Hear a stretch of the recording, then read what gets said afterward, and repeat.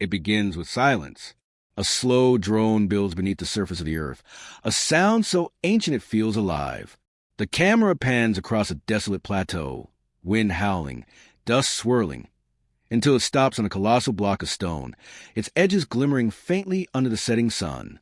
It looks ordinary at first glance, just another relic of the distant past, carved by forgotten hands. But as light touches its surface, something strange becomes visible. An edge so sharp it could cut skin, a surface so flat it reflects the horizon like glass. The narrator's voice cuts through. This stone was cut thousands of years ago, with technology we still don't have. That's the hook.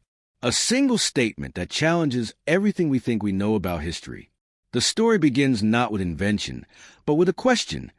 How could ancient civilizations shape granite, one of the hardest materials on Earth, with microscopic precision, long before the discovery of iron, steel, or industrial machinery? This is not mythology, nor rumor. It's a measurable, physical artifact that refuses to fit into the accepted narrative. It stands as silent proof that our ancestors were either far more advanced than history admits, or that they weren't alone in their knowledge.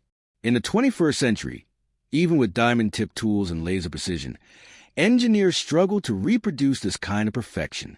Its geometry is flawless, its joints seamless, and its surfaces mirror-smooth to the submillimeter. This isn't the work of chance or primitive hammering. It's something else, something deliberate, something engineered. The kind of craftsmanship that speaks of technology, not tradition. Scientists who examine it walk away with more questions than answers. The ancient site offers no inscriptions, no blueprints, no mythology of explanation, only the echo of a skill beyond its era. The introduction unfolds like a mystery novel. Who cut the stone? How did they do it? Why was it built with such obsessive precision? The questions pull us deeper, past the boundaries of archaeology, into a realm where logic begins to falter. There are fragments of explanations scattered through time, whispers of lost civilizations, myths of sky gods who descended with the power of the sun, stories of sacred knowledge passed down and then buried by cataclysm. The deeper we look, the more impossible it seems to dismiss. Was this stone an experiment, a monument, or a message left for the future? A warning carved in silence?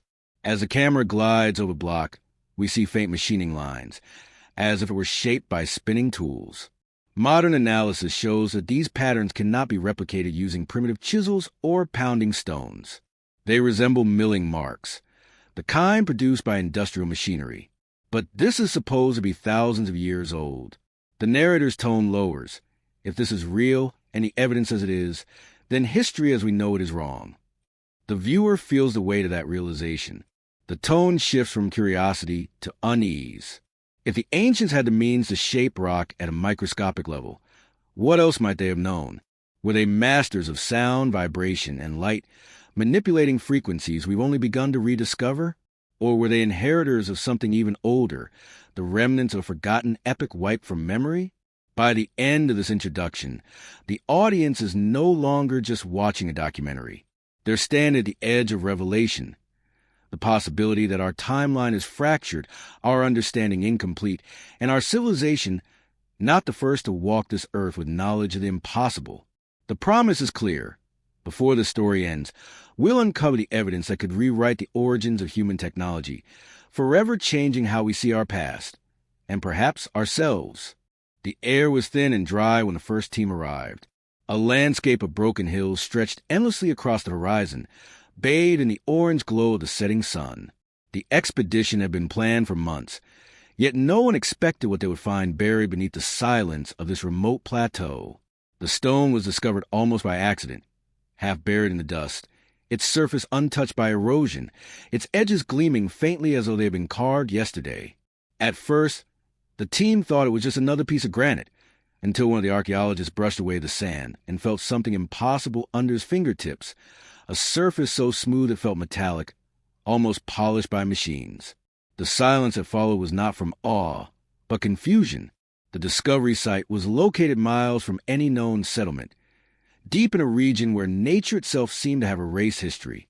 No ruins, no artifacts, no carvings, just a single monolithic stone, positioned deliberately as if it were part of something greater. Surrounding it were scattered fragments of other blocks, but none matched the size or perfection of this one.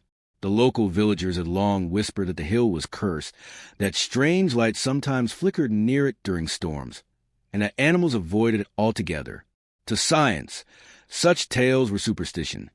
Yet when the team set up their instruments, their magnetic sensors spiked erratically, and the compass needles danced without reason. The stone was not only strange to the eye, it seemed to disturb the earth itself. As daylight faded, they began to document every angle. Laser scans revealed that the block measured with uncanny precision, each edge aligned within a margin of error smaller than human hair. Its dimensions were based on geometric ratios that later, shockingly, matched those found in ancient temples half a world away. The first reading sent chills through the camp. This was not natural formation. This was engineer design, executed with a mastery of material science no known ancient culture should have possessed. Its composition was granite mixed with traces of diorite, both extremely difficult to cut even with modern diamond saws. Yet the cuts were clean, seamless, and symmetrical. Night fell, but the team could not sleep. The floodlights illuminated the block in haunting clarity. One of the geologists, staring at the perfect intersection of two polished faces, whispered, "This isn't supposed to exist." And that was the beginning, the moment when mystery began to outweigh reason. The team leader ordered the samples to be taken carefully, fearing contamination or damage. But even microscopic analysis would later deepen the enigma. The molecular structure of the stone showed no signs of thermal alteration or chisel abrasion. It hadn't been hammered, scraped, or melted, whatever shape it had done so without friction, as though the atoms themselves had been rearranged. Within days, word reached the nearest research institute, and soon the discovery site became a storm of activity. Teams from universities, private labs, and even government agencies arrived. Drones mapped the area, seismic equipment scanned the ground beneath it, and rumors spread that there was more buried below, possibly a network of foundations or chambers. But excavation was slow and cautious. The soil was compacted unnaturally, layered in a way that suggested deliberate burial. Someone, at some point in history, had hidden this monument rather than destroyed it. The question was why. Was it a relic of a forgotten civilization, a prototype of ancient technology, or a monument meant to be rediscovered only when humanity was ready to understand it? As more researchers joined, so did the tension. Academics argued over dating methods, unable to agree on the stone's age. Some results pointed to only a few thousand years, others to tens of thousands. The discrepancy made no sense. And then there were the carvings, faint markings discovered near the base, resembling geometric patterns or perhaps a code. They seemed intentional, but weren't enough to evade translation. A few researchers speculated that they might represent a mathematical formula or celestial map. Whatever they weren't random scratches. The mystery grew deeper with every layer of dust removed. The site quickly became a paradox, an archaeological find that refused to belong anywhere in human history. Scientists could not classify it. Historians could not explain it. Even the skeptics grew quiet as evidence piled up. The place had an aura that was hard to describe, a stillness that felt charged, as though the ground itself was holding its breath. Some of the team members later confessed that they felt watched while working, as though something ancient and intelligent lingered just beyond perception. Cameras malfunctioned without reason. Batteries drained faster than normal, and strange interference plagued every electronic device. It was as if the site resisted being studied. When news of the discovery leaked to the media, the story was dismissed as exaggeration, but behind closed doors, the researchers knew what they had found was not ordinary. The stone was real, the measurements undeniable, and its creation beyond the capability of any civilization recorded in textbooks. Still, official reports were carefully worded, cautious not to ignite controversy. Yet those who stood before the stone knew the truth. It was not just a relic, it was a challenge. A message carved into the earth by a hand that should not have existed, whispering across the centuries, daring us to question everything we think we know about our past. The discovery site would eventually be sealed off, fenced under the guise of preservation. But for those who had been there, the memory of that silent, perfect stone never faded. It haunted their dreams, not because it was beautiful, but because it was wrong. Wrong in the most extraordinary, terrifying way. For in its flawless geometry lay the undeniable proof that somewhere, long before recorded history, someone had mastered science we are only beginning to understand. Under the pale morning light, the monolith stood like a riddle carved in stone. The air was still, heavy with anticipation, as the team returned to study it once more. They called it the Cut Beyond Time, a name born from awe and disbelief. Standing before it, even the most rational minds began to question their own understanding of history. The block's geometry was perfect beyond comprehension, its edges so sharp that sunlight refracted along them like a blade of glass. You could run your hand along its surface and feel no flaw, no ripple, no trace of human imperfection. It was not carved, it was engineered. Yet by whom, and how, remained a question that no one could answer. To the naked eye, it seemed like an ordinary slab of granite, but under magnification, the truth emerged.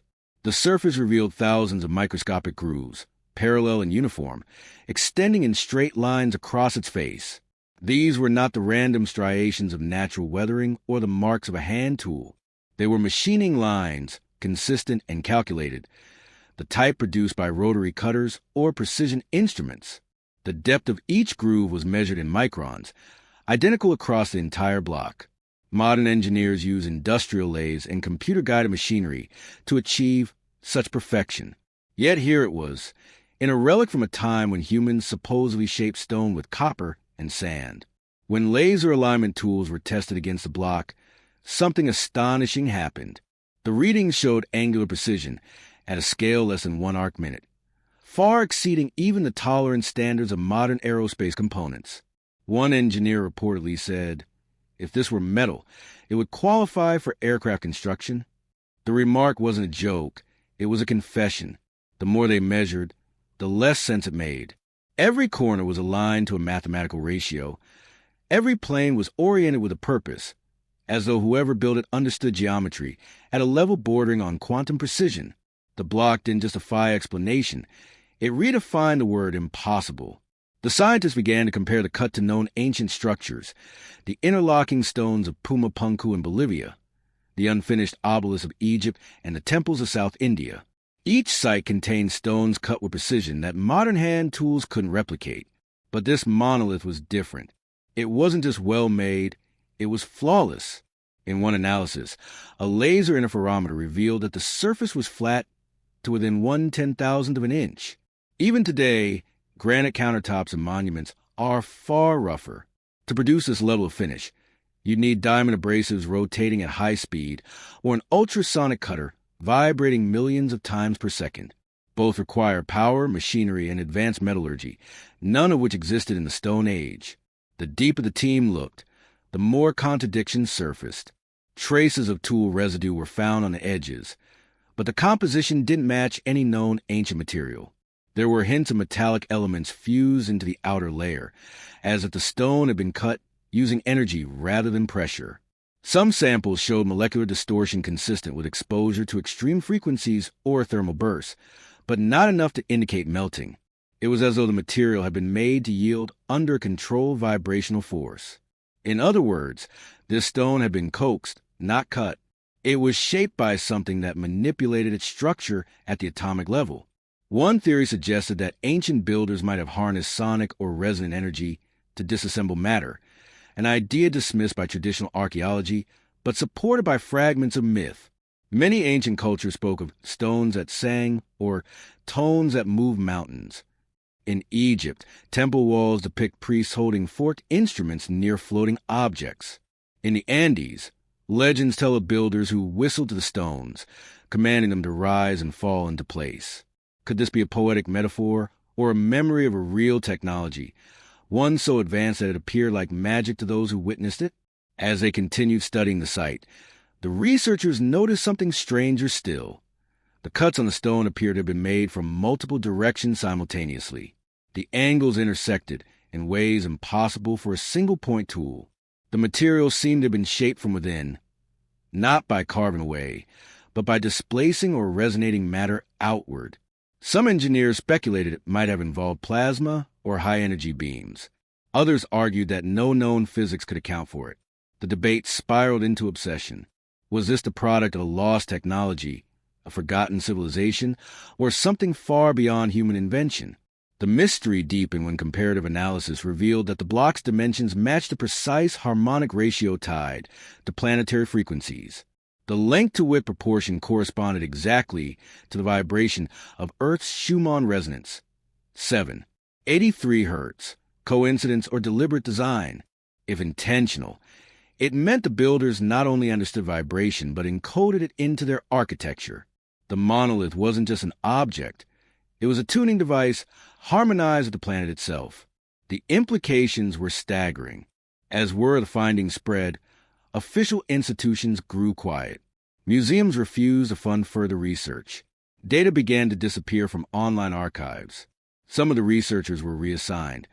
Others warned to avoid speculative interpretation.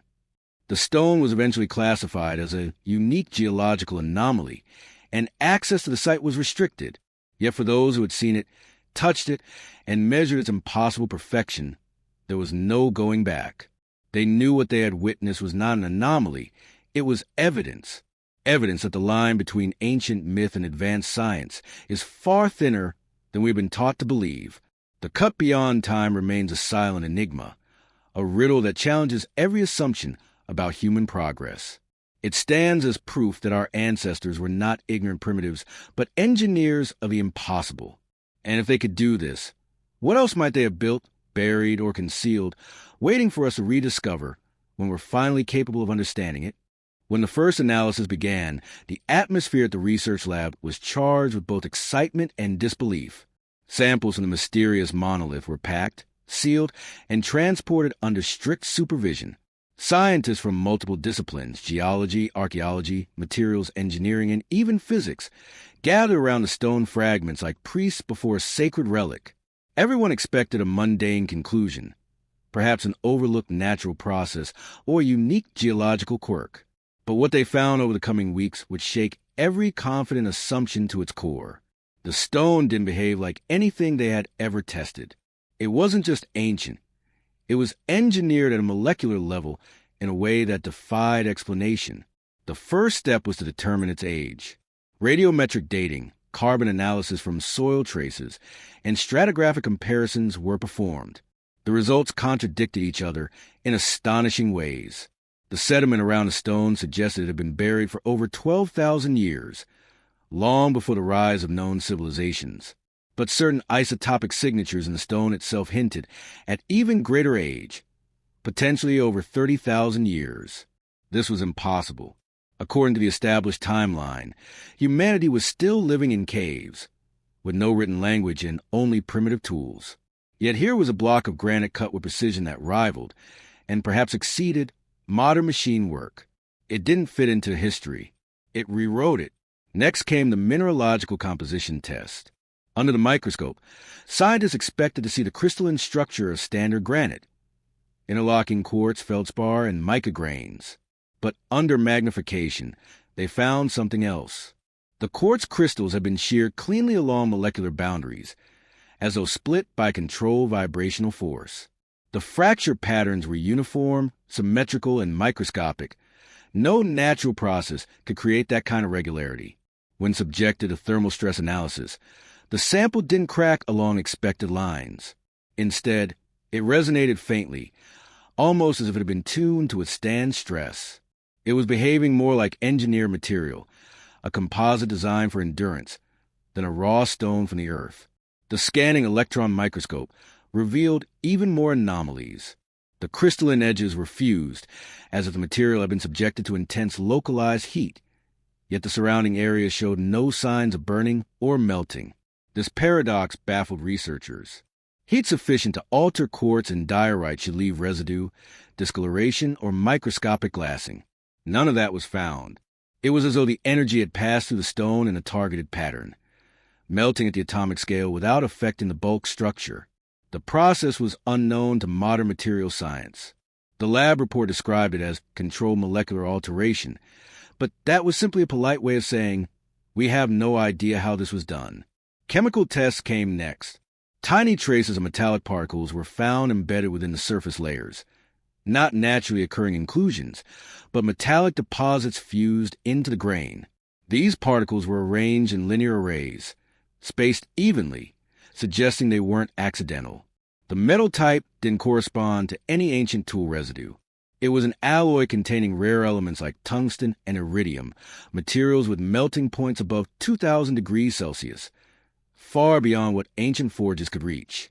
The composition hinted at something extraordinary, that the cutting process may have involved a plasma or high-energy beam capable of vaporizing and reforming matter at extreme precision.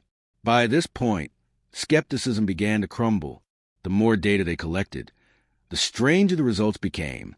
Spectrographic analysis of the surface revealed that light reflected in an unusual pattern, refracting like glass rather than scattering like rock. It was as if the surface molecules had been aligned, polarized, even in a manner that made the stone semi-optical. Some theorized that it might have been polished using chemical or vibrational methods, perhaps even sound waves.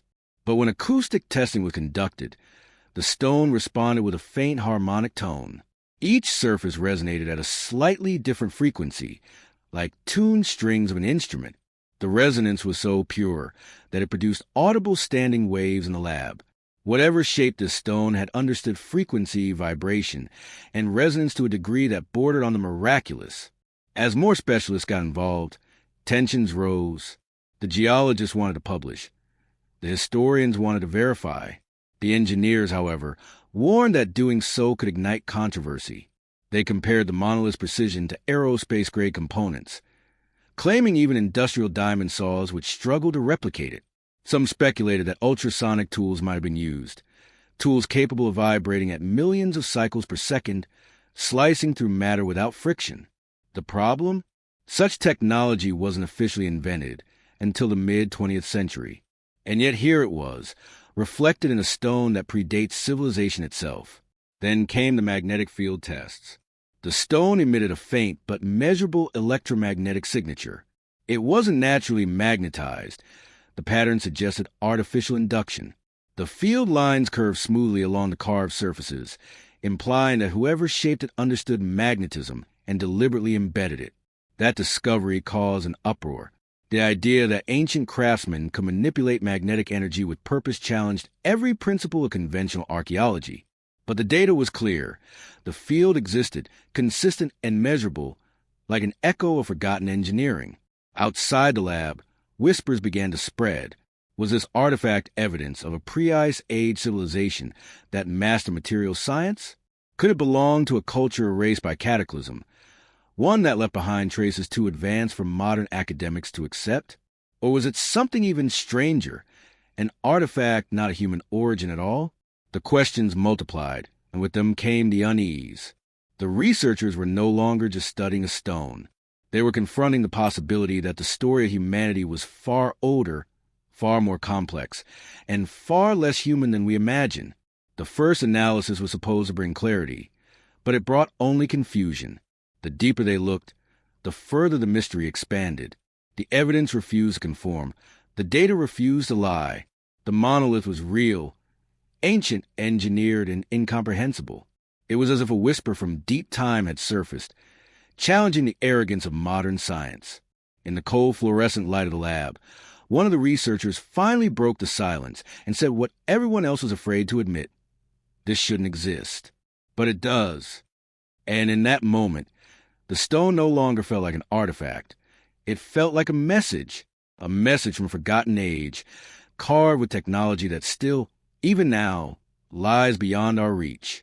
When word of the discovery finally reached the academic world, it spread like wildfire, but not the kind that enlightens.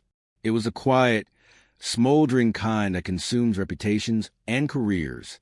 Within days, established institutions began to react, cautiously at first, then defensively. Emails circulated behind closed doors.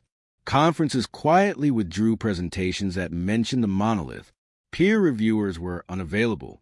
The few researchers who dared to speak publicly about the stone's impossible features found themselves subtly discredited. One university labeled the findings a misinterpretation of geological anomalies. Another claimed it was a hoax, though none of their representatives had even seen the artifact in person. The stone had done something dangerous. It had challenged history's most sacred narrative. Archaeology has long depended on the idea of a gradual, linear human evolution, from stone tools to steel, from ignorance to enlightenment. The existence of a stone cut with near laser precision thousands of years ago shattered that line like glass. If true, it meant that a lost civilization, or something even more advanced, existed long before recorded history. It meant that everything from textbooks to museum timelines might be wrong. And so, rather than rewrite the story, academia began to erase the evidence, not through malice, perhaps, but through fear. Fear of ridicule, fear of chaos, and fear that the comfortable order of human progress might be built on a lie. Behind the scenes, a few brave voices pushed back. A geologist from Germany published a brief paper arguing that the precision of the cuts could not be achieved with hand tools or primitive chisels. Within weeks, his university suspended him pending review. His department later released a statement claiming that his research did not meet institutional standards. Another researcher in Japan who conducted independent analysis of the sample fragments found evidence of molecular-level heat distortion, proof of high-energy cutting methods. Her funding was revoked the following month.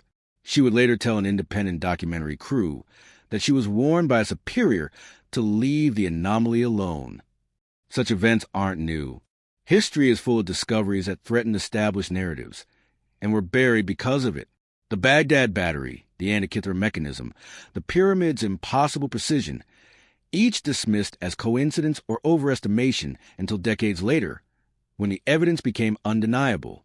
This stone was following the same pattern. The more it revealed, the louder the opposition grew. Archaeological authorities labeled it geological curiosity. Museums declined to display it. Even media outlets that covered the story suddenly retracted their reports, citing lack of verification. It was as though the world collectively decided to look away. But truth doesn't disappear when ignored. It waits. Inside the research team, division began to form. Some wanted to preserve their careers, to conform and move on. Others couldn't. The lead archaeologist, who had first uncovered the site, refused to alter his findings. "If I falsify this," he said during an interview later leaked online, "I betray science itself." Shortly afterward, he resigned from his institution. Officially, he left for personal reasons. Unofficially, he had been pressured to retract his conclusions or face expulsion. The stone had become toxic, not because it wasn't real, but because it was too real. It demanded questions no one wanted to answer. Even within scientific circles, an unspoken rule began to take shape. Do not mention the monolith. Those who did found themselves quietly excluded from panels, ignored in peer reviews, and ridiculed by colleagues. It became a kind of academic taboo, the forbidden subject. And yet, behind closed doors, whispers persisted. Engineers, physicists, and geologists exchanged data in secret forums, analyzing surface scans, frequency tests, and mineral data. The results were undeniable. The stone wasn't geological fluke or an ancient illusion. It was precision cut with unknown technology. Some scientists even admitted privately that the level of detail was beyond current industrial standards. But they couldn't say it publicly, not without risking everything. Meanwhile, official archaeology doubled down on its explanations. They insisted the cuts were caused by natural splitting or ancient polishing with sand and copper. These claims fell apart under scrutiny, but repetition made them truth in the eyes of the public. Museum guides parroted the official line. Educational documentaries edited out the anomaly entirely. The stone was relegated to myth status, a footnote in fringe literature rather than a headline in mainstream science. Yet for those who had stood beside it, touched it, measured it, that narrative rang hollow. They knew they had witnessed something beyond any conventional framework. Whistleblowers from within the excavation project began leaking internal memos. One document revealed that high-resolution scans were ordered to be classified, citing potential security concerns. Another email chain showed university administrators advising staff to avoid further commentary until consensus is reached. But consensus never came, only silence. It became clear that what was being protected wasn't truth, but stability. The institutions feared the consequences of rewriting the past, the domino effect it could cause on religion, culture, and even national heritage. A single anomaly could unmake centuries of certainty. And yet, amidst the suppression, the evidence refused to die. Independent researchers replicated tests, confirming the stone's impossible precision. Online forums exploded with leaked images, 3D models, and infrared scans. The more authorities denied it, the more people wanted to know. The forbidden nature of the discovery became its own fuel. The public's curiosity turned into obsession. If they're hiding it, one blogger wrote, it must be because it changes everything. In a sense, he was right. For if humanity did not build the stone with primitive tools, then who did? And if our ancestors once possessed advanced technology, how did it vanish and why? The controversy soon reached the point of no return. Government agencies moved in, sealing the original excavation site under the pretext of environmental preservation. Access was restricted, guards were posted, and satellite images of the area began to blur. The official narrative was now complete. Nothing extraordinary had ever been found. But those who had seen it firsthand knew better. They carried the truth like a scar, the memory of a moment when science met the impossible and chose to turn away. In the end, the stone didn't just challenge history. It exposed something deeper about human nature. We claim to seek truth, yet when confronted with it, we retreat into comfort. The monolith remains hidden, but not forgotten. Its silence has become its weapon, a mirror reflecting the fear of our own ignorance. For somewhere beneath the layers of denial and dust lies a simple, dangerous fact. The past was far more advanced than we dare to admit. And until we face that, history itself will remain a carefully curated illusion, guarded not by time, but by fear. The phrase, the uncut truth, ancient machining evidence, marked a turning point in the investigation. Once the academic suppression began, independent researchers stepped forward to examine the mystery firsthand. They traveled to the site with high-resolution cameras, portable scanners, and a stubborn determination to find answers where official archaeology had refused to look. What they documented would ignite a quiet revolution within the alternative history community. This wasn't just an isolated marvel. Around the world, from the Andes to Egypt, from India to Turkey, thousands of stones bore the same impossible scars, precise grooves, laser-straight cuts, and interlocking angles that modern engineers struggle to explain. In Bolivia's high-altitude plains lay Puma Punku, a site that became the ultimate point of comparison. Enormous andesite blocks lay scattered like the remains of some ancient machine. Each block had perfectly drilled holes, equidistant to the millimeter, and right-angled slots so sharp that even a sheet of paper could not slip between them. The site's builders, whoever they were, had achieved tolerances we associate today with computer-guided tools. When one researcher ran a laser alignment test along the grooves, the beam traced a flawless line, uninterrupted for nearly 6 feet. No ancient chisel or copper saw could produce that. The precision was mechanical, not manual. The same evidence appeared in Egypt, deep within the granite quarries of Aswan. Their unfinished obelisks lay half-cut from bedrock, their sides smooth and parallel, the inner walls marked by circular depressions that looked eerily like the tracks of modern core drills. When industrial engineers examined them, they concluded that the cutting speed would have required drill heads spinning at several thousand revolutions per minute, combined with immense downward pressure. But ancient Egypt officially had none of these capabilities. The tools supposedly available, copper chisels, dolerite pounding stones, and sand abrasion, could never create spiral tool marks with mechanical uniformity. The evidence pointed to a machining process, not a primitive one. In India, at Ellora and Ajanta, entire temples were carved directly into solid rock with such symmetry that experts still debate how it was done.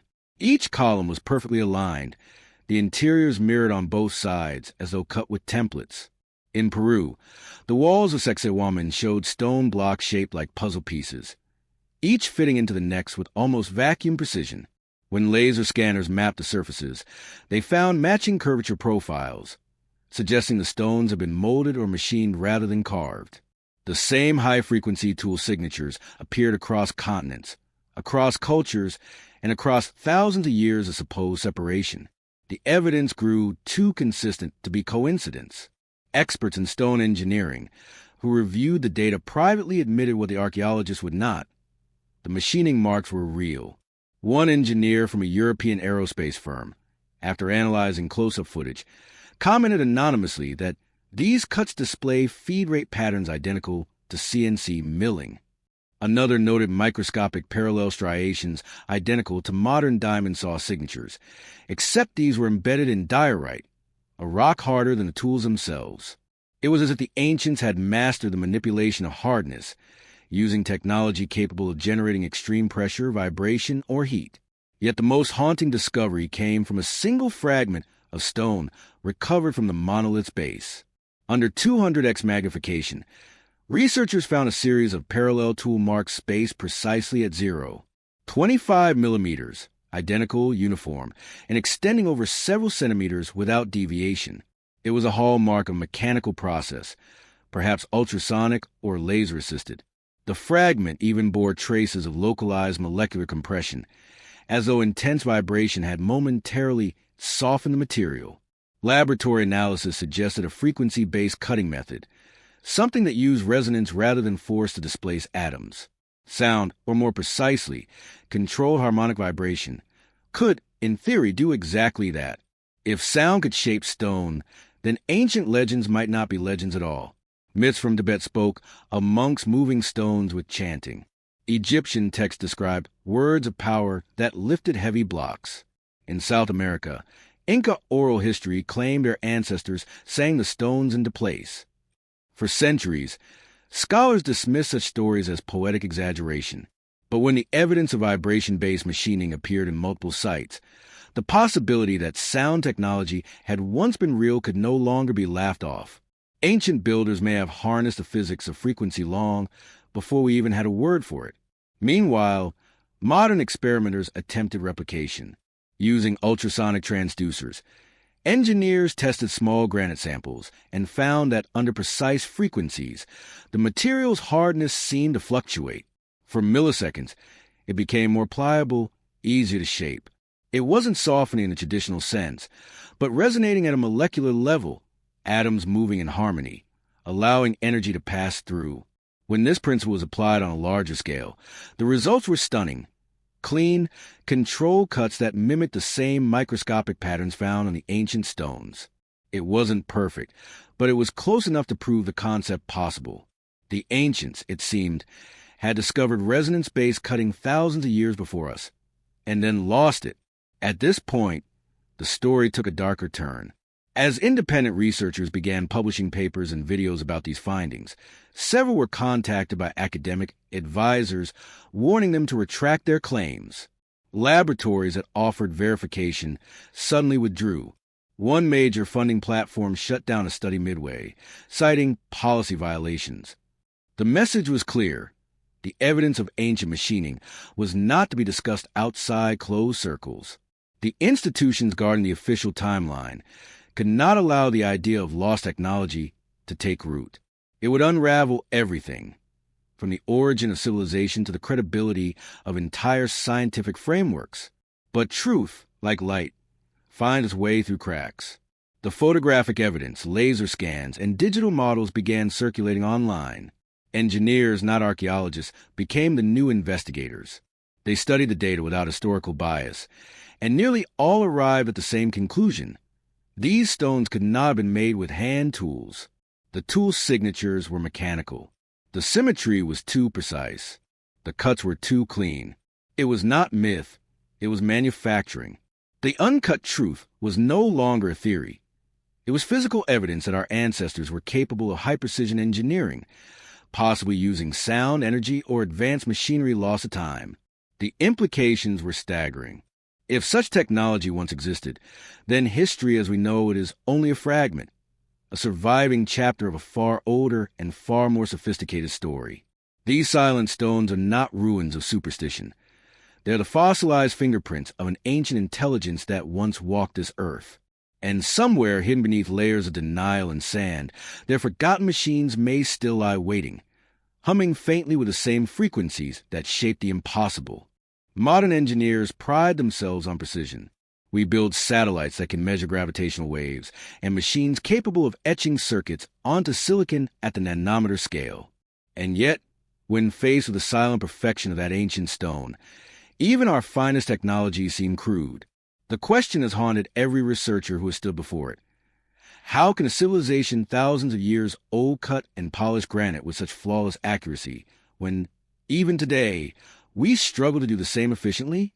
What kind of tools could shape matter so precisely without fracturing it, without leaving signs of brute force or imperfection? It is this question that defines the enigma, technology we still don't have. Granite is unforgiving. It laughs at primitive chisels and eats through modern steel. To slice it cleanly requires diamond-coated blades, high-speed rotation, and continuous water cooling to prevent the stone from shattering under its own heat.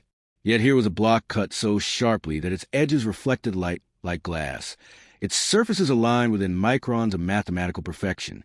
In modern factories, this would require laser calibration, CNC automation, and computer modeling, and even then, slight imperfections will remain visible under magnification.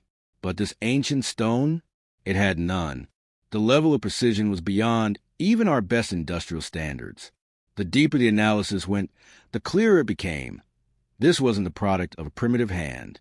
It was a result of a technology equal to or surpassing ours. One engineer, examining the scan data from the monolith, described the craftsmanship as post-industrial. He meant it as irony, but it carried an unsettling truth. The microscopic grooves and frictionless cuts suggested methods that used vibration, not abrasion. They implied an understanding of frequency, energy, and resonance that humanity has only begun to rediscover. In laboratories today, scientists experiment with ultrasonic cutters, devices that vibrate at tens of thousands of cycles per second, creating frictionless, high-precision cuts in ceramics and crystals. The method uses resonance rather than force, allowing the tool to move the material as if it were soft. And yet, even these modern devices struggle to replicate the seamless, frictionless precision of the ancient cuts. The ancients, somehow, had done it on a massive scale, not with tiny instruments, but with tools capable of shaping blocks weighing hundreds of tons. To understand how impossible this is, consider the unfinished obelisk at Aswan, the largest ever attempted by humans. It lies half-cut from bedrock, abandoned as though its makers suddenly vanished.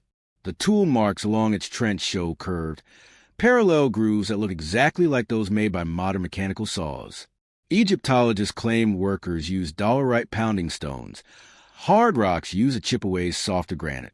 But under close analysis, the trench surfaces are smooth and even, consistent with rapid, high-energy cutting rather than slow manual work. The marks aren't random. They follow a uniform depth and spacing, suggesting a tool oscillating or rotating at consistent intervals. The ancient builders weren't pounding, they were machining. What's even stranger is the absence of waste. In modern construction, cutting stone generates debris, dust, and irregular chips. Yet in many of these ancient sites, the offcuts fit perfectly back into the main block, as though sliced by light itself. There is no evidence of chipping or force impact. The cuts are clean, suggesting that the tool used did not cut in traditional sense, but rather separated the molecular bonds of stone, parting it effortlessly. Some scientists have theorized that this would be achieved through plasma or directed energy, technology that focuses intense heat or sound into a single control beam. Such tools can, in theory, disassemble matter on an atomic level. But this is theoretical physics, something we are only beginning to test with advanced lasers and fusion energy. And yet, someone thousands of years ago seems to have known exactly how to do it. Then there's the geometry, the relentless precision of design that reveals an engineer's mind at work. The angles of the cuts form perfect right triangles, often consistent across dozens of blocks. The surfaces are aligned not only in shape but in orientation, sometimes corresponding to celestial patterns or magnetic north. These details are not decorative, they are mathematical. It is as if the builders possess not only the means but the measurement systems to control large-scale machining. Modern engineers use CAD software, lasers, and gyroscopes to achieve similar alignment. But the ancients, they had none of these tools, at least not according to the official record. Yet the evidence before us tells a different story. They achieved results so perfect that even today's technology struggles to reproduce them. One modern test attempted to replicate the same cut using diamond saws. After hours of effort and several broken blades, the engineers managed to produce a clean groove, but it was rough under magnification, inconsistent in depth, and marred by visible heat marks. The ancient example, however, was cold to the touch, flawless, and unburned. It was as if the energy that shaped it left no residue, no scars. That is what makes it terrifying. Not that we don't understand how it was made, but that it was made better than we can make it now. Even the polish defies explanation. To achieve a mirror finish on granite today, machines use progressively finer abrasives and chemical polishing compounds. The process takes hours, sometimes days, depending on the hardness of the material. Yet the surfaces of this ancient block and countless others like it appear to have been polished instantly and uniformly. The reflection is consistent, indicating not manual work, but a single-stage finish.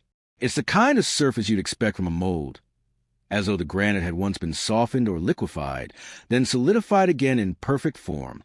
Such a process would require immense heat or molecular manipulation, again, technology far beyond the known capacity of any prehistoric culture. Skeptics argue that coincidence or natural processes could explain the precision, but every test disproves that. Natural erosion cannot create straight lines, equidistant drill holes, or symmetrical cavities. Hand tools cannot generate microscopic feed patterns identical to modern machinery. These are not coincidences. They are signatures of advanced technology. The real question isn't if the ancients possessed it, but how they lost it. Some researchers propose that the knowledge was destroyed during a cataclysm, a global event that reset civilization. Others believe the technology was never human to begin with, that it came from an external source, possibly non-terrestrial. Myths across cultures tell of beings of light, sky gods, and teachers from the stars who brought knowledge to early humans. Could they have introduced this technology? Or was it a rediscovery of something humanity once possessed in a forgotten age? If such technology existed, its disappearance might explain why ancient cultures worldwide seem obsessed with rebuilding fragments of lost grandeur, why they constructed pyramids, temples, and monoliths as if trying to remember what had been forgotten. The perfection of these stones is not just architectural, it's symbolic. It's a memory, carved into matter itself, whispering an era when humans, or some among them, wielded tools that could shape the world as easily as light shapes shadow. We often assume that technological progress is linear, that we are the pinnacle of advancement. But what if that's not true? What if we are rediscovering, not inventing? What if these stones are reminders, messages left by an older world that mastered the physical laws we are only beginning to understand? This is what makes the mystery so haunting. For every experiment we conduct, every theory we test, the same truth echoes back from the ancient silence. They could do it, and we still can't. The more scientists studied these stones, the more an unsettling realization began to emerge, one that reached far beyond geology or craftsmanship. If these blocks were truly cut and engineered with technologies equal to or greater than our own, then they did not belong to the civilizations we know. Egypt, Sumer, the Indus Valley, the Inca, all were brilliant, yet none of them possessed the industrial capacity to create such artifacts. What if they weren't the first? What if there was a civilization before them, a mother culture, that once spanned the globe, mastering sciences that we are only now rediscovering? The notion of ancient engineers or lost civilizations became more than theory. It became the only explanation that fit the evidence. To most archaeologists, this suggestion was heresy. Human civilization, according to the textbooks, began roughly 6,000 years ago with the rise of agriculture. Before that, humanity was scattered, tribes, hunters, gatherers. But these stones tell a different story, one of global sophistication that predates written history. They hint at engineers who not only understood stone but physics, geometry, and possibly even energy. They were builders, scientists, and astronomers long before the birth of Sumer or the pharaohs. And like ghosts, they vanished, leaving behind only impossible architecture, buried machines, and legends that later civilizations would mistake for myths. Evidence of their existence is scattered like breadcrumbs across the world. In South America, The ruins of Tiwanaku and Puma Punku rise from the Andean plains, colossal blocks joined with precision joints that no mortar could replicate. In Egypt, beneath the sands of Giza, seismic scans reveal hidden chambers and corridors, perfectly aligned to celestial coordinates that modern architects struggle to reproduce. In Turkey, Göbekli Tepe, the world's oldest known temple, dates back over 11,000 years, its pillars carved with astonishing accuracy and astronomical symbolism long before metal tools or writing supposedly existed.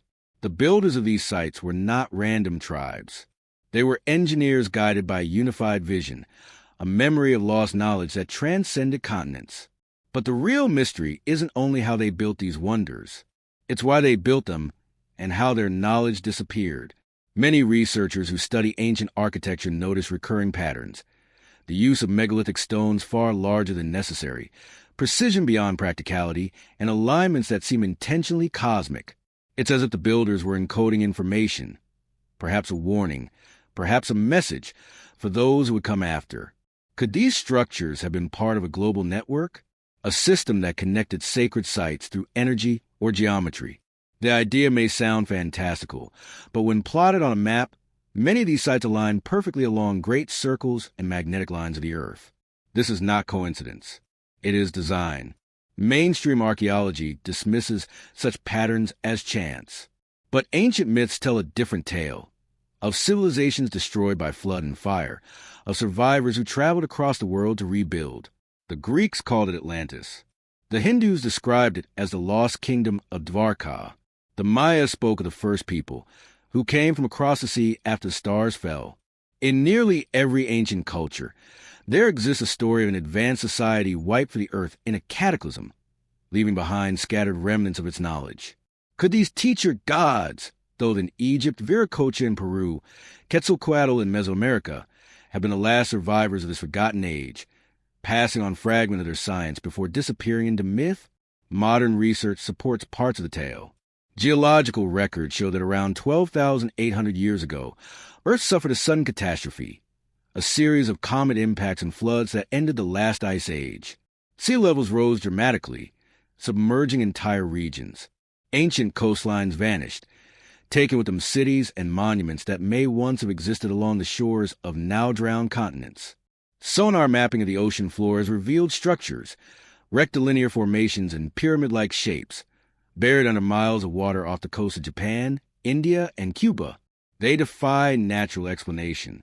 If these are man-made, then human civilization is far older than we've been taught. The theory of a lost civilization isn't merely romantic speculation. It is a logical conclusion drawn from the evidence. The technology implied by these stones, the precision, the energy manipulation, the harmonic design, suggests a level of understanding that cannot arise overnight. It takes generations, perhaps millennia of development. So where are the traces of that progression? The missing steps between the Stone Age and the precision of the monolith? The absence of intermediate technology implies not evolution, but erasure. Something happened, something so devastating that it reset human history. Perhaps an extinction-level event, perhaps a deliberate cleansing of knowledge. And when humanity rose again, we inherited ruins, technological fossils from an age we could no longer comprehend. Imagine the scenario. A civilization thousands of years before recorded history, advanced not in digital or industrial terms, but in mastery of natural laws. They may have understood resonance, energy, magnetism, and the geometry of the cosmos, technologies that work with nature rather than against it. Their cities would have been powered not by combustion, but by the earth itself. Their monuments, pyramids, temples, megaliths, may have served as power regulators, transmitting or stabilizing energies we no longer detect. In this context, the monolith isn't a random artifact.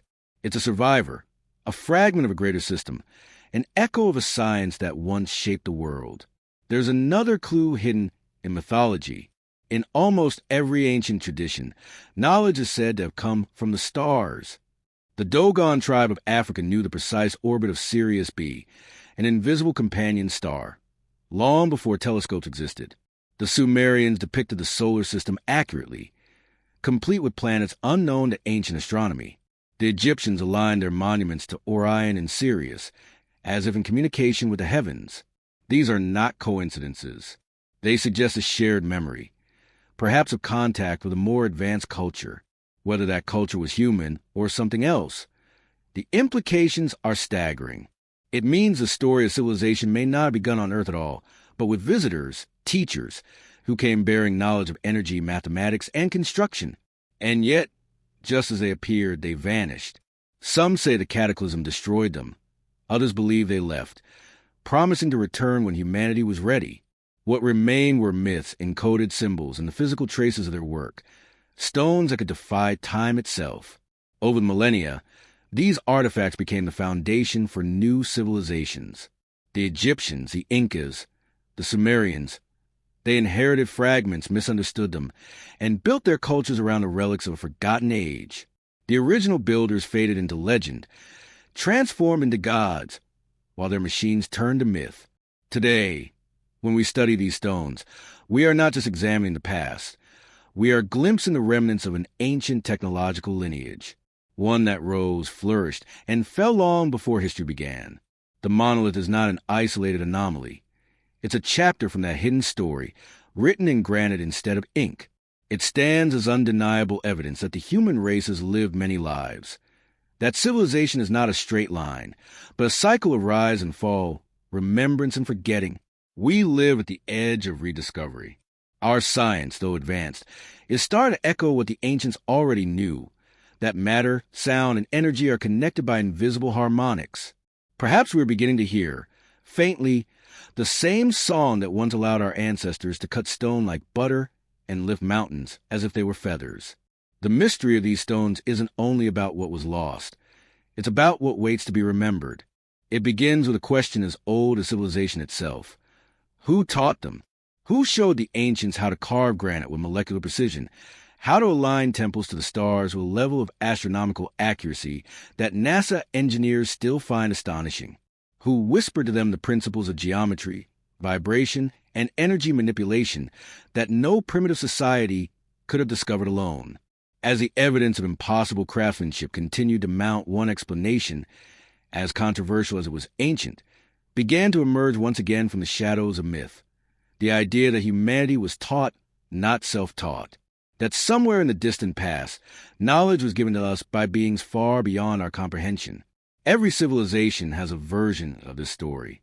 The Egyptians spoke of Thoth, the ibis-headed god who came from the heavens bearing the wisdom of the cosmos, the secrets of writing, medicine, and architecture. The Sumerians called him Enki, the lord of the earth, who taught mankind mathematics and astronomy. In Mesoamerica, the Aztecs worshipped Quetzalcoatl, the feathered serpent who descended from the sky to bring knowledge, only to promise his return. The ancient Hindus told of the Devas and Vimanas, celestial beings who traveled in luminous chariots and shared the science of light and sound. Even the Aboriginal Dreamtime stories in Australia speak of sky people who came down to shape the land and guide humanity. These myths, separated by oceans and millennia, all describe the same pattern. Teachers descending from the heavens, bestowing wisdom, and vanishing again when their task was complete. Mainstream historians dismiss these accounts as symbolic, claiming that sky gods are metaphors for nature, storms, or celestial bodies. But as the physical evidence accumulates, artifacts that defy human explanation, architecture that mirrors advanced engineering, and astronomical alignments far too precise for coincidence, the line between myth and history begins to blur. Could it be that these legends are not allegory but memory? The fragmented recollection of real events witnessed by ancient humanity, encounters with entities whose technology was so far beyond our understanding that they were mistaken for gods? In Sumerian texts, there's a striking detail. The Anunnaki, beings from the stars, were said to have descended from the heavens to create and instruct mankind. The text described tools that could cut stone like butter, flying crafts that shone like the sun, and tablets of destiny, devices that recorded and calculated cosmic order. What the ancients called magic, we might now call science. Their gods, perhaps, were not ethereal spirits but flesh and blood visitors, explorers, scientists, or something even greater. The parallels are too precise to ignore. The more we uncover about ancient engineering, the more the old myths begin to sound like eyewitness accounts written in the only language the ancients could grasp. In Egypt, the story continues. The god Thoth, later known to Greeks as Hermes Trismegistus, was said to have measured the heavens and set the stars in their courses. He taught humanity the word of creation, a principle of vibration and sound, the same concept we now understand as frequency and resonance. According to temple inscriptions, Thoth gave the Egyptians the tools of the gods, capable of shaping matter with sound and light. If this sounds familiar, it's because it mirrors what modern engineers have discovered about the ancient stonework, that many of these cuts could only be made using high-frequency tools, perhaps vibrating at ultrasonic speeds. What if these tools of the gods were literal, devices powered by energy systems we no longer comprehend? Across the ocean, in pre-Columbian South America, the Inca myths tell of Viracocha, a tall, pale-skinned teacher with strange garments, who emerged from Lake Titicaca after a great flood. He traveled from village to village teaching people how to build, cultivate, and govern before vanishing across the sea, promising to return. The temples of Tiwanaku and Puma Punku, with their impossible precision, are dedicated to him. Local legends even say that Viracocha made the stones move as if weightless. Could this teacher god have brought knowledge of sound and resonance-based levitation, the very technology hinted at in these perfectly fitted megaliths? The Hindu Vedas, some of the oldest texts in existence, describe in astonishing detail Vimanas, flying machines powered by light, sound, and mercury. They speak of wars fought with weapons that resemble modern energy beams, and of celestial beings who visited the earth to share wisdom before ascending once more into the stars. The text even describes cities of the gods hovering in the sky, connected by channels of luminous energy. To the skeptical eye, it is myth, but to those who have studied the parallels between these stories and ancient architecture, it sounds like a fading echo of technological truth, one that humanity inherited but could not sustain. There's an even more curious detail. The oldest records of mathematics and astronomy appear suddenly and fully formed. The Sumerians didn't develop their advanced numerical systems gradually. They had them from the start. Their base 60 counting system is still used in modern timekeeping and geometry. Likewise, the sudden rise of advanced metallurgy, agriculture, and writing in early human history makes little evolutionary sense. Civilization did not crawl forward. It leapt. One moment, humans were hunter-gatherers. The next, they were architects of cities. Archaeologists struggle to explain this leap, but the ancient texts already did. The gods came down and taught us. Modern scientists like Carl Sagan once warned against taking such myths literally. But even he admitted that if extraterrestrial contact had ever occurred, ancient humanity would have interpreted advanced beings as divine. What we call gods, he said, might have been travelers, explorers whose technology appeared miraculous. And if that were true, then these visitors did not simply inspire mythology. They shaped the trajectory of human evolution. They gave us knowledge too advanced for our time. And when they left, that knowledge became legend, distorted, fragmented, and eventually lost. The monuments they left behind, the pyramids, the megaliths, the perfectly machined stones, may have been more than temples. They could have been part of an ancient infrastructure, built to harness energy or stabilize the planet's electromagnetic field. The ancients described these sites as places where heaven and earth meet. Perhaps that was literal. Perhaps these structures were built where energy was strongest, creating points of resonance that allowed communication or travel between worlds. It's easy to dismiss such theories as fantasy, but the consistency of ancient records across cultures is chilling. Civilizations that never knew each other, separated by oceans, told the same story. Beings from the stars descended to Earth, taught humanity, and departed, promising to return.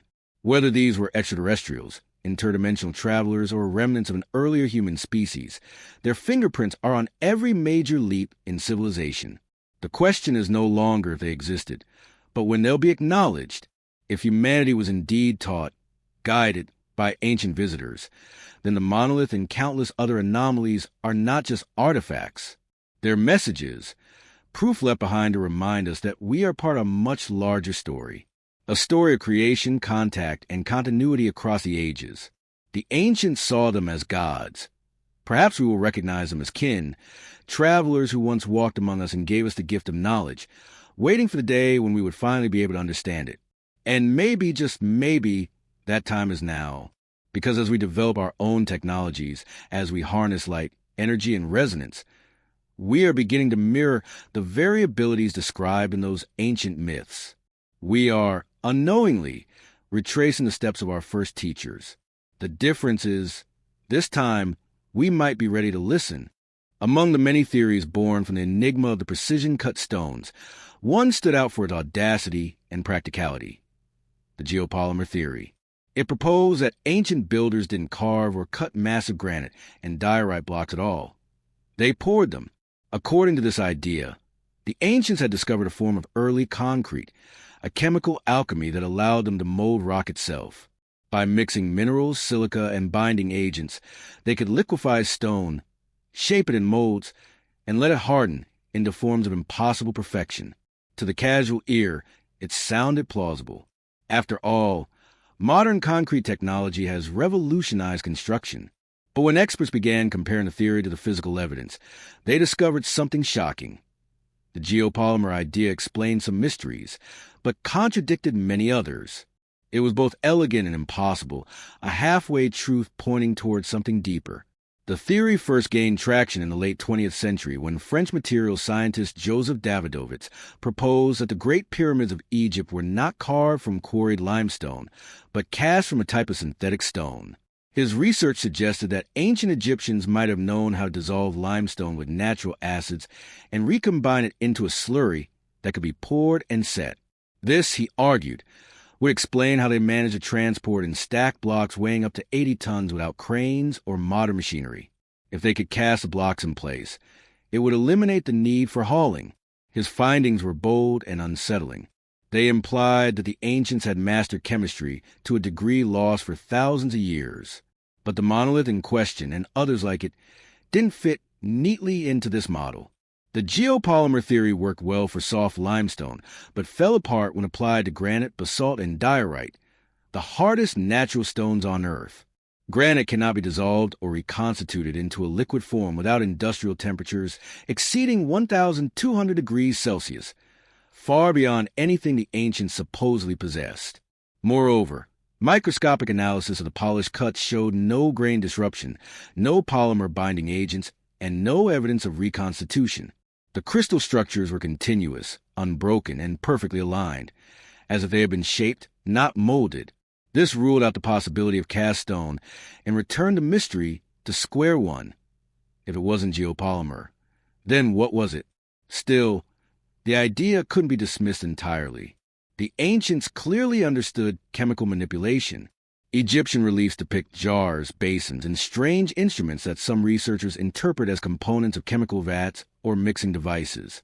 There are records of complex compounds being used to preserve pigments, embalm bodies, and create translucent glass long before the discovery of formal alchemy. Could it be that geopolymer science was only one branch of a broader, forgotten technological system, one that combined chemistry, magnetism, and sound? Some believe so. The evidence suggested that the ancients weren't merely builders but experimenters, scientists working within a framework of knowledge we can only guess at today. When modern engineers tested Davidovits' formulas on ancient samples, they found partial similarities. Some blocks from Egyptian pyramids showed microlayers that could indicate reformation rather than carving. But the harder materials, the ones with mirror finishes, impossible angles, and tool marks resembling high-speed cutting, told a different story. Their surfaces bore no signs of molding or casting. Instead, they displayed mechanical regularity consistent with precision machining. One engineer put it bluntly: if these stones were molded, someone forgot to hide the machining lines. The marks were too deliberate, too uniform, to be the product of poor material. This contradiction fueled a deeper suspicion. Maybe the geopolymer theory wasn't wrong, but incomplete. Perhaps the ancients used hybrid methods, partial reformation of stone combined with high-frequency tools to refine the final shape. Imagine if they softened rock chemically, then used energy, vibration, heat, or resonance to sculpt and polish it into perfect forms. This idea bridged the gap between chemistry and engineering, transforming ancient builders from mere masons into true technologists. It suggested a fusion of disciplines: chemical manipulation to weaken matter, and energetic mastery to mold it into precision. In modern terms, they were using both science and physics on levels that appear advanced even today. Supporting this idea were peculiar traces found at multiple sites. Strange residues lining cut marks and drill holes, invisible to the naked eye but reactive under ultraviolet light. These traces contained elements like silica, magnesium, and even hints of unknown compounds, suggesting the possible use of exotic binders or catalysts. Some researchers propose that these might have been byproducts of chemical reactions used to soften stone. In other words, the ancients didn't melt rock, they unlocked it. They found a way to weaken the molecular bonds of minerals temporarily, allowing stone to be reshaped like wet clay before hardening again into its crystalline structure. It was not casting. It was controlled disassembly and reassembly at the atomic level, something even modern material science struggles to achieve. If true, the implications are staggering. It would mean that ancient civilizations not only understood the composition of minerals, but also had access to forms of energy or catalysts capable of altering molecular structure without destroying it. Some have compared this to modern plasma technology or even cold fusion, processes that manipulate matter through fields rather than brute force. The ancients may have achieved what we now call material phase transition control, the ability to shift solid to malleable and back again without heat or combustion. This theory aligns disturbingly well with the legends of stones that flowed like water or walls that sang when shaped, found in mythologies from Egypt to Mesoamerica. Despite growing evidence, the geopolymer theory remains controversial. Mainstream academia largely rejects it, clinging to traditional explanations of copper tools and sand abrasion, even when those methods have failed experimental replication. In one notable test, a team of archaeologists attempted to carve granite using period-accurate tools. After weeks of effort, their chisels were dull, the stone barely marked. The experiment was quietly shelved, the footage never released publicly. Meanwhile, laboratories continued to uncover microscopic patterns in ancient stone surfaces, patterns that defy both the simplicity of geopolymer and the limitations of manual carving. So, what's left is a paradox. The geopolymer theory might explain how limestone pyramids were formed, but it collapses in the face of high-precision granite structures. Traditional archaeology explains nothing, yet refuses to yield. And so the question lingers: did the ancients create a form of synthetic stone technology, an alchemy lost in a flood of time? Or were they using machines that could cut, shape, and fuse rock with effortless mastery? Maybe both answers are true. Maybe their science was holistic, merging chemistry, energy, and geometry into a unified system that today we barely recognize as technology. In the end, the geopolymer theory reveals more than it resolves. It shows that the ancients weren't simply stonemasons. They were scientists experimenting on a planetary scale. Their work suggests a knowledge of molecular structure, resonance, and energy that modern civilization is only beginning to rediscover. Perhaps the reason we can't reproduce their achievements isn't that their methods were primitive, but that they were too advanced, rooted in principles we've forgotten how to perceive. They saw the world not as inert matter to be conquered, but as living energy to be harmonized. To them, stone was not dead. It was alive, waiting to be shaped by sound, chemistry, and intent. Whether cast, carved, or created through forces we can't yet name, one truth remains. Those stones stand as silent witnesses to a lost science, a science that may once have unified physics and spirituality, chemistry and consciousness, the kind of understanding that could bend stone like clay and shape reality itself. And perhaps, just perhaps, the monolith is not only proof of that lost mastery, but a reminder that we are not the first civilization to unlock the secrets of matter, only the latest to rediscover them. They say that geometry is the language of the universe, the secret grammar written into the architecture of existence itself. Nowhere is that more evident than in the ancient stones. When scientists began studying the monolith's dimensions in detail, they discovered something that sent chills down their spines. The block wasn't just precise, it was mathematically intelligent. Every angle, every proportion, every groove corresponded to geometric ratios found throughout nature, from the spirals of galaxies to the structure of DNA. The ancients, it seemed, had not only mastered the art of cutting stone, they had encoded it with the blueprint of creation itself. This revelation marked the beginning of a new chapter in the mystery: blueprints in stone. The first discovery came when researchers measured the dimensions of the block and found repeating ratios of 1 to 1. 618, the golden ratio, known as phi. This ratio governs everything from the growth of plants to the proportions of a human body. Renaissance artists use it to define beauty. Modern architects still use it for balance and stability. Yet here it was, embedded in a block of granite that predated recorded civilization. Not only was its length-to-width ratio a perfect expression of phi, but even the smallest carved recesses were aligned to multiples of it. It was as if the builder had designed the stone not for function, but for harmony, as though it had been tuned to the mathematics of life itself. When 3D models of the monolith were analyzed, researchers found even deeper patterns. Hidden within the measurements were recurring geometric figures, tetrahedrons, hexagons, and pentagons overlapping in perfect symmetry. These weren't random coincidences or the result of erosion. They were deliberate, intentional. The cuts were placed in such a way that when mapped in 3 dimensions, the stone echoed the same proportions as the Great Pyramid of Giza, Stonehenge, and the ancient temple complex of Angkor Wat. Each of these monuments, though separated by continents and millennia, shared identical geometrical harmonics. It was as if they were built according to the same universal template, a code written not in words, but in shape and proportion. One of the mathematicians working on the study compared the data to known patterns in quantum physics. The geometry of the block, he noted, mirrored the oscillation ratios found in atomic resonance. It's like someone understood the music of matter, he said. They didn't just build with stone, they built with frequency. The statement was poetic, but the numbers supported it. The block's dimensions, when converted into sound frequencies, corresponded exactly to musical notes in harmonic sequence, a perfect octave. To ancient builders, this wouldn't have been coincidence. Many sacred structures were designed to resonate, to vibrate in harmony with specific sound frequencies. When struck, some temples produced tones that echo across vast distances. Could the monolith have been part of a larger system, a global orchestra of resonance, playing a silent symphony that maintained balance between earth and cosmos?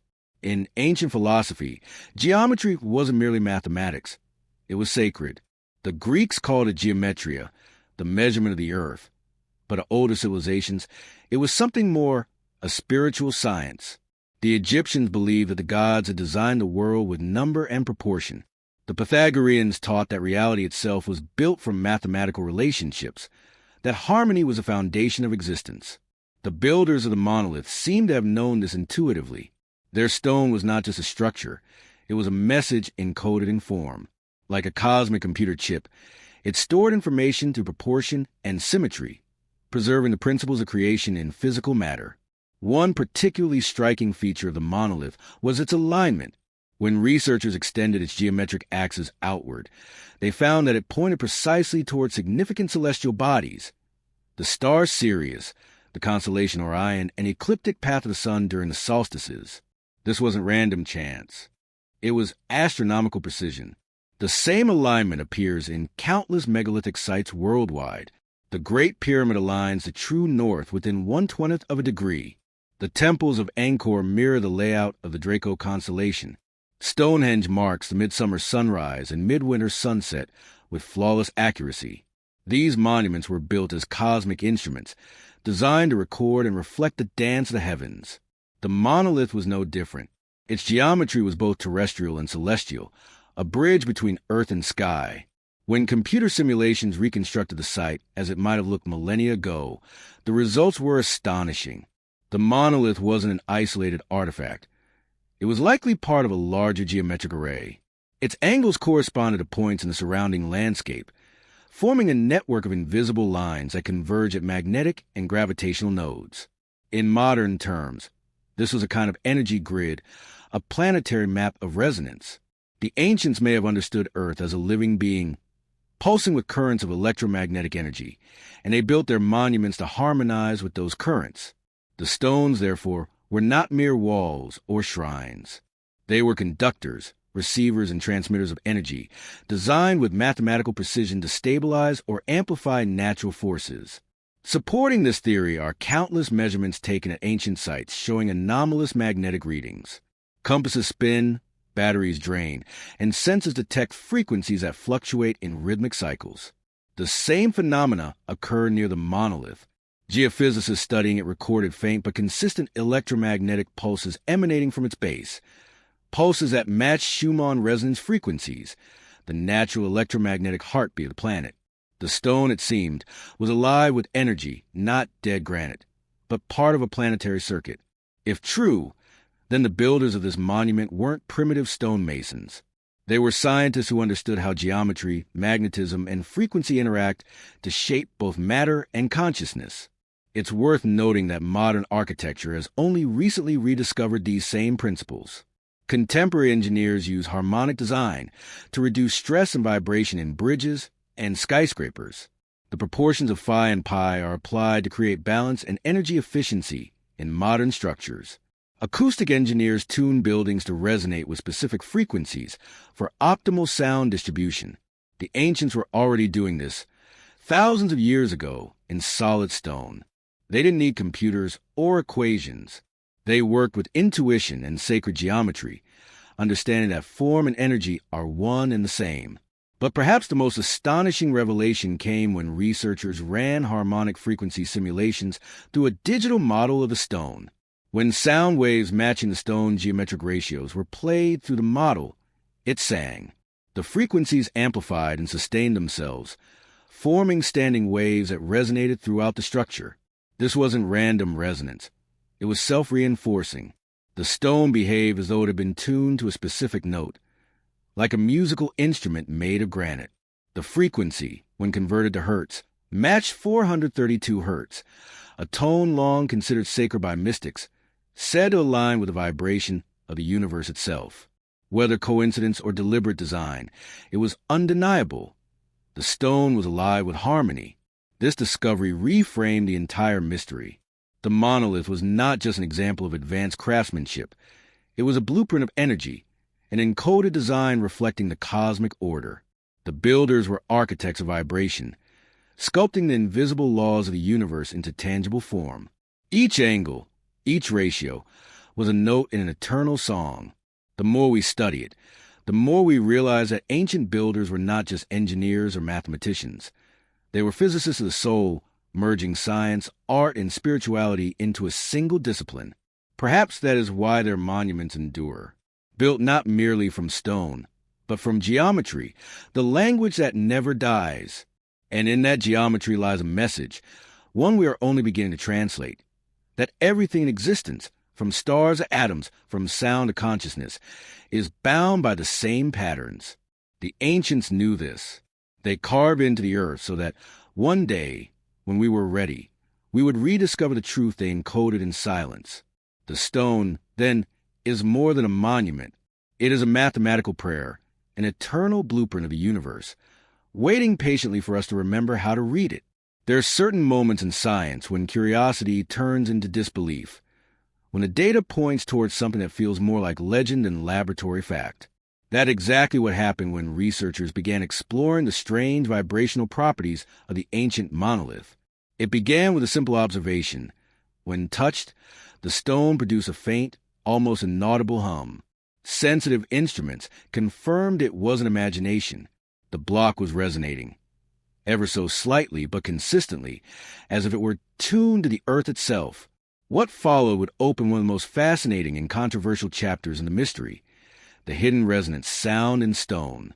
Throughout history, sound has been regarded as sacred. In nearly every culture, creation itself is described as vibration, a spoken word, a divine frequency that brought order to chaos. In the beginning was the Word, says the Bible. The Hindu Vedas call it Om, the primordial sound from which the universe emerged. The Egyptians, too, believed that Thoth spoke the world into being through the vibrations of the tongue. But what if these weren't metaphors? What if the ancients meant it literally? That sound was a force capable of shaping reality. The idea seems poetic until one stands before the stones and feels the subtle hum of resonance pulsing through them. When acoustic engineers began testing megalithic structures, from Egypt, Peru to Stonehenge, they found a common signature. Many of these monuments resonate at specific frequencies, often corresponding to 110 Hz, 432 Hz, or 528 Hz, frequencies known to affect human consciousness. At 110 Hz, for instance, the brain enters a relaxed, meditative state. Monks chanting in cathedrals unknowingly harness the same frequency, using it to induce transcendence. The ancients seem to have known this long before the concept of Hertz existed. They designed entire temples as harmonic instruments, amplifiers of sacred sound. The walls, pillars, and chambers weren't random. They were tuned. The Great Pyramid's King's Chamber, for instance, resonates at 440 Hz, nearly identical to the musical note A. The precision is uncanny. When sound is introduced into the chamber, the frequencies sustain longer than they should, as though the very air vibrates with invisible energy. Applying the same testing to the monolith revealed something extraordinary. The stone responded to vibration in a way unlike any known material. When struck lightly with a mallet, it emitted tones at harmonic intervals, like a bell made of solid granite. The sound waves lingered, bouncing within the molecular lattice far longer than physics predicts. The resonance was pure, sustained, and stable. Moreover, when sound of matching frequency was projected toward it, the stone's surface seemed to shimmer, its particles momentarily oscillating as though liquefied. High-speed footage captured tiny movements, imperceptible to the naked eye, rippling across its polished surface. It was behaving like a living thing, absorbing and releasing energy in rhythm. This phenomenon isn't unique. Ancient accounts speak repeatedly of sound being used to lift and shape massive stones. In the 1930s, Swedish engineer Henrik Kjellson published a report describing Tibetan monks using long horns and drums to levitate boulders up sheer cliffs. British traveler Ernst Schaefer allegedly witnessed a similar event. A group of monks arranged instruments in a semicircle around a rock. When they began chanting in unison, the rock trembled, rose from the ground, and slowly drifted upward. Western scientists dismissed the story as folklore, until modern experiments in acoustic levitation proved that intense sound frequencies can move objects, even defying gravity under the right conditions. What Schaefer saw may not have been magic at all. It may have been ancient science. The connection between sound and construction appears in myth after myth. The Egyptians spoke of the tones of Ta, divine harmonics that shaped the temples. The Mayans claimed that priests could command the stones to move with musical instruments made of gold. In Mesopotamia, texts describe speaking towers that emitted hums like thunder during ritual. Even the Bible hints at sonic technology, the walls of Jericho collapsing not by siege, but by sound. Trumpets and human voices in harmonic unison. These recurring patterns aren't coincidence. They are echoes of an ancient understanding that sound, organized vibration, is one of the most powerful forces in the universe. Modern science confirms what the ancients seemed to know. Every atom in the universe vibrates. Matter itself is frozen music, patterns of frequency locked into form. Change the frequency, and you change the structure. This is a principle of cymatics, where sound waves produce visible shapes in sand, water, or metal plates. When low-frequency sound passes through a medium, it organizes the particles into intricate geometric patterns. These patterns mirror sacred geometry, spirals, hexagons, mandalas, found everywhere from snowflakes to galaxies. If sound can shape dust, what could it do to stone? The ancients appear to have asked that question and answered it in stone that still stands today. The monolith's resonance, when analyzed, matched the natural frequency of granite, around 12,000 Hz, but also produced subharmonics that correlated with Earth's Schumann resonance, 783 Hz. This suggests the builders may have tuned the stone intentionally, aligning it with the planet's electromagnetic pulse. The implications are staggering. If the stone was built to resonate with the Earth, it could have functioned as a stabilizer, a kind of vibrational anchor connecting the site to the planet's energy field. Modern engineers use similar principles in resonance dampers and frequency modulation systems. The difference is that we do it with computers and alloys. The ancients did it with intuition and sound. Researchers replicated the experiment by projecting specific frequencies toward the monolith using modern sound equipment.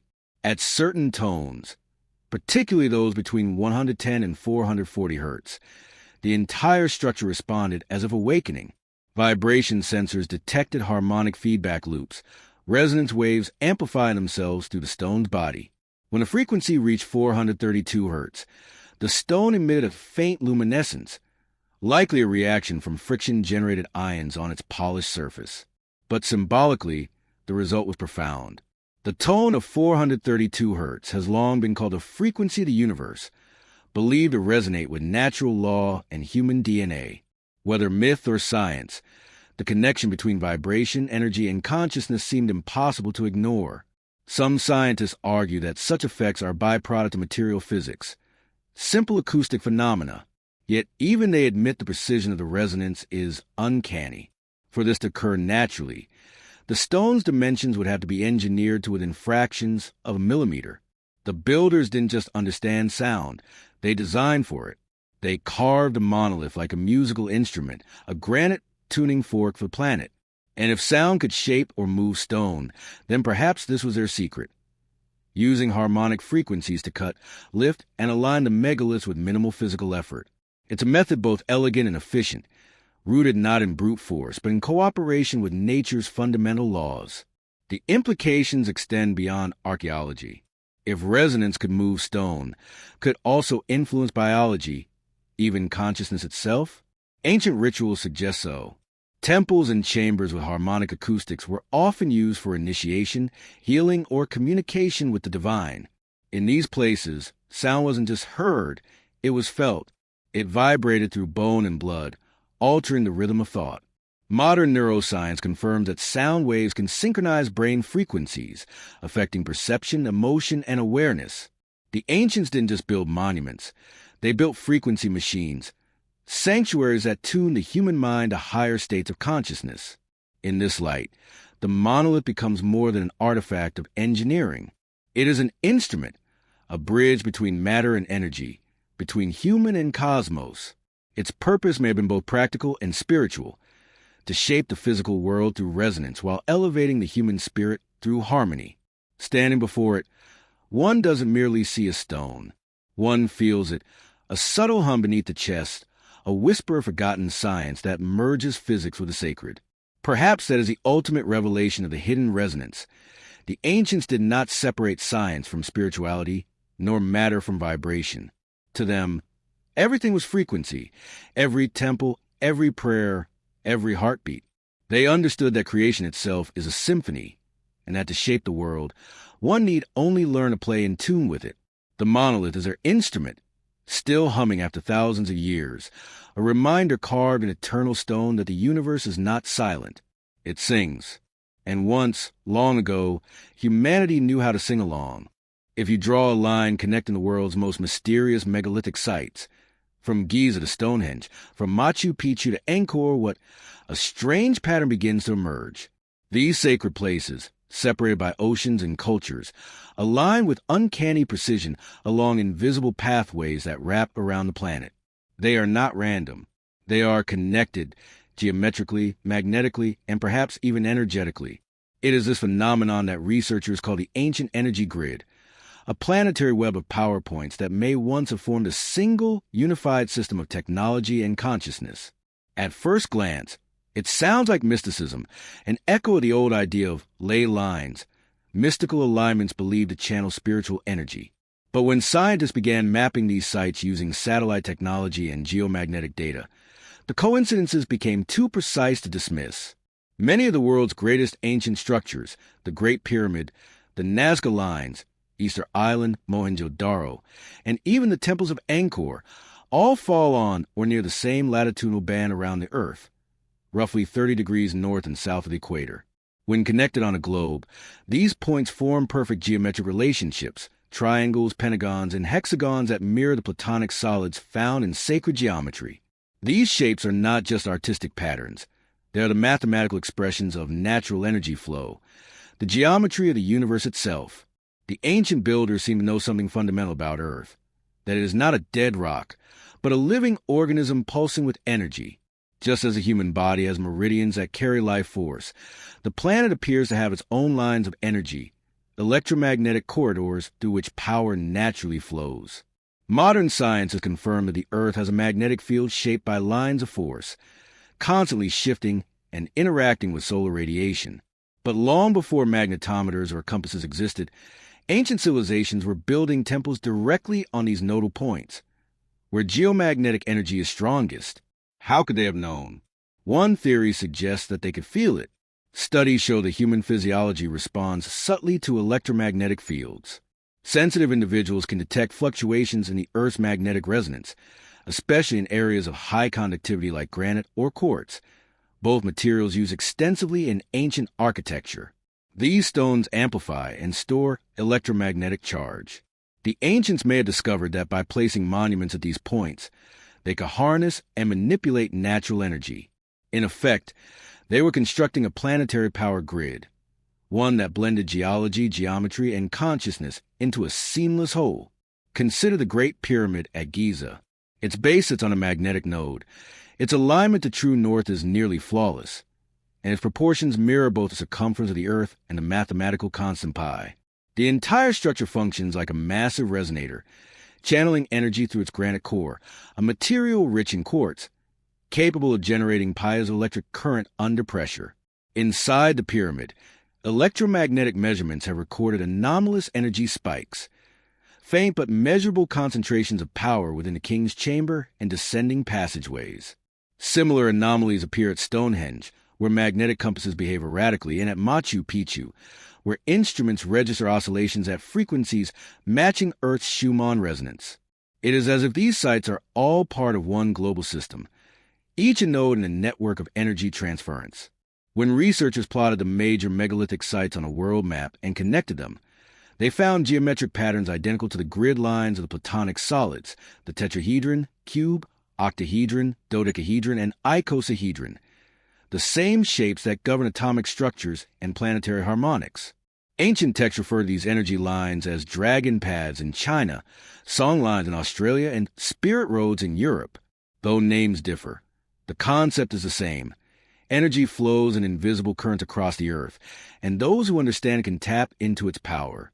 Some modern scientists have begun to take the idea seriously. Studies in geophysics have revealed telluric currents, natural electric currents that flow through the ground, especially in areas rich in quartz and metallic ore. These currents fluctuate with solar activity, creating peaks and valleys of energy intensity. The ancients may have used these fluctuations to power or amplify rituals, machines, or even communication across vast distances. The Great Pyramid, for instance, sits directly above an intersection of these currents, as do many other megalithic sites. Some theorists propose that the stones themselves acted as conductors or transformers, focusing the Earth's energy like a massive circuit. If so, the world's sacred architecture wasn't just symbolic, it was functional. Imagine the Earth as a giant battery, its energy grid pulsing like a heartbeat, and ancient civilizations as the engineers who knew how to connect to it. Their temples were not isolated monuments, but integral components of a planetary design. Each structure, whether pyramid, dolmen, or stone circle, was tuned to a specific frequency, harmonized with the energy of the land. When activated, perhaps through sound, light, or ritual, these sites could have amplified and transmitted power, not electrical current as we understand it, but vibrational energy that affected matter and consciousness alike. Evidence supporting this comes from materials themselves. Many ancient temples were built with piezoelectric stones, granite, basalt, limestone, materials that convert mechanical pressure into electrical energy. When sound or vibration passed through them, they produced measurable voltage. In other words, chanting, drumming, or even footsteps could activate the structure's energetic properties. Combined with the Earth's natural currents, these monuments may have created localized electromagnetic fields, literal power zones, where humans could interact with planetary energy. Such ideas once seemed fantastical, but modern technology is catching up. Wireless energy transmission, piezoelectric systems, and resonance-based power transfer, concepts pioneered by Nikola Tesla, echo the very principles these ancient builders appear to have mastered. Tesla himself believed the Earth was a giant conductor, capable of transmitting energy through its natural resonance. He once said, "If you want to find the secrets of the universe, think in terms of energy, frequency, and vibration." The ancients, it seems, already had. Yet the mystery deepens. Why would they construct such a global system? What purpose did it serve? Some believe it was practical, a way to transmit information or energy across long distances.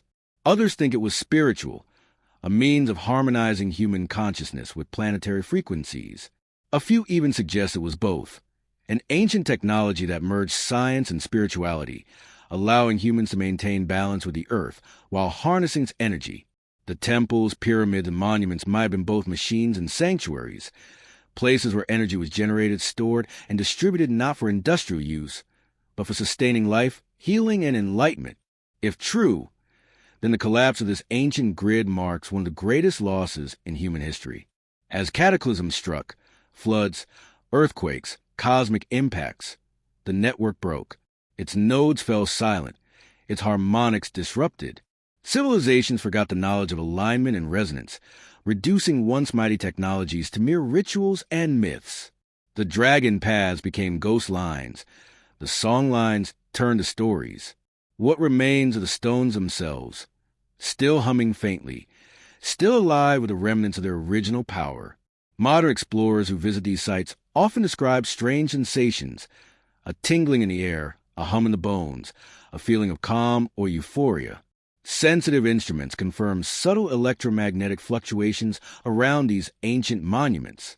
Could it be that remnants of the grid are still active? Faint echoes of a planetary system that once thrummed with life and energy? Perhaps the ancients didn't build their monuments to worship gods, but to speak with them, not through prayer, but through resonance. By aligning architecture with geometry, sound, and magnetism, they created bridges between worlds. Earth and sky, matter and spirit, human and cosmic. The ancient energy grid wasn't just a network of stone and soil. It was a living technology that unified all things through vibration.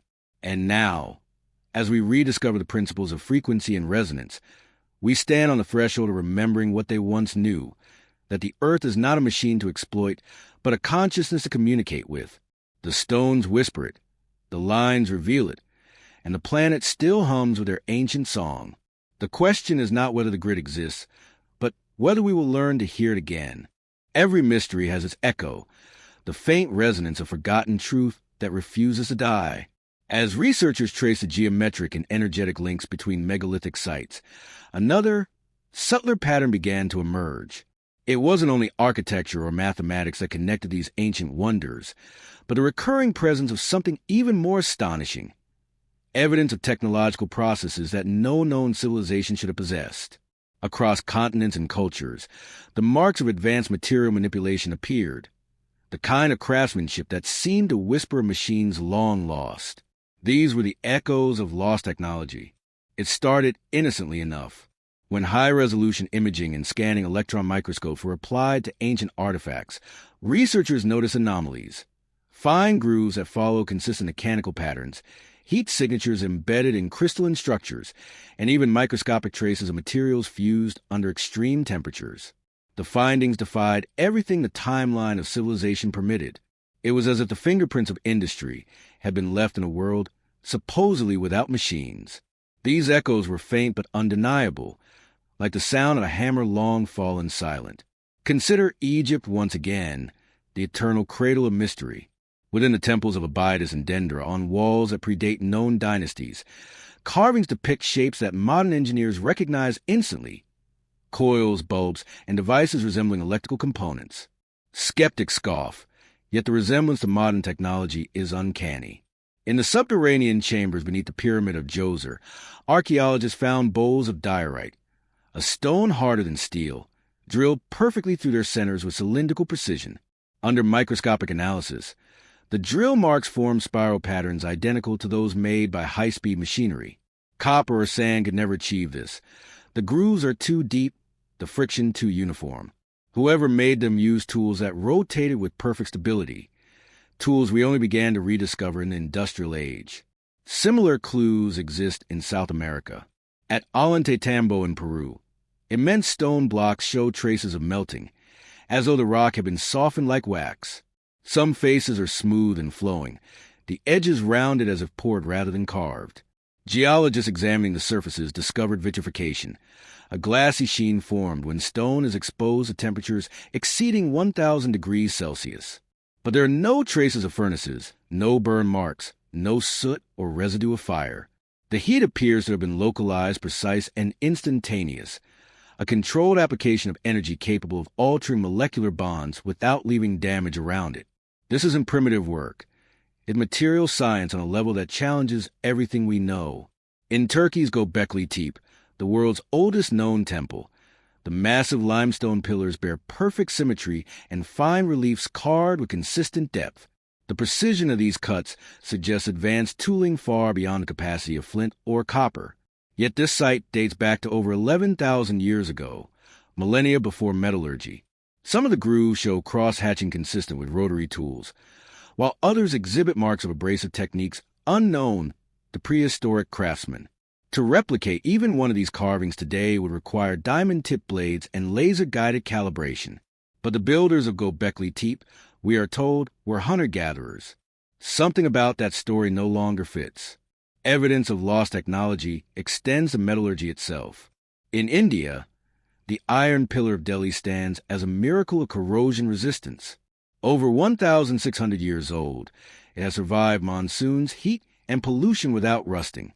Modern analysis revealed that the iron contains high phosphorus and minimal sulfur, an alloying technique that resists oxidation. The process to produce such purity was not rediscovered until the 20th century, with the advent of controlled atmosphere furnaces. So, how did ancient metallurgists achieve it? Were they heirs to knowledge older than recorded history? Knowledge that persisted like an echo, passed down through fragments of forgotten craft? Even more haunting are the remnants of tools themselves, or what little remains of them. In quarries across the world, deep holes are found bored into granite and basalt, spiraling with perfect symmetry.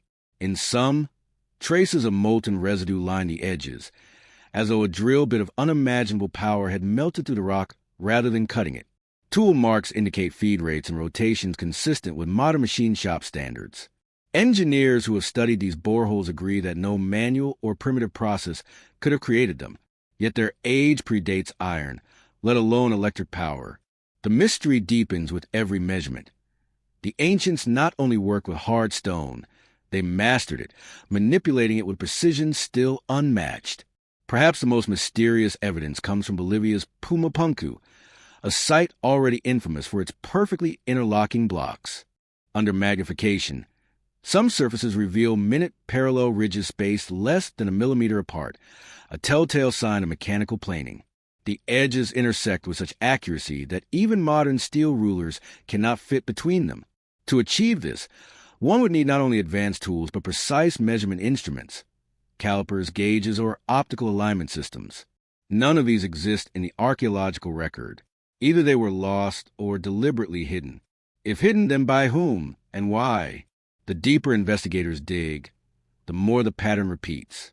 Across the world, from Easter Island to Baalbek, from Japan's Osaka Park to the tunnels beneath Malta, the same technological echoes resound. The same impossible cuts, the same precision, the same geometric intelligence. It's as if a single global civilization once spread its knowledge across the earth, teaching local cultures the art of engineering matter, and then vanished, leaving only ruins behind. The uniformity of these methods is what disturbs researchers most. The hand that shaped these stones was steady, familiar, and unmistakably consistent. It wasn't regional genius. It was inherited knowledge. How could so much technology vanish so completely?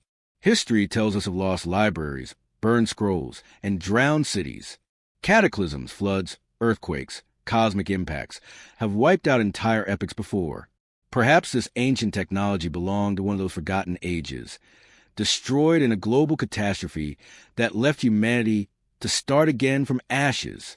Or perhaps, as some suggest, the knowledge was deliberately concealed, locked away to prevent its misuse, hidden in myths and encoded in symbols waiting for rediscovery. Either way, these remnants are not accidents. They are the faint signatures of an age of mastery. Modern attempts to replicate these techniques often end in failure.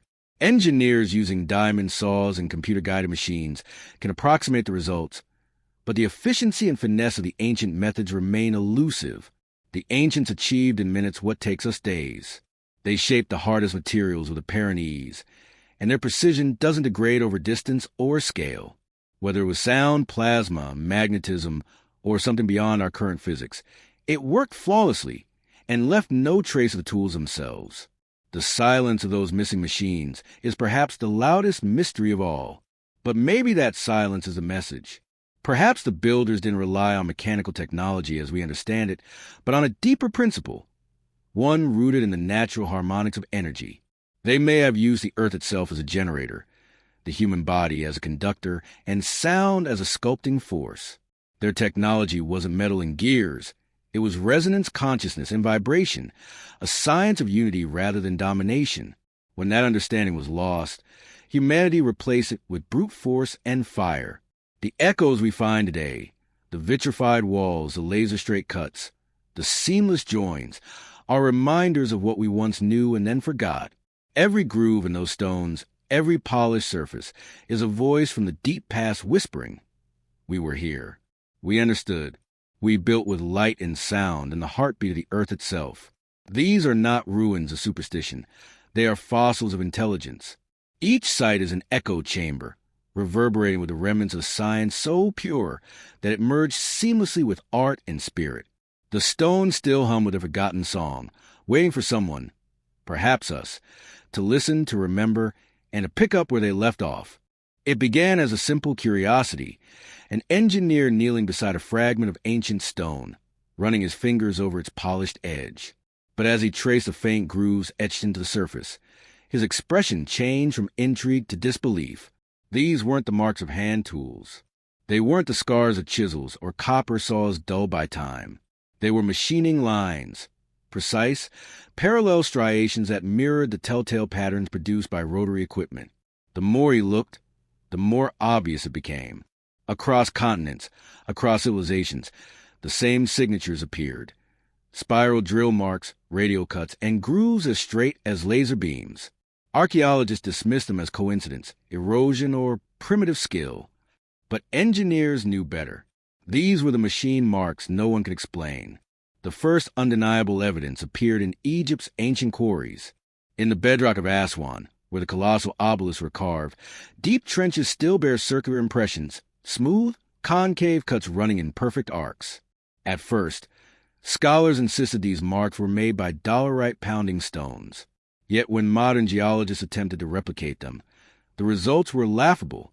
The pounding left uneven divots, irregular fractures, and clouds of pulverized dust. Nothing close to the smooth, continuous curvature of the original cuts. Then came the most damning observation. Some of the circular grooves spiraled downward in a helical pattern, identical to those produced by rotary drills. The groove's depth increased at a steady rate, a feed rate, the same ratio modern machinists measure when drilling through metal. Only one conclusion fit. The ancients were using a rotary cutting tool that operated with precision control. In the Museum of Cairo, among countless relics, lies a small stone vase recovered from the step pyramid complex of Saqqara. It looks simple at first glance, a gray diorite container no taller than a hand. But its inner walls tell a different story. Under magnification, they reveal fine, consistent tool marks curving around its circumference. The cuts are symmetrical, their spacing consistent to fractions of a millimeter. The lip of the vase is so thin it flexes like metal. To hollow such a shape from diorite, a rock harder than steel, with bronze or copper tools would be impossible. Modern engineers attempting to replicate it with diamond drills reported immense difficulty. Yet thousands of such vessels have been found across Egypt, as if mass-produced. Mass production in the Stone Age. Similar patterns emerge in South America. At Puma Punku, massive andesite blocks lie scattered like fragments of an ancient machine shop. The H-shaped stones fit together like interlocking puzzle pieces, each with precision cuts and internal grooves that align at exact 90-degree angles. Engineers measuring the surfaces found tolerance levels of 0.0002 inches, comparable to aerospace manufacturing standards. The inner corners are too sharp for chisels and too perfect for handwork. When one engineer from a German firm examined them, he famously remarked, "Whoever built this understood engineering better than we do." The stones bear striations identical to modern milling, perfectly parallel, equidistant, with micro ridges at consistent intervals. Every detail screams of rotary machining, not primitive carving.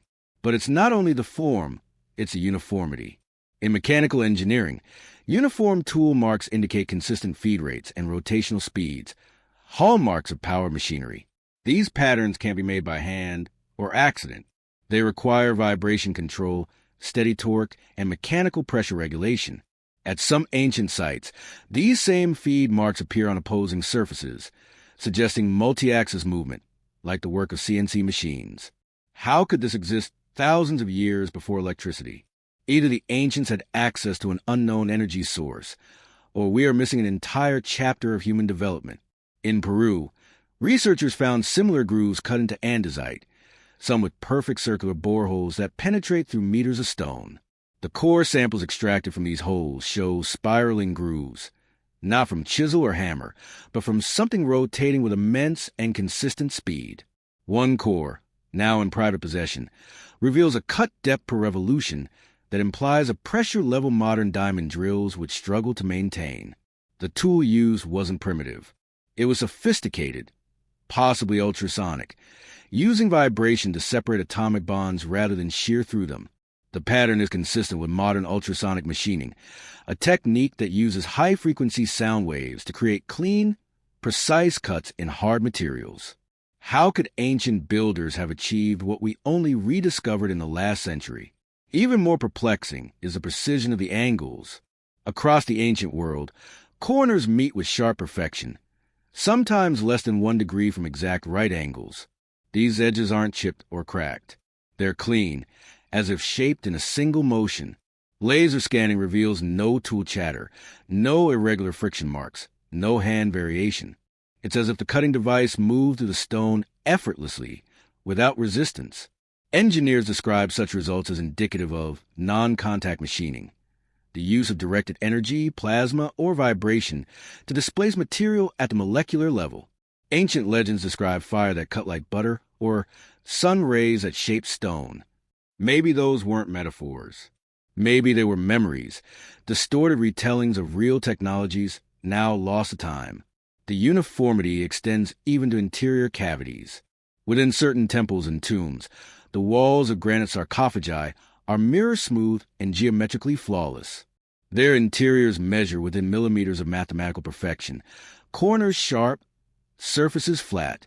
When laser alignment tools were run across them, the reflections remain constant along every axis, the sign of true planarity. Modern masons would need diamond polishing heads and micrometer calibration to achieve that level of accuracy. Yet these artifacts were supposedly carved with bronze chisels and sand. The discrepancy is absurd. Even Egyptologists privately admit the workmanship defies explanation within known ancient capabilities. To this day, no modern experiment has successfully replicated the quality or precision of these artifacts using the tools believed available at the time. Attempts have failed repeatedly. The abrasives dull. The chisels break. The time required exceeds any reasonable human labor capacity. And yet, the ancients did it not once, but thousands of times across continents. The consistency of the marks implies a standardized method, perhaps even a global technological system. Were these the remnants of portable tools, ancient machines that could generate rotational or vibrational energy without combustion or electricity? If so, where are they now? Were they destroyed in catastrophe? Hidden in vaults? Or are their components still buried beneath centuries of sand and soil?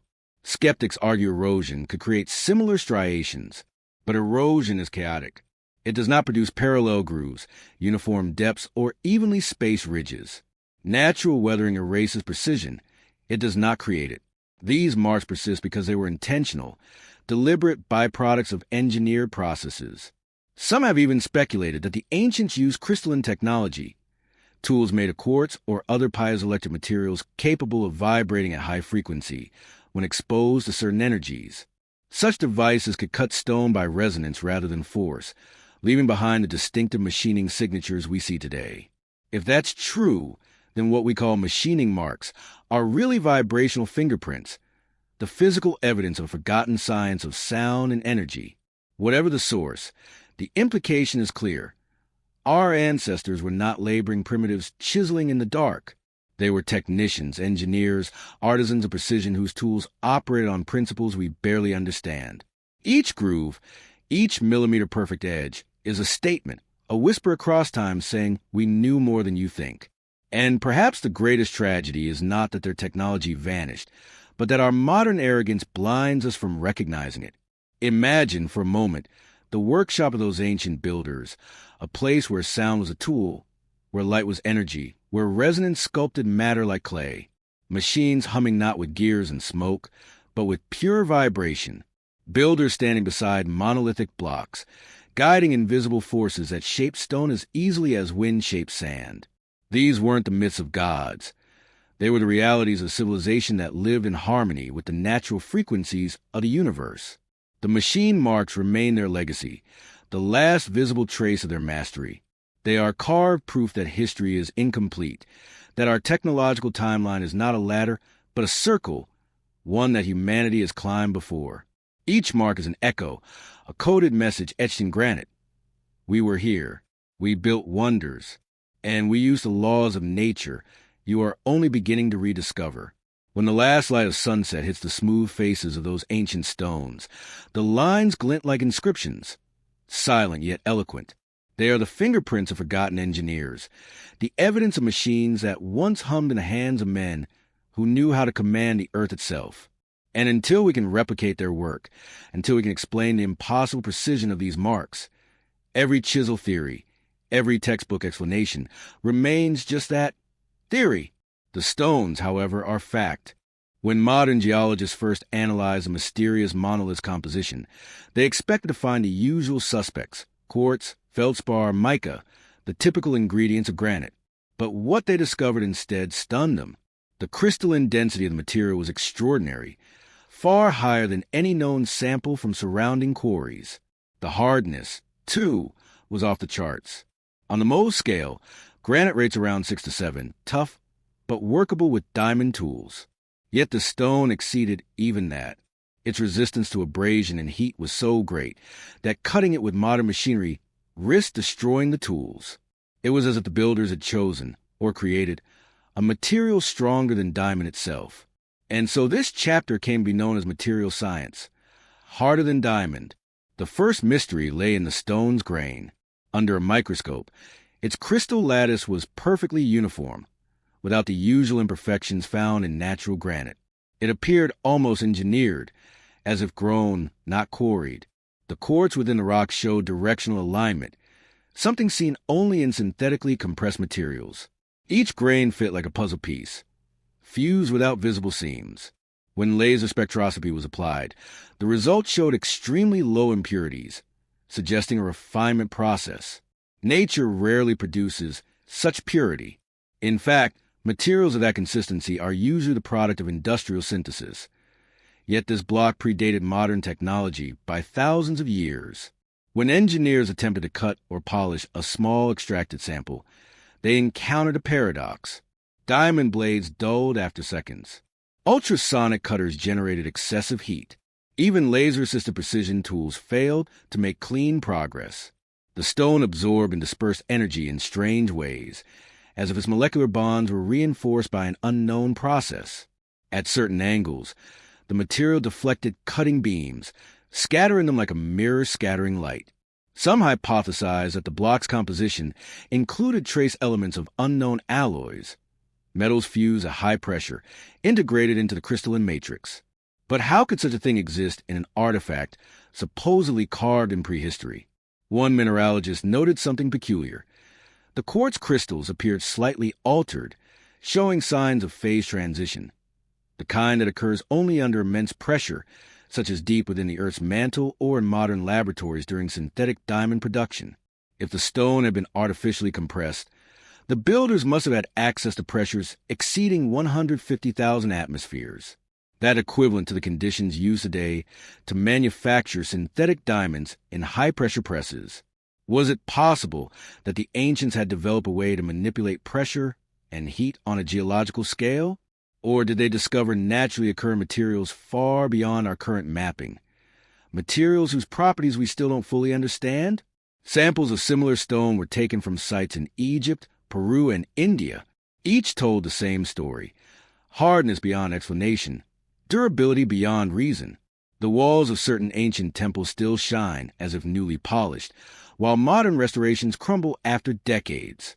In Baalbek, Lebanon, the massive trilithon stones, weighing over 1,000 tons each, bear no erosion marks despite millennia of exposure. At Puma Punku, microscopic analysis revealed crystalline structures arranged with near-atomic precision, more regular than anything found in nature.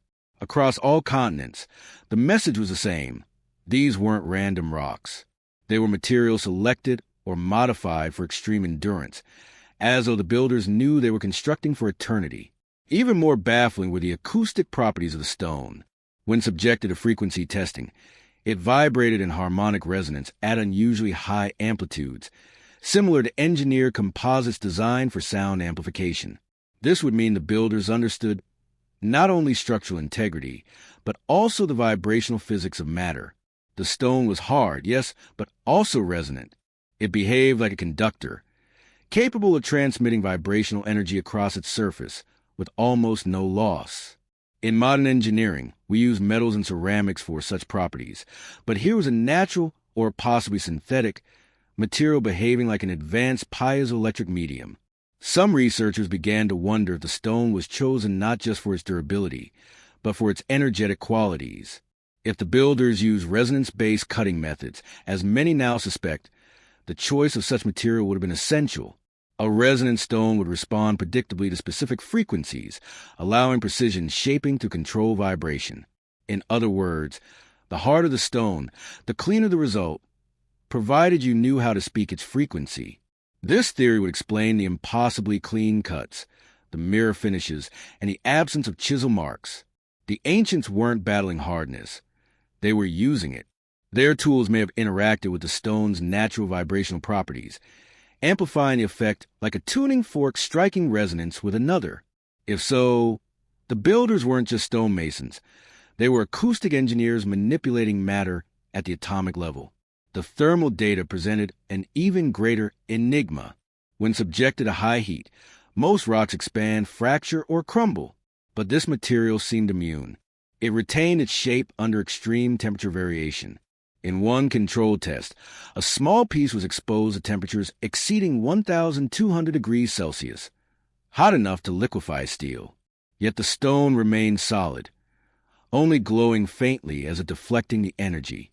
This resistance suggested a kind of thermal regulation, perhaps an alloyed structure or composite lattice that distributed heat evenly across its body. Some scientists suggested it might even exhibit superconductive properties at certain frequencies or temperatures. Though speculative, the notion was not impossible. The universe has shown that minerals with near-magical properties can exist under the right conditions. The question was, who harnessed them here and how? Equally perplexing were the faint electromagnetic readings emitted from the monolith. Sensitive instruments detected low-level currents running through its structure, fluctuating in rhythm with the planet's geomagnetic field. The stone was acting as a natural capacitor, storing and releasing energy over time. Some hypothesized that the material's high quartz content, under compression, generated a piezoelectric effect, converting mechanical pressure into electrical potential. But the readings were too stable, too controlled, as if engineered. Could this mean that the stone was part of an ancient energy system, one that drew from Earth's magnetic field, storing energy like a battery, and perhaps powering the megalithic sites connected to it? Ancient myths offer haunting parallels. Egyptian texts speak of stones that shone with the light of Ra, and temples that hum with the power of the sun. In South America, the Inca legends describe sacred rocks that glowed at night and could sing when touched. In Mesopotamia, the gods were said to have crafted divine stones that never aged. Even the Hebrew tradition speaks of the shamir, a mysterious worm or energy that could cut stone harder than iron. All these myths share the same imagery: radiant, living stone infused with some form of energy or consciousness.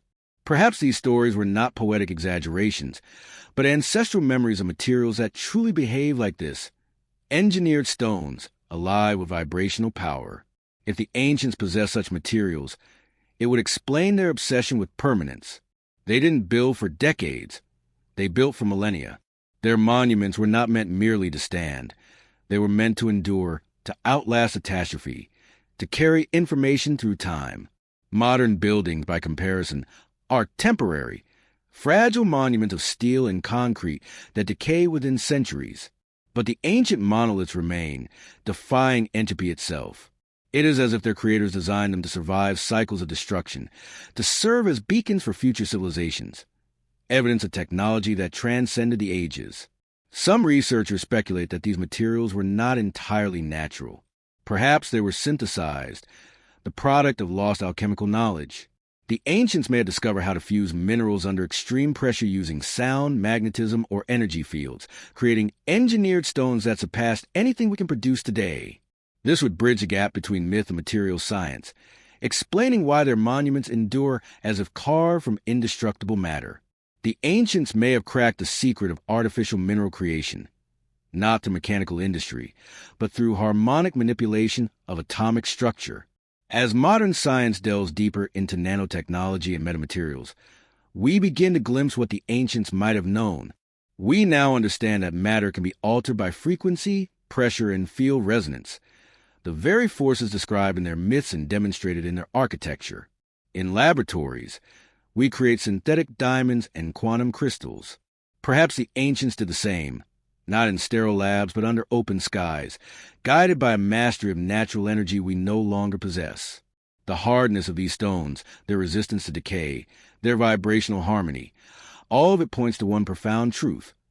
The ancients weren't just builders, they were scientists of matter.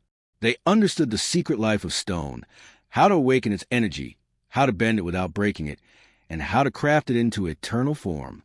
The monolith, standing silent and unyielding, is not just a relic. It is proof, a testament to the forgotten union of art, science, and spirit. To look upon it is to glimpse a lost era when humans wielded knowledge that blurred the line between magic and physics, when stone itself became a conduit of light, energy, and memory. The ancients didn't simply build with rock. They communed with it. They transformed it into living technology, material science, so advanced, we still struggle to comprehend its depths. Their work whispers across the ages. Hardness was not an obstacle. It was a key. And within that key lies a silent truth that our ancestors may have mastered the very fabric of matter, long before we rediscovered it. When the scientists finished scanning the stone surface, they expected to find the usual chaos of irregular measurements, the tiny errors and asymmetries that always betray the hand of human work. But the data that appeared on their screens froze the room in silence. The numbers weren't chaotic.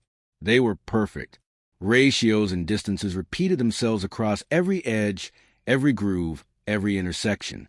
It wasn't random craftsmanship. It was deliberate mathematics.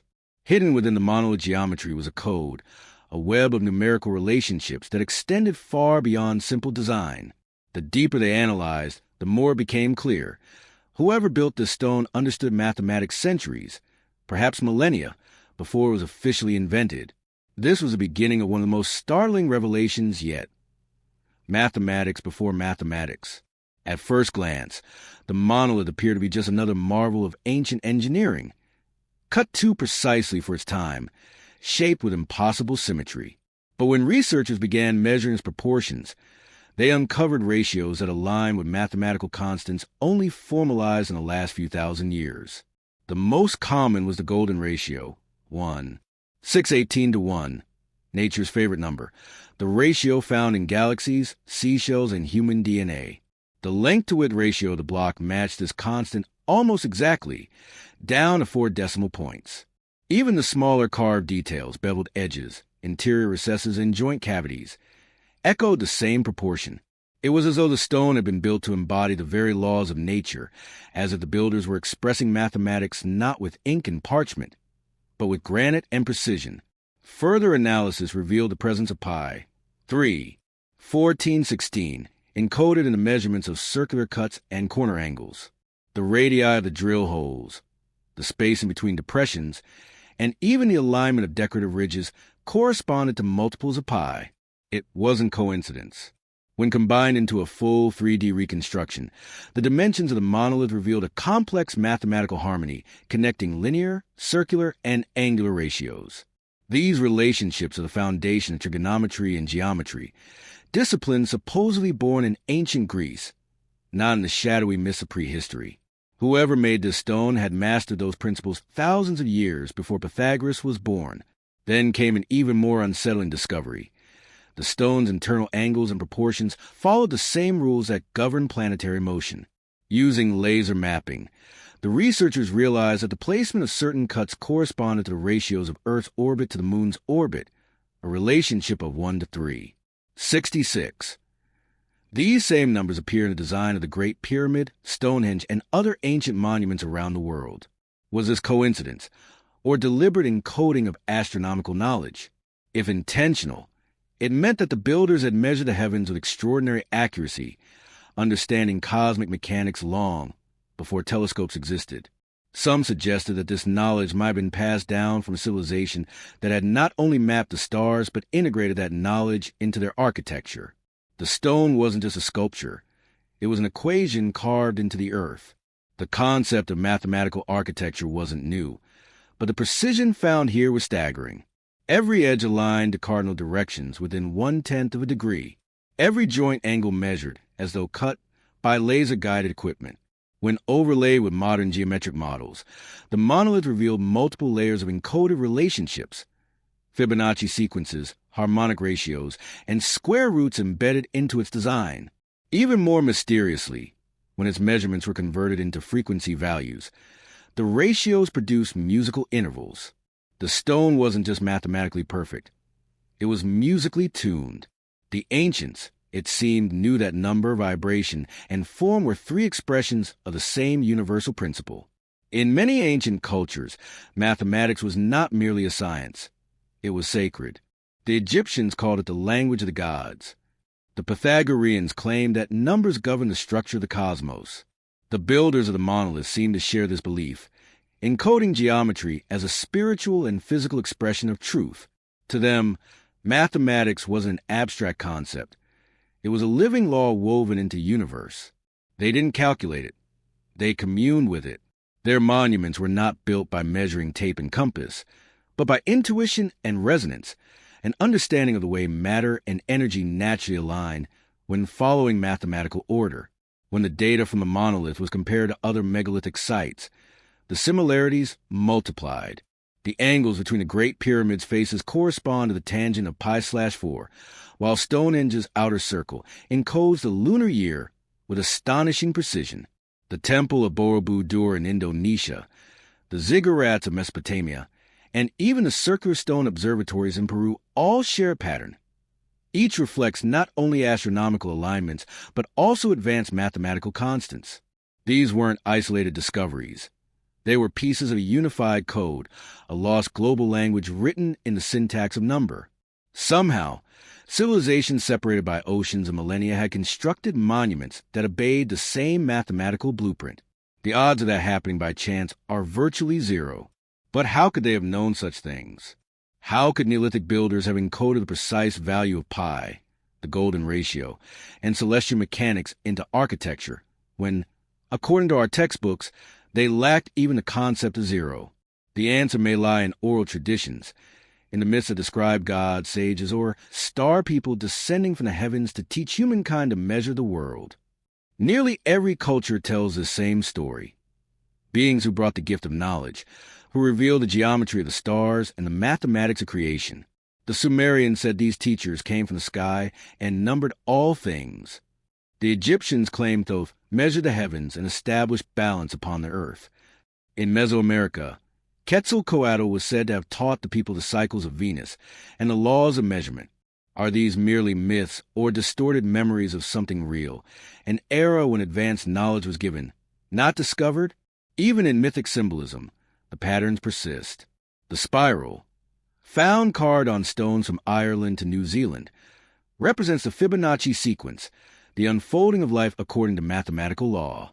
The triangle, revered in Egypt and Mesoamerica alike, embodies a relationship between base, height, and proportion.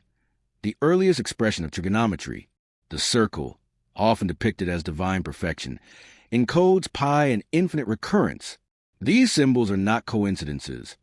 They are universal. The ancients across the world seem to have spoken the same mathematical language, one that transcended geography, culture, and time. A global mathematics, long forgotten. Modern science has only begun to rediscover what these builders once knew. In quantum physics, we now understand that everything in the universe is vibration and pattern.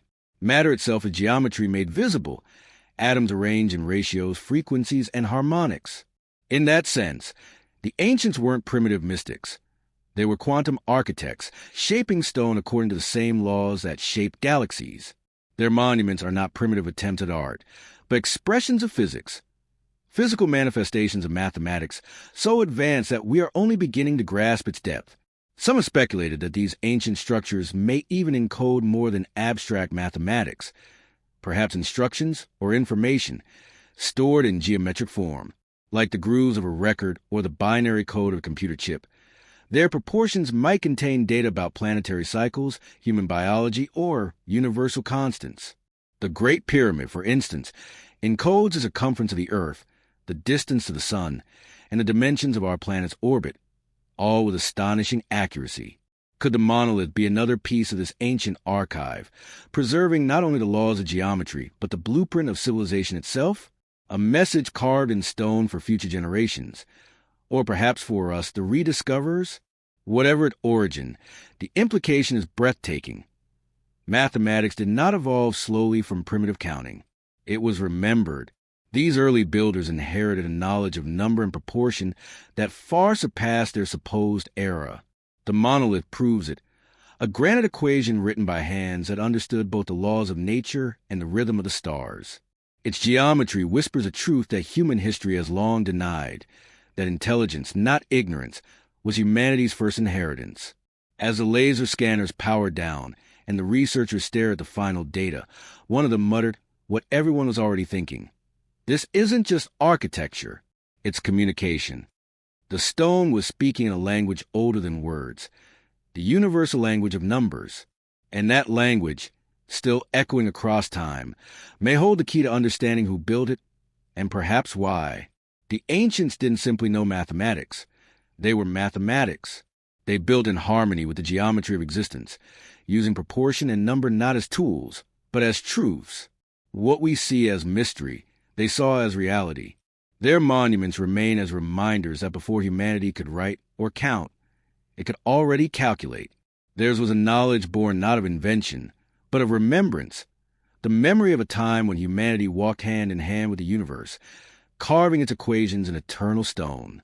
Deep beneath the desert winds and jungle vines, beneath the ruins of civilizations long swallowed by time, lie traces of something extraordinary, places that don't quite fit the accepted narrative of human progress. They are not cities in the traditional sense, nor temples devoted to the gods we know. They are workshops, laboratories, silent, abandoned chambers where stone dust still clings to the air, as though the builders left only yesterday. These are the forgotten test sites of an ancient intelligence, what modern researchers now call the forgotten laboratories. The first of these sites was uncovered almost by accident. In 1996, an archaeological team exploring a newly mapped cavern system in the highlands of Peru stumbled upon something startling, a series of tunnels and chambers cut directly into bedrock. But these weren't the rough, uneven passages made by primitive tools or natural erosion.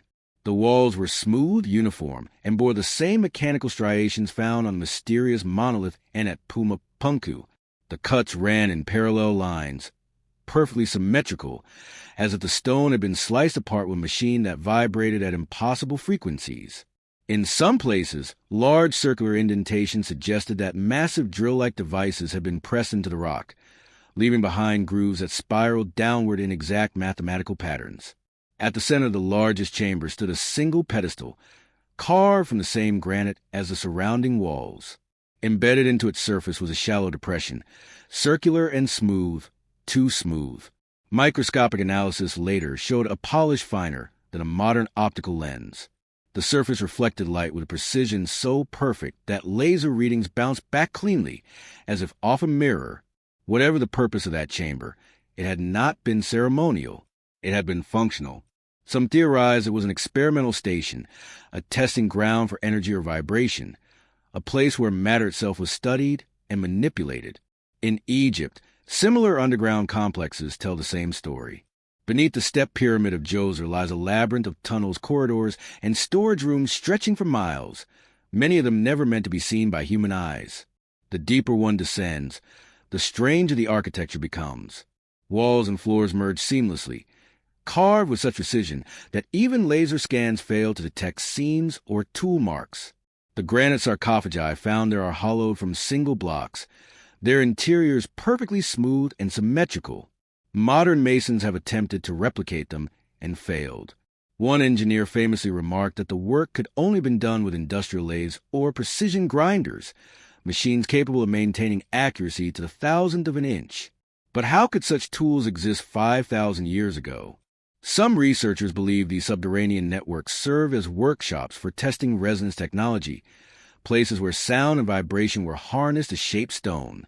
Acoustic studies inside the tunnels reveal harmonics that correspond to key frequencies like 110 Hz, 220 Hz, and 432 Hz, tones known to induce resonance in quartz. Granite, rich in quartz, responds dramatically to such frequencies, amplifying vibration throughout its structure.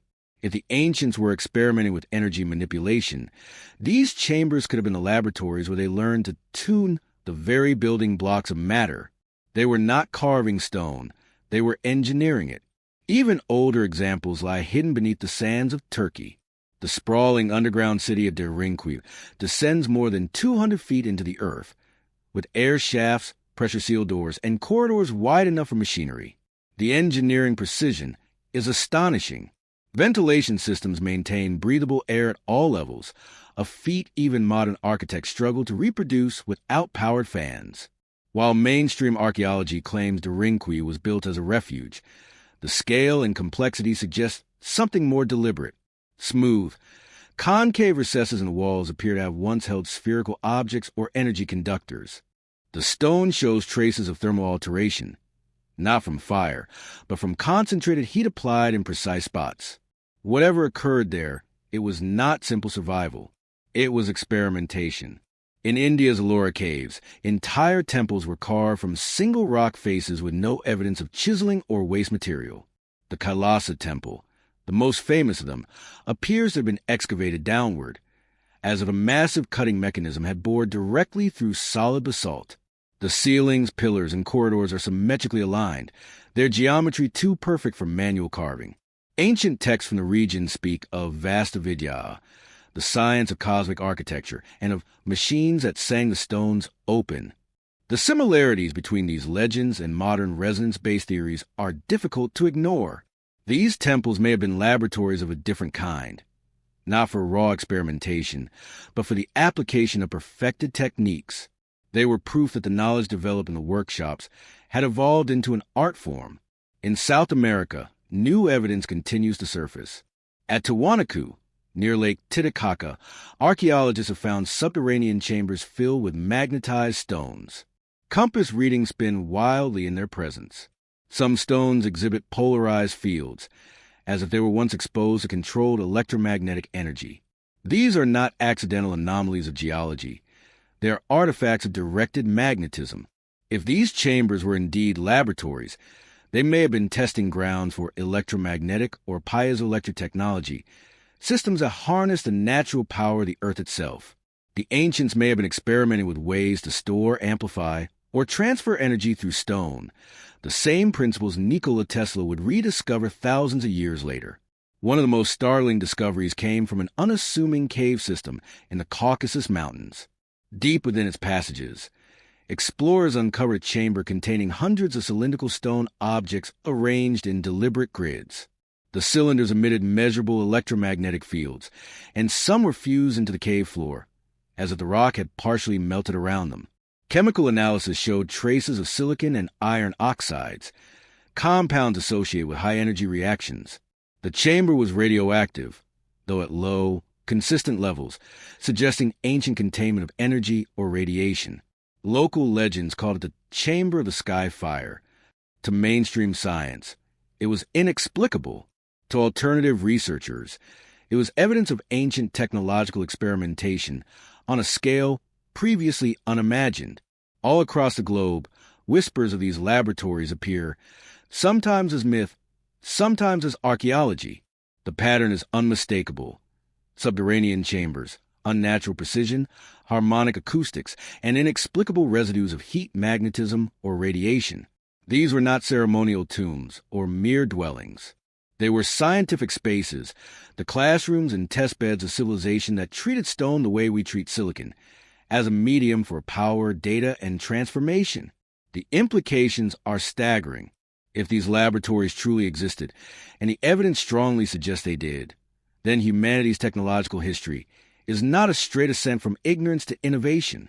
It is a cycle, one of discovery, mastery, and amnesia. These ancient builders may have reached heights of scientific understanding, only to be wiped out by cataclysm or their own hubris.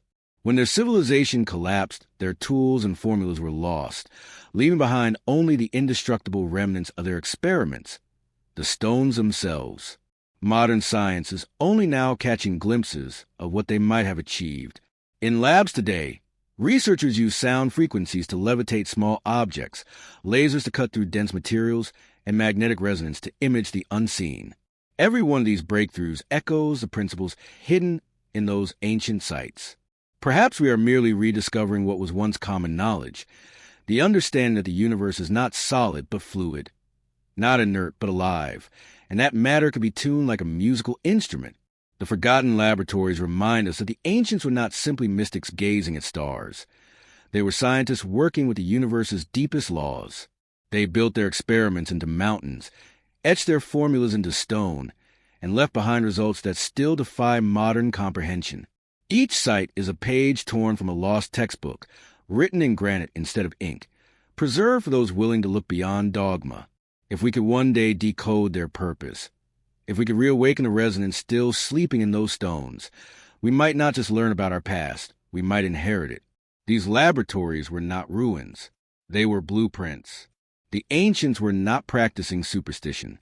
They were practicing science, a science that once bridged matter and spirit, technology and consciousness. And somewhere in the silence of those underground chambers, the hum of that lost experiment still lingers, faint, steady, eternal, waiting for us to hear it again.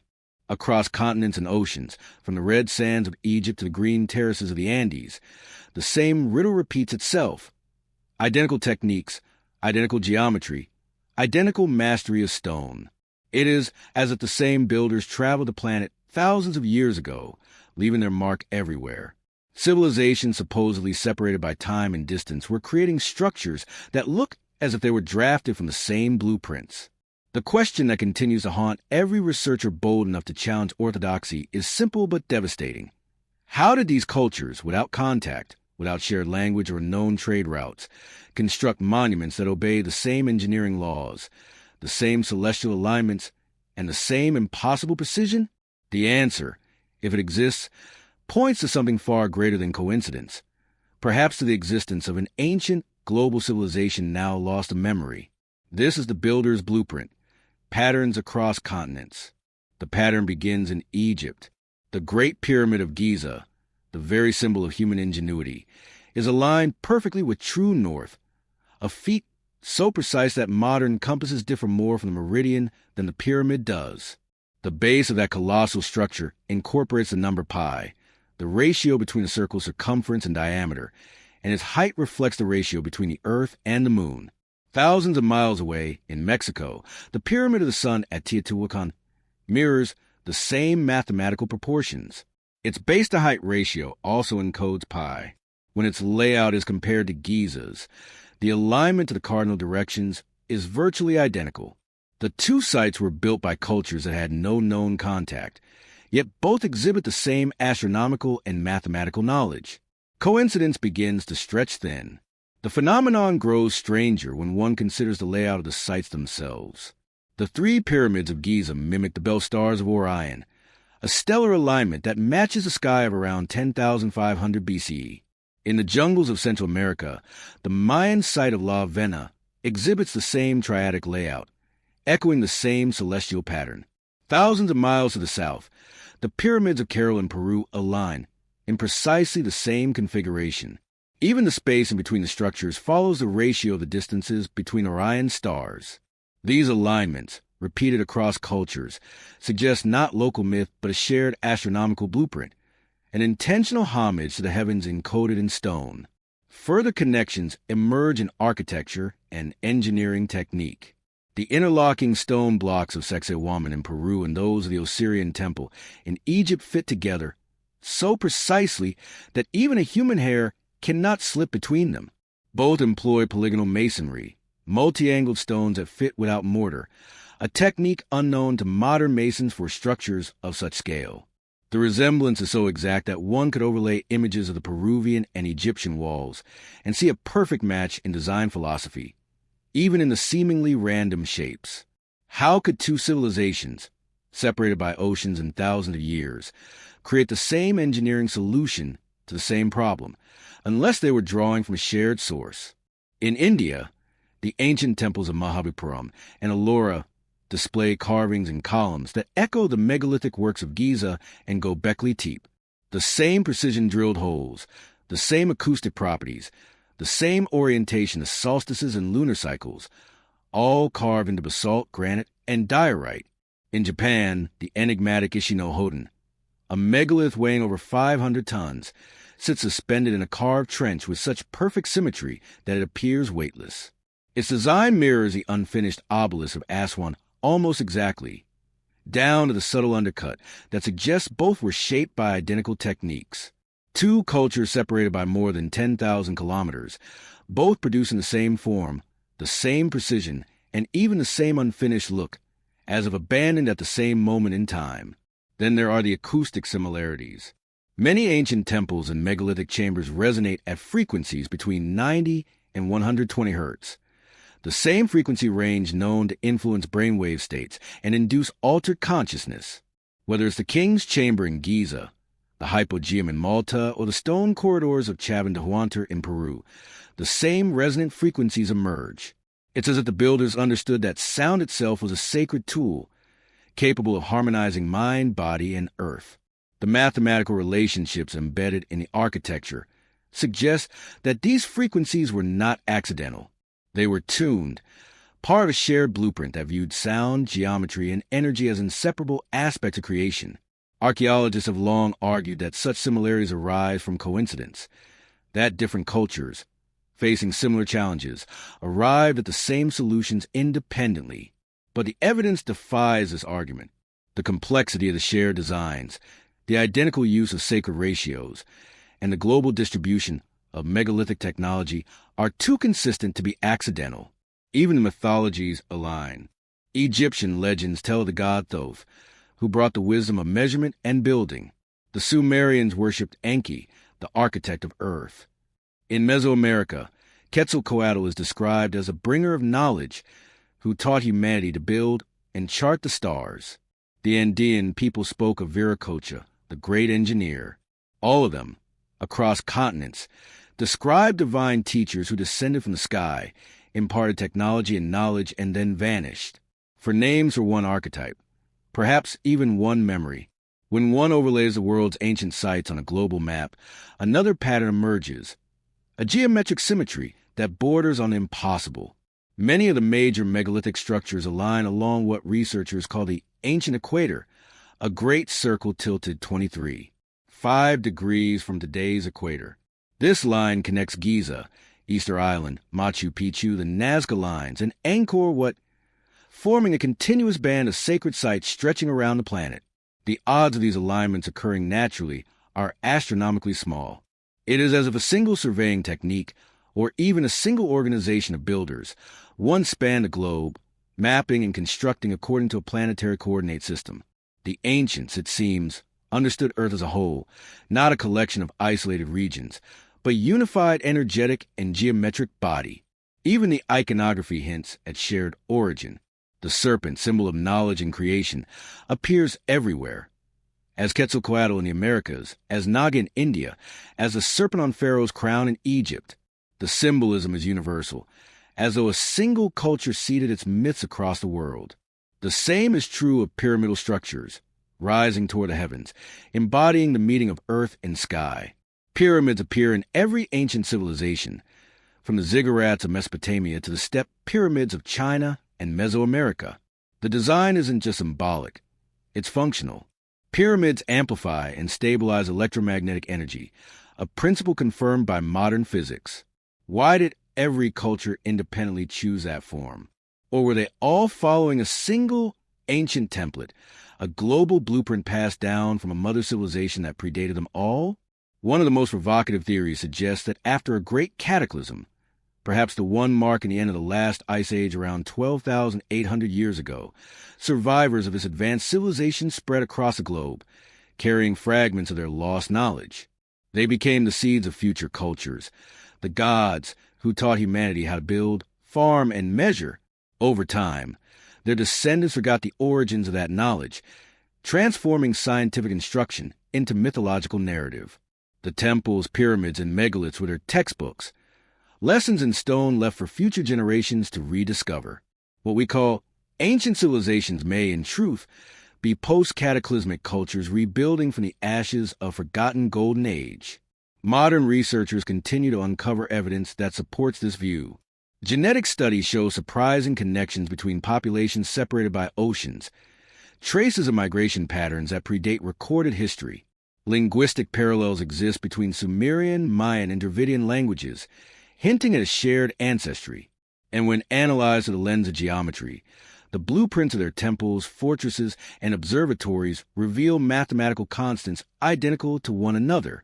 The builder's blueprint is not theory. It's a network, one that encircles the earth like a fingerprint of a vanished civilization. So, who were these builders? Some say they were humans, the survivors of Atlantis or Lemuria, who preserved fragments of a lost technology. Others propose they were something else entirely, beings of immense knowledge, perhaps extraterrestrial or interdimensional, who gifted humanity a framework for understanding creation itself. Whatever their nature, their message was clear, a unifying science that merged spirituality and engineering, reminding us that the planet and the cosmos are one great machine driven by harmony and proportion. Today, we see their work as mystery and myth, but to them, it was simple truth. They built on sacred geometry because they understood it as the architecture of life itself. Their blueprints were not blue ink on paper. They were etched into the living earth, calibrated to the pulse of the planet, aligned with the heavens. When we study the ruins, we are not merely looking at ancient architecture. We are reading the remains of a global textbook. Every angle, every ratio, every alignment is a sentence in a language of stone.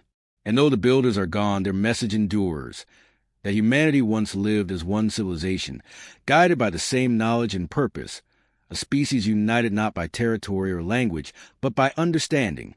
The builder's blueprint still lies beneath our feet, written across mountains, jungles, and deserts, waiting to be read in full.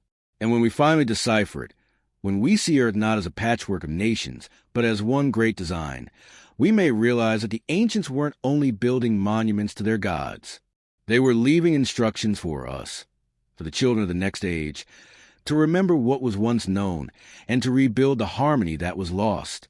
When ancient architecture is analyzed beyond its aesthetic beauty, beyond its stone and shadow, something astonishing emerges, an invisible network of alignments that binds sacred sites across the world to the heavens above. These monuments, whether carved into mountains or raised from plains, were not random constructions. They were cosmic machines, precisely oriented to the rhythms of the stars, the planets, and the sun. Their builders did not simply honor the skies. They synchronized with them. This was not art. It was astronomy made solid, celestial mechanics translated into architecture. This chapter of the mystery is known as star maps in stone. At first, these alignments were dismissed as coincidence. A few pyramids facing cardinal points, a few temples framing solstices, nothing more than symbolic gestures, it was said. But as technology advanced and satellite mapping became more precise, the coincidences multiplied beyond reason. From Giza to Teotihuacan, from Angkor to Stonehenge, the same astronomical patterns appeared again and again. The ancients were not simply gazing at the stars. They were encoding entire constellations, planetary cycles, and celestial events into the very ground plans of their cities. Their monuments weren't just built on Earth. They were built for the heavens. The Great Pyramid of Giza is perhaps the most famous example. Its three principal pyramids are aligned to mirror the stars of Orion's belt, Alnitak, Alnilam, and Mintaka, with a precision that still baffles astronomers. Even more striking, this alignment corresponds not to the modern sky, but to the celestial positions of roughly 10,500 BC. That is the epoch of the so-called Zep Tepi, or first time. In Egyptian myth, the golden age when gods walked the earth.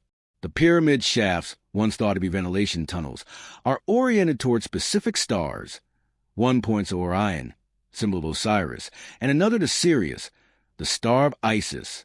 Together, they form a cosmic resurrection pattern, a celestial map of life, death, and rebirth. This isn't symbolic architecture. It's astronomical engineering. Thousands of miles away, at Teotihuacan in Mexico, the same story unfolds. The Avenue of the Dead runs perfectly north-south, aligning with the setting of the Pleiades cluster every 52 years, the end of the Mesoamerican calendar cycle. The layout of the city mirrors a model of the solar system. The Pyramid of the Sun corresponds to Earth's orbital distance from the Sun, the Pyramid of the Moon to Mars, and smaller platforms to Mercury and Venus. The proportions are too exact to be accidental. This city, like Giza, was a three-dimensional map of the heavens, designed as a living observatory that allowed its inhabitants to track cosmic time with mathematical precision. In Cambodia, the temples of Angkor Wat tell the same story in another form. The entire complex is oriented to the spring equinox sunrise, when day and night stand in perfect balance. Its layout mirrors the constellation Draco, the celestial serpent that winds around the pole of the northern sky. Scholars once thought this alignment coincidental, until they discovered that the temple's measurements encode exact precessional values, the 25,900 20-year cycle of Earth's axial wobble. The builders of Angkor not only tracked the stars, they understood the slow dance of cosmic cycles across tens of thousands of years. Their architecture was not built for a single lifetime. It was built for eternity. Even older sites echo this stellar language. At Stonehenge, massive stones mark the solstices with laser-like accuracy, while smaller alignments connect lunar standstills, moments when the moon reaches its farthest points north and south in the sky. The builders of this monument, some 5,000 years ago, understood lunar nodal cycles that modern science only formalized in recent centuries. In South America, the lines of Nazca form vast geoglyphs visible only from the sky, many of which align with constellations and solstice sunrises. Their sheer scale suggests an intention far beyond ritual or art. They were messages to the heavens, or perhaps markers for travelers descending from them. The pattern of celestial alignment continues across continents. The pyramids of China's Xi'an province mirror the same Orion correlation found in Egypt and Mexico. The megalithic sites of Malta and Sardinia are oriented toward the rising of specific stars associated with fertility and creation. Even the great city of Cusco in Peru, capital of the Inca Empire, was designed in the shape of a puma, symbol of the constellation associated with earthly power. Its sacred Sikh lines radiate outward from the Temple of the Sun, connecting hundreds of shrines in geometric patterns that align with the stars. In every corner of the ancient world, architecture and astronomy are interwoven like strands of the same cosmic web. But the question remains, how did they achieve such accuracy? Aligning a structure with the solstice sunrise is difficult enough with modern tools. Aligning entire cities with star fields requires mathematical precision, long-term observation, and a deep understanding of celestial mechanics. The ancients did not have telescopes or digital instruments, and yet their monuments demonstrate not only observational astronomy, but predictive astronomy. They accounted for precession, the slow drift of the stars over millennia. To encode precession, one must observe and record for thousands of years, or inherit data from a culture that already had. The presence of precessional knowledge in monuments built before recorded history suggests that this data did not originate with those civilizations. It was inherited, perhaps from a lost civilization whose understanding of the cosmos rivaled or exceeded our own. Many myths allude to this.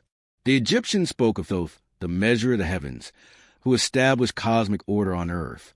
The Mayans told of Kukulkan, the feathered serpent who descended from the sky to teach the people the calendar of the stars. The Sumerians credited their celestial knowledge to the Anunnaki, those who came from above. Each culture attributed its astronomical mastery not to human discovery, but to divine instruction. Different names, same story, knowledge delivered from the heavens. Perhaps these stories were not mythology at all, but encoded memories of real teachers, beings who guided humanity's first steps into cosmic understanding. When modern astronomers overlay maps of ancient structures onto star charts, the precision is undeniable. The temples of Egypt, Angkor, Teotihuacan, and Tiwanaku all line to the same celestial patterns visible at the same epoch, roughly 10,500 BCE. That date recurs like a heartbeat in the global archaeological record, marking a time when humanity, according to our current understanding, was supposed to be little more than a collection of scattered tribes. Yet someone, somewhere, not only observed the heavens, but built enduring monuments to their movement. It's as though the entire planet was once united under a single astronomical vision, a shared blueprint linking heaven and earth. What purpose did this serve? Why go to such effort to anchor stone to the stars? One theory suggests that these alignments acted as energy conduits, celestial harmonics designed to connect Earth's energy grid to the cosmic frequencies of the heavens. In this view, each monument was a node in a planetary system of resonance, synchronized with the stars to channel cosmic energy through the Earth. Ancient texts support this idea. The emerald tablets of Thoth describe temples aligned with the stars to draw power from the heavens. The Vedas speak of yantras, sacred geometric devices used to harness celestial vibrations. Even the Bible refers to Jacob's ladder, a bridge between heaven and earth, upon which angels ascend and descend. Perhaps these alignments were more than symbolic. Perhaps they were literal, energy bridges between the cosmic and the terrestrial. Modern physics lends an intriguing parallel. We now know that the universe itself operates through resonance, that celestial bodies emit frequencies, gravitational waves, and magnetic fields that interact across vast distances. Stars, in a sense, sing. Their light, their vibration, their rhythm shapes the cosmos. If the ancients understood this, if they recognized that everything in existence is bound by frequency, then their star-lined monuments were not primitive observatories, but instruments tuned to the symphony of the universe. Some researchers have gone further, suggesting that the monuments may have functioned as markers for interstellar travel, waypoints for visitors from beyond. The precision of the Orion alignments, especially when seen from high altitude, seems almost designed for navigation. The pyramids, visible from space, could serve as terrestrial beacons for those returning from the stars. While such theories remain controversial, the symbolism is consistent. The ancients saw the stars as their origin, their destination, and their teachers. The phrase, as above, so below, repeated in countless traditions, may have been more than philosophy. It may have been a literal description of their science. Even after millennia of erosion, destruction, and cultural change, the celestial fingerprints remain. Every sunrise that pierces a temple doorway, every moonbeam that touches a sacred altar on the solstice, is a message from the ancients, a reminder that we are part of cosmic design far older than recorded history. These alignments were not built for kings or gods.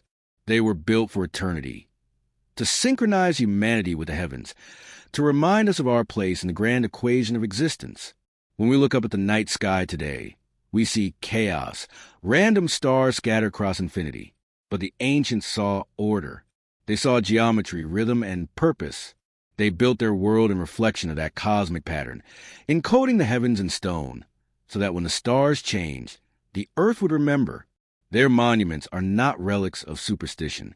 They are the world's first observatories, first equations, and perhaps first messages. In those silent alignments lies the proof of a truth we have long forgotten, that we are not separate from the universe, but expressions of it. The ancients understood that connection intimately. They carved it into their cities, their temples, and their pyramids, into every line that points toward a star. The message they left behind still shines in the night sky. We came from the stars. We built in their image. And when you remember how to read the heavens again, you will find us there waiting. When we study the great ruins of the ancient world, we often marvel at their size, precision, and beauty, but rarely do we consider what happens beneath them. Beneath the temples, beneath the pyramids, beneath the sacred platforms and fortresses, there's another layer of mystery. Vast subterranean worlds carved into stone, echoing with silence and impossible engineering. These are not tombs, nor catacombs, nor storage chambers. They are far too intricate, too deliberate, and too ancient. What lies below suggests that humanity once understood the earth as more than ground to build upon. It was a vessel to enter, a living energy field to be mapped and accessed. This is the realm of the subterranean architects. It began with the discovery of deep tunnels under Giza, not the famous burial shaft of the pharaohs, but labyrinths that predate them. Explorers found hidden passages extending for miles beneath the plateau, some flooded, some filled with sediment, others perfectly preserved. The walls are smooth and featureless, as though melted rather than carved.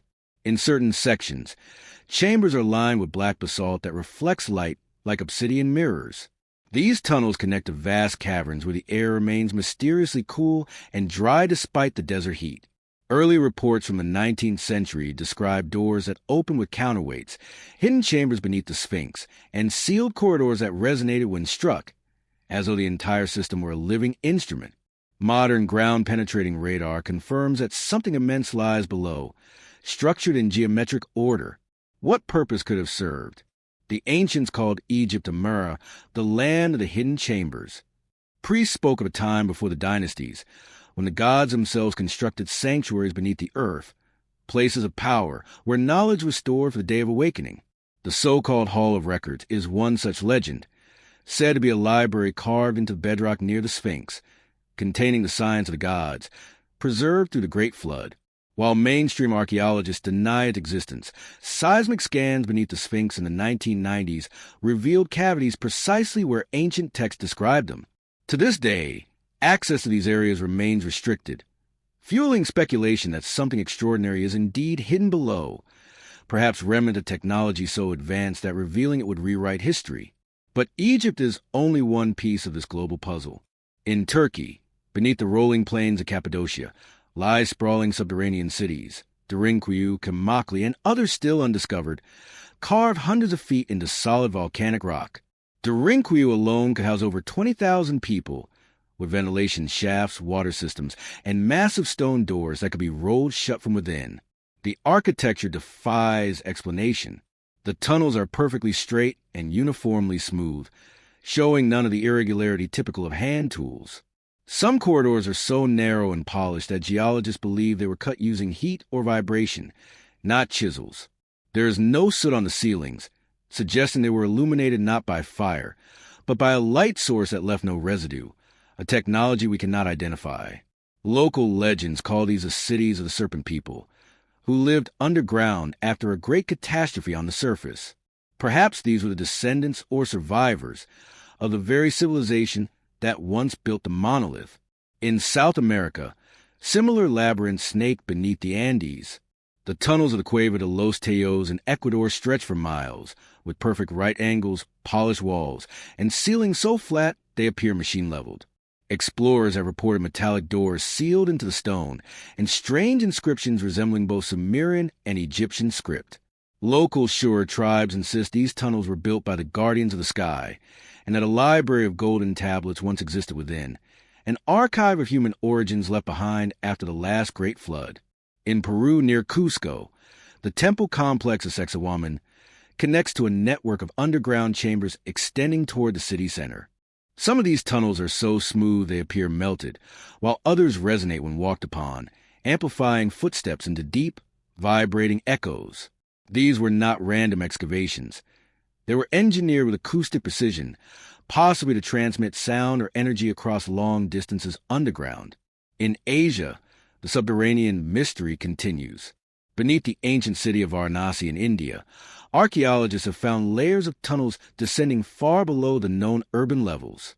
Some connect to chambers that appear to have been designed for water flow, but not for irrigation, rather for hydraulic resonance. The ancient Sanskrit texts refer to Patala, the underworld cities of the Nagas, where enlightened beings work with energies of the earth. Descriptions of glowing tunnels, crystal walls, and the hum of deep vibrations echo modern accounts from explorers in these areas.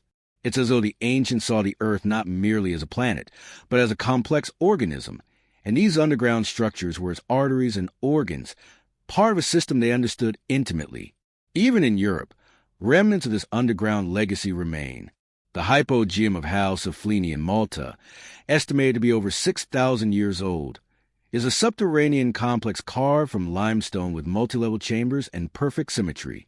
Its most famous feature is the oracle room, whose walls resonate at precisely 110 hertz, the same frequency linked to brain entrainment and altered states of consciousness. When a deep male voice chants in that chamber, the entire structure vibrates as if alive, amplifying the sound in ways modern acousticians struggle to replicate. The resonance affects not only the air but the human body itself, inducing a meditative trance. The architects of the hypogeum weren't just builders. They were sound engineers using frequency as both a physical and spiritual technology. Everywhere, the same pattern emerges: massive subterranean systems, precision beyond explanation, and acoustic design that suggests scientific intent. What connects them all is not only their impossible craftsmanship, but their purpose. They were built to harness the natural forces of the planet: magnetism, vibration, water flow, and resonance. The ancients may have known that the most stable and energetic regions of Earth lie below its surface, where geothermal heat and electromagnetic currents are strongest. By building underground, they access this energy directly. Their chambers became resonators, amplifying Earth's frequencies, perhaps as sources of power or as gateways to altered consciousness. Modern science has begun to confirm what these ancient architects seemed to know instinctively. The Earth hums. Beneath our feet, seismic waves create a constant background frequency, a planetary song vibrating around 8 hertz, known as the Schumann resonance. This frequency interacts with the human brain's alpha rhythms, creating harmony between body and planet. Many of these ancient subterranean chambers resonate in perfect sympathy with that frequency. It's as if they were designed to tune human consciousness into the Earth's natural vibration, to bridge the physical and the spiritual through sound and stone. But perhaps their purpose was even grander. Some theorists propose that these underground complexes served as planetary stabilizers, a vast energy network anchoring the Earth's magnetic field during cataclysmic shifts. By constructing resonant chambers at key geophysical points, the ancients may have created a harmonic grid capable of balancing planetary forces. This could explain why so many of these sites align with major fault lines, magnetic nodes, and energy intersections. They were not random shelters. They were engineering marvels designed to harmonize Earth itself. The myths support this idea. In nearly every culture, there are tales of advanced beings retreating underground after a great flood or cosmic event. From the Nagas of India and the Shemsahor of Egypt to the ant people of the Hopi. These legends describe luminous subterranean cities filled with humming crystals, eternal lights, and knowledge preserved from an earlier age. Perhaps those beings were not mythic at all, but survivors, custodians of science we have forgotten. If so, the subterranean world may not just be ancient. It may still exist, buried beneath modern cities, its energy still pulsing, waiting for rediscovery. Today, exploration of these underground realms is limited by politics, danger, and secrecy. Many tunnels are sealed or unexplored due to safety concerns, while others are restricted by governments that classify their findings. Yet, whispers persist of chambers emitting electromagnetic fields, of hidden caverns beneath major monuments, of discoveries quietly removed from public record. The deeper we dig, the closer we come to something extraordinary, perhaps to the original heart of the lost civilization that built everything we now call impossible. The subterranean architects were not merely builders. They were guardians of Earth's secret infrastructure. They saw the planet as a living being and engineered harmony within it. Their legacy is buried beneath our feet, encoded in stone and silence. And if the ancient myths are true, if the Hall of Records still lies sealed beneath the sands, if the luminous cities of the Nagas still hum beneath the Himalayas, then the greatest chapter of human history is not written above ground. It sleeps below, waiting for those who dare to descend and listen. Because down there in the eternal dark where stone sings and light never dies, the earth still remembers its first architects, and through them, perhaps, the original blueprint of humanity itself. Among the many enigmas scattered across our planet, few are as unsettling or as seductive as the discovery of stones that seem to speak. They hum, they vibrate, they respond to touch and movement. Some of them, when struck, emit musical tones so precise they can be tuned into harmonic scales. These singing stones appear in sacred sites from Africa to the Americas, from temples in Asia to standing circles in Europe. To the ancients, they were alive, vessels of sound and energy. To modern science, they are an unsolved puzzle of acoustics, material resonance, and consciousness. This is the next great mystery in our journey. The stones that sing. The phenomenon was first recorded in modern times at the edges of the African desert, where explorers describe hearing bells in the rocks. When struck with wooden sticks or smaller stones, certain large boulders emitted pure metallic tones. Local tribes called them talking stones, believing they housed ancestral spirits. Later, geologists confirmed that these stones, often rich in iron or silica, vibrate at frequencies audible to the human ear. Yet, these are not random occurrences. Many of these singing stones are found at ancient ritual sites, circles, shrines, or alignments that amplify sound across vast distances. The ancients clearly knew of their acoustic properties and deliberately incorporated them into their monuments. In South Africa, near the ruins of the so-called Adam's Calendar, clusters of circular stone structures produce distinct tones when struck. Acoustic measurements reveal that each stone resonates to a specific note in the diatonic scale, together forming a harmonic field.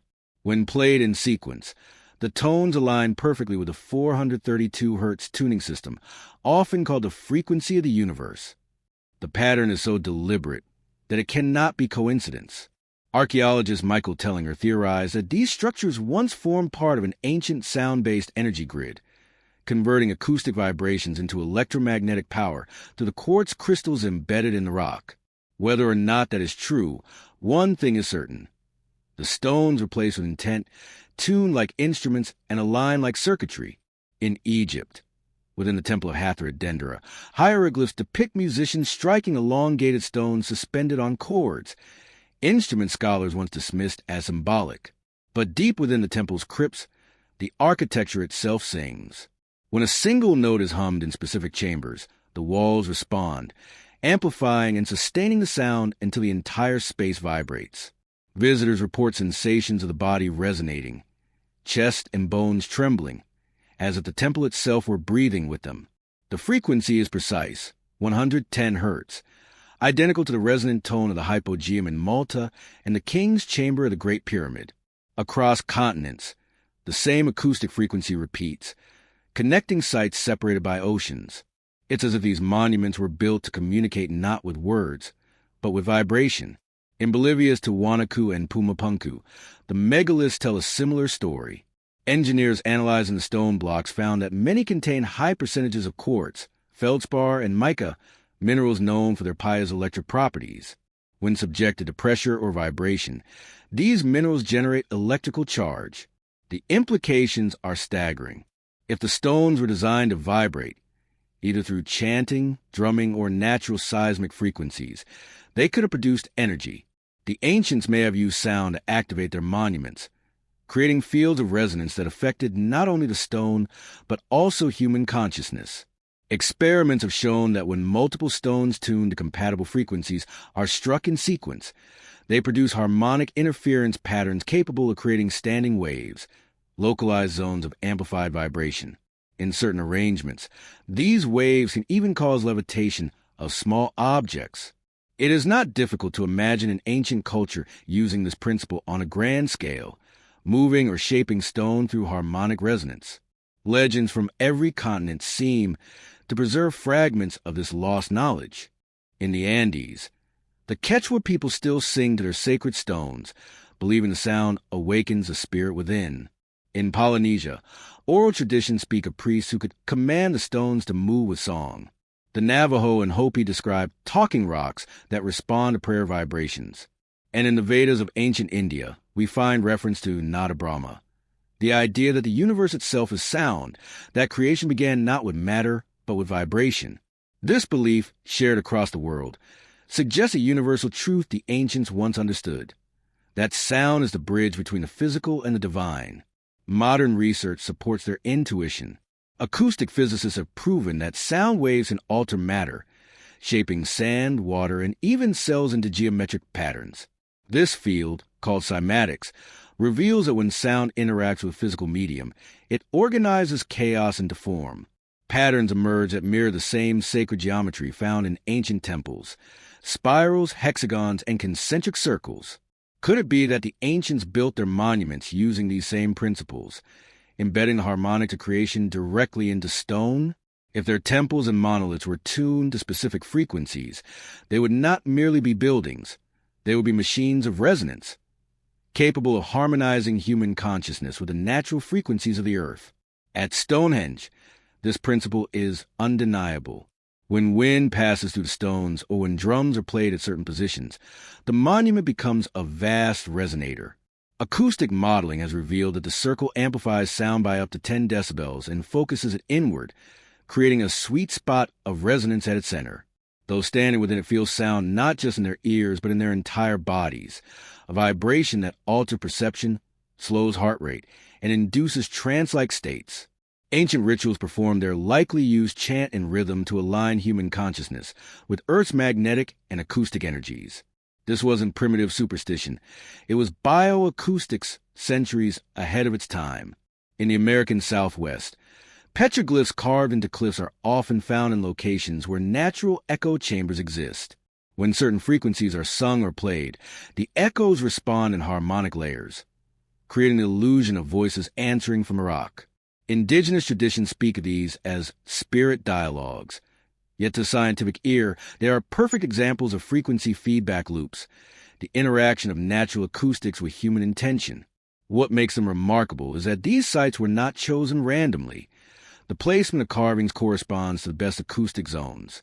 The artists knew how to shape sound within the landscape itself. Even more mysterious are the so-called ringing rocks of Pennsylvania and the Himalayas. Natural boulder fields where entire stones emit bell-like tones when struck. Researchers discovered that the rock's mineral composition and internal stress patterns allow them to resonate like metallic chimes. However, when analyzed further, something astonishing emerged. Many of these formations were altered by human hands. In some cases, the ancients carved cavities and grooves into stone to enhance their tones, tuning them like instruments. In others, large boulders were transported from miles away and arranged into sound fields where each stone contributed to a harmonic structure. The effect was that of a planetary orchestra, stones singing in unison to the rhythm of wind, water, and human voice. Why would ancient cultures across the world devote such effort to creating monuments that sing? The answer may lie in consciousness itself.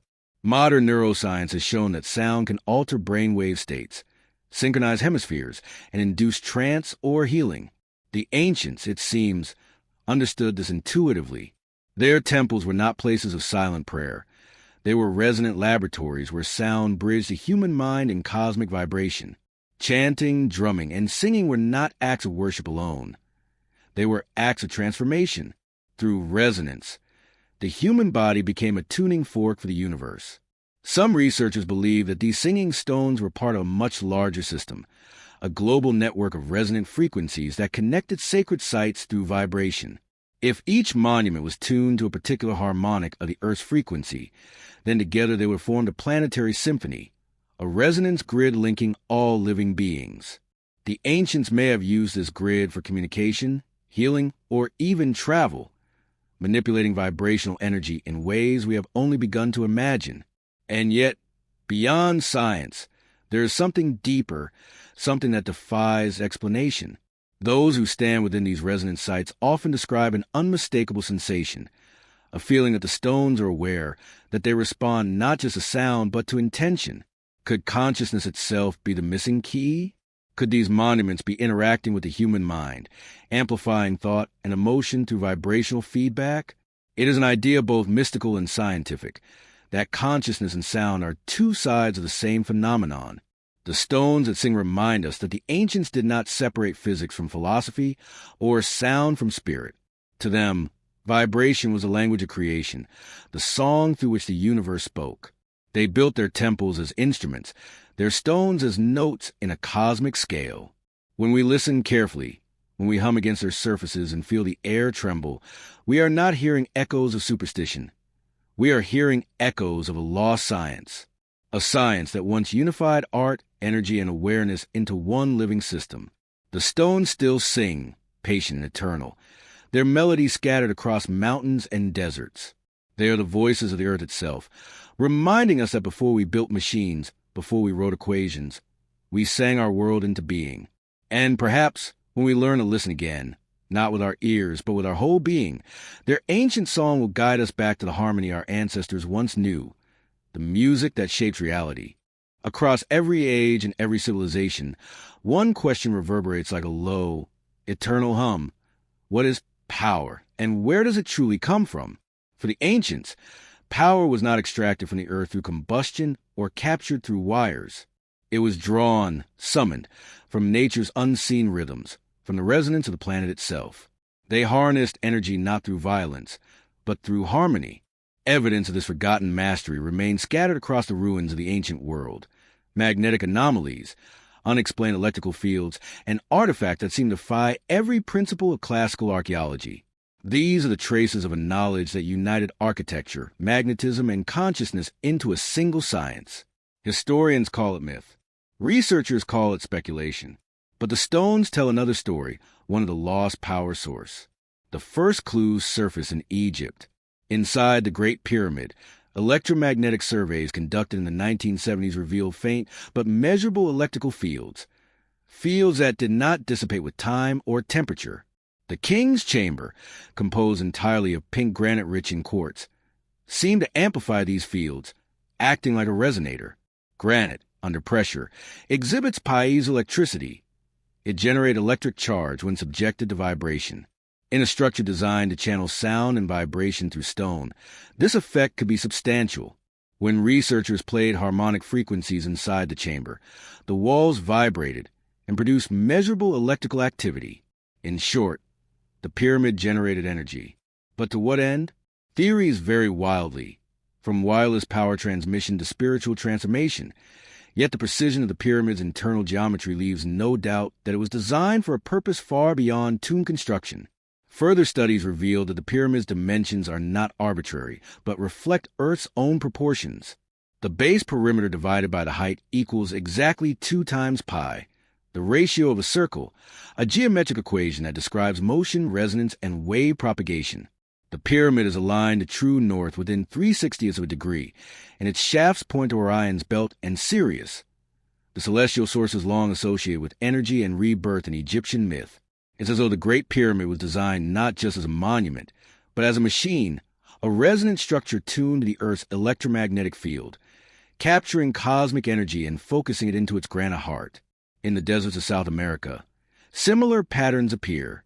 The Nazca lines, enormous geoglyphs stretching across miles of barren plain, are often thought to be ritualistic art, but magnetometric surveys have found strong residual magnetic anomalies beneath them, suggesting they were once part of a massive geomagnetic circuit. The lines, carved into conductive soil, could have directed energy flows across the land, functioning as a kind of electromagnetic grid. The ancients may have understood the Earth as a battery and used these designs to channel its power. The lines converge near pyramids and mounds that contain magnetite, an iron oxide that naturally aligns with magnetic fields. Could these sites have been power stations, tapping into the Earth's magnetic currents to energize temples and cities? Even more baffling evidence comes from ancient India. Texts like the Mahabharata and Vaimanika Shastra describe devices called vimanas, flying crafts powered by mercury engines and solar vibrations. Though long dismissed as myth, excavations in the Indus Valley have uncovered sealed vessels containing traces of mercury and iron compounds, possibly remnants of unknown metallurgical or energetic experiments. Mercury, as modern science confirms, reacts strongly to magnetic and electric fields. It can spin, levitate, and conduct current when exposed to resonance frequencies. In 2018, scientists confirmed that the ancient temple of Konark in Edessa contained magnetic stones capable of levitating a metallic idol using natural geomagnetic alignment, a feat once described in folklore. Could these myths of flying crafts and levitating stones be rooted in an ancient mastery of magnetic and acoustic energy? In the Middle East, the ruins of Baalbek in Lebanon defy comprehension. The Temple of Jupiter rests upon 3 foundation stones, each weighing over 1,000 tons. Their placement is so precise that engineers cannot explain how they were moved or aligned without modern machinery. But beneath them, magnetic readings reveal localized fields, tiny but consistent anomalies concentrated at the stone joints. Some researchers believe these fields could be remnants of piezoelectric charge generated by the immense pressure to the stones themselves, perhaps intentionally harnessed by the builders. The ancients might have used such energies not to light bulbs or power engines, but to sustain something subtler, an energetic equilibrium between earth and structure, maintaining the site's stability and resonance over millennia. The possibility that ancient cultures harnessed natural electricity grows even stronger when we examine their materials. Many ancient structures are built from granite, basalt, or limestone, all of which are conductive in varying degrees. Their layer construction often alternates between conductive and non-conductive materials, much like the design of a capacitor or an electrical circuit. The Great Pyramid's original casing stones, composed of pure Tura limestone, would have acted as insulators, while the granite core conducted. This combination mirrors modern generators, a system designed to collect and concentrate energy. If sound frequencies or vibrations were introduced into the structure, the piezoelectric materials would convert that mechanical energy into electricity. In this light, ancient temples and pyramids might not only have harnessed energy but produced it, drawing power directly from the earth. Ancient myths repeatedly reference this lost power source. The Egyptians spoke of the light of Ra that illuminated the temples without flame. The Greeks told of the fire of Prometheus, stolen from the gods and hidden in sacred places. The Mayans depicted priests wielding rods of light and serpents of energy. Even the Bible mentions the Ark of the Covenant, described not only as a sacred relic, but as a device that emitted blinding light and deadly energy, qualities consistent with a high-voltage capacitor. The Ark's design, as described in Scripture, matches this function perfectly. Gold, a conductor, layered over acacia wood, an insulator, with cherubim positioned like electrodes at either end. If charged through piezoelectric resonance, say, within a temple that vibrated with harmonic frequency, the ark could indeed have produced electric discharge. This is not allegory.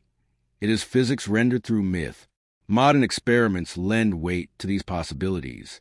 When researchers expose blocks of quartz-rich granite to sustain sound frequencies between 100 and 120 hertz, the same frequencies measured in ancient resonant chambers, the stones emitted electric current. The effect was small but measurable. The ancients may have amplified this phenomenon on a monumental scale, using the geometry of their structures to focus and multiply the energy.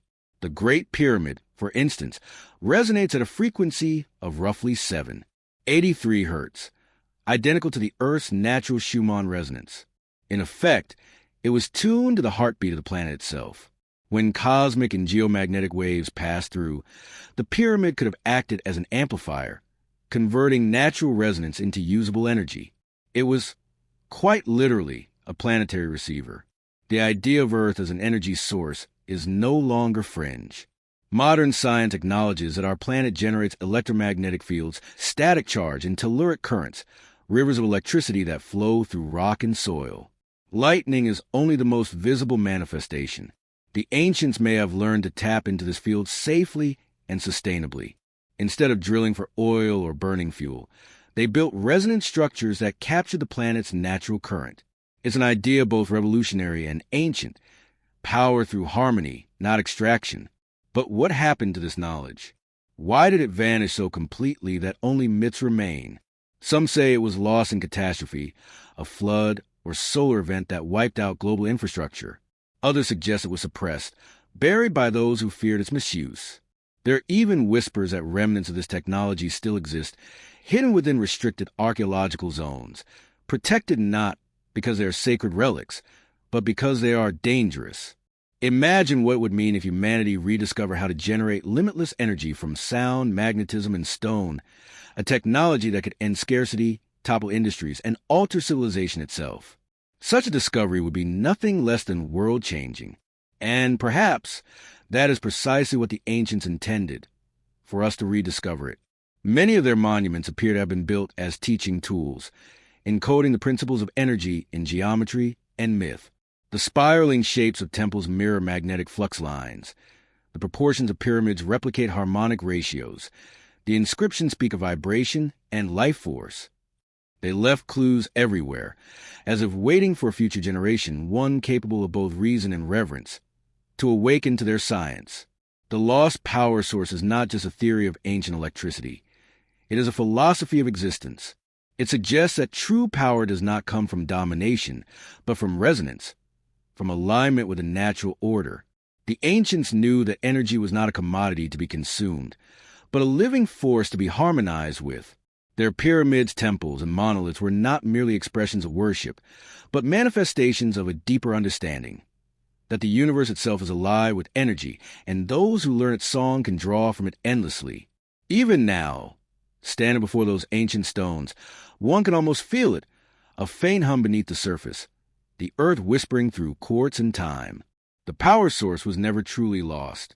It still vibrates all around us, waiting for us to listen, to remember, and to rebuild not in conquest, but in harmony. For centuries, archaeologists have stared in awe at the impossible precision of ancient monuments. Yet one feature, often overlooked, reveals a secret as staggering as the structures themselves. It is not just their geometry or alignment that astonishes, but the way they interact with light. Whether in Egypt, Peru, India, or Cambodia, these ancient wonders behave like celestial instruments, capturing, refracting, and projecting light in ways that seem deliberate, as if their creators understood the physics of illumination far beyond their era. Every solstice, every equinox, every dawn and dusk across sacred sites tells the same silent truth. The ancients were masters of light. Their monuments were not passive stones. They were optical devices, cosmic calendars, and gateways that used sunlight and starlight to reveal divine geometry. This is the enigma of temples of light. In Egypt, the phenomenon is unmistakable. Deep inside the heart of the great temple of Abu Simbel, the inner sanctuary lies cloaked in total darkness, except for 2 mornings each year when the rising sun penetrates a corridor and illuminates 3 of the 4 seated statues. The 4th, representing Ta, the god of the underworld, remains in shadow. This event occurs precisely on February 22nd and October 22nd, believed to mark Ramses II's coronation and birth. The alignment is so perfect that modern engineers struggle to replicate it without advanced modeling. Yet, the builders achieved this over 3,000 years ago with nothing but stone, intuition, and starlight. The temple is not merely architectural triumph. It's a celestial equation written in photons and shadow. The same mastery is visible at Karnak.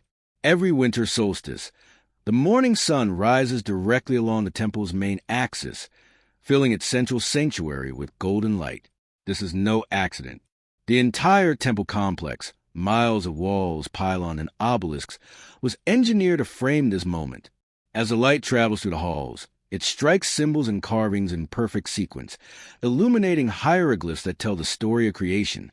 For the Egyptians, this was not spectacle. It was resurrection in motion.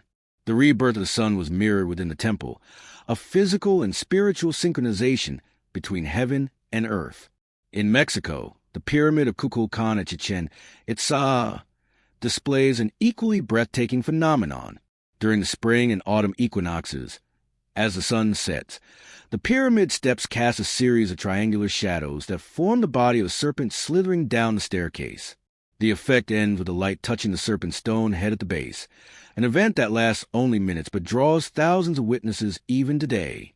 The alignment is so exact that it could only have been calculated through generations of astronomical observation. For the Maya, this wasn't a trick of light. It was divine communion. The descending serpent symbolized Kukulkan, the feathered serpent god, bridging heaven and earth, light and shadow, creation and destruction. Travel halfway around the world, and the same interplay of light, and geometry repeats with uncanny familiarity. In Cambodia's Angkor Wat, at dawn on the spring equinox, the sun rises directly over the central tower, a perfect alignment with the temple's east-west axis. Its builders carve thousands of bas-reliefs that light up sequentially as the sun ascends, almost like frames in a film reel. At the climax of sunrise, the rays pierce the innermost sanctuary, illuminating the stone image of Vishnu. This moment marks the balance of cosmic order, the equilibrium between darkness and light. The precision is astonishing, the symbolism universal, the world reborn in light. Even older sites bear witness to this luminous intelligence. At Stonehenge, on Midsummer's Day, the first rays of sunrise shoot straight to the heel stone, striking the center of the monument in a perfect line. On Midwinter's Day, the sunset aligns just as flawlessly in the opposite direction. This duality, the sun's birth and death, is encoded in the stones.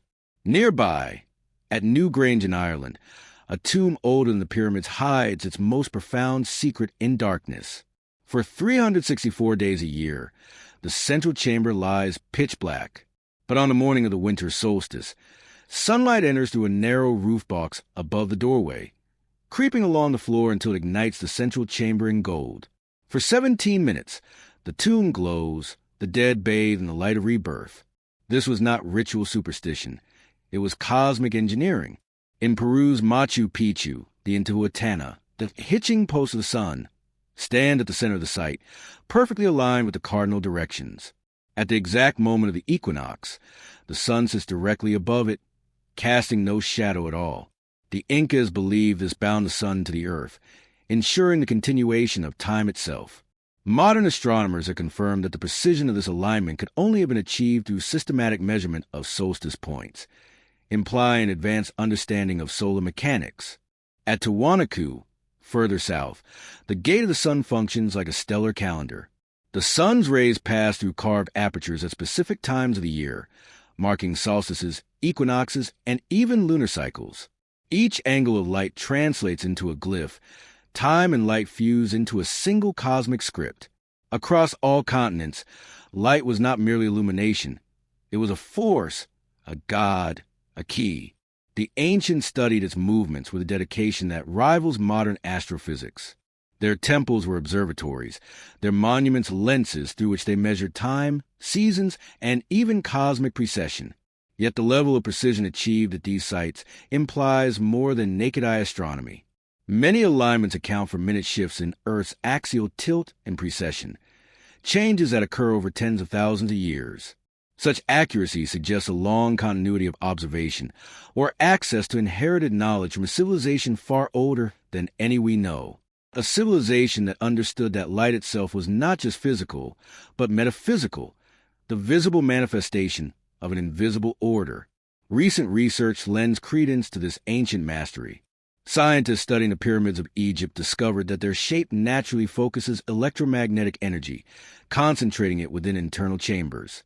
Light waves, too, behave differently within their geometry, amplifying and resonating at specific wavelengths. In other words, these monuments manipulate light and energy as if by design. The Great Pyramid shafts, once thought symbolic, could have served as optical conduits, channeling light or plasma-like energy. Some speculate that polished copper or gold fittings, long since removed, once reflected sunlight deep into these passages, illuminating interiors without fire. This idea isn't fantasy. Similar techniques were used in the Lighthouse of Alexandria and the solar temples of Heliopolis.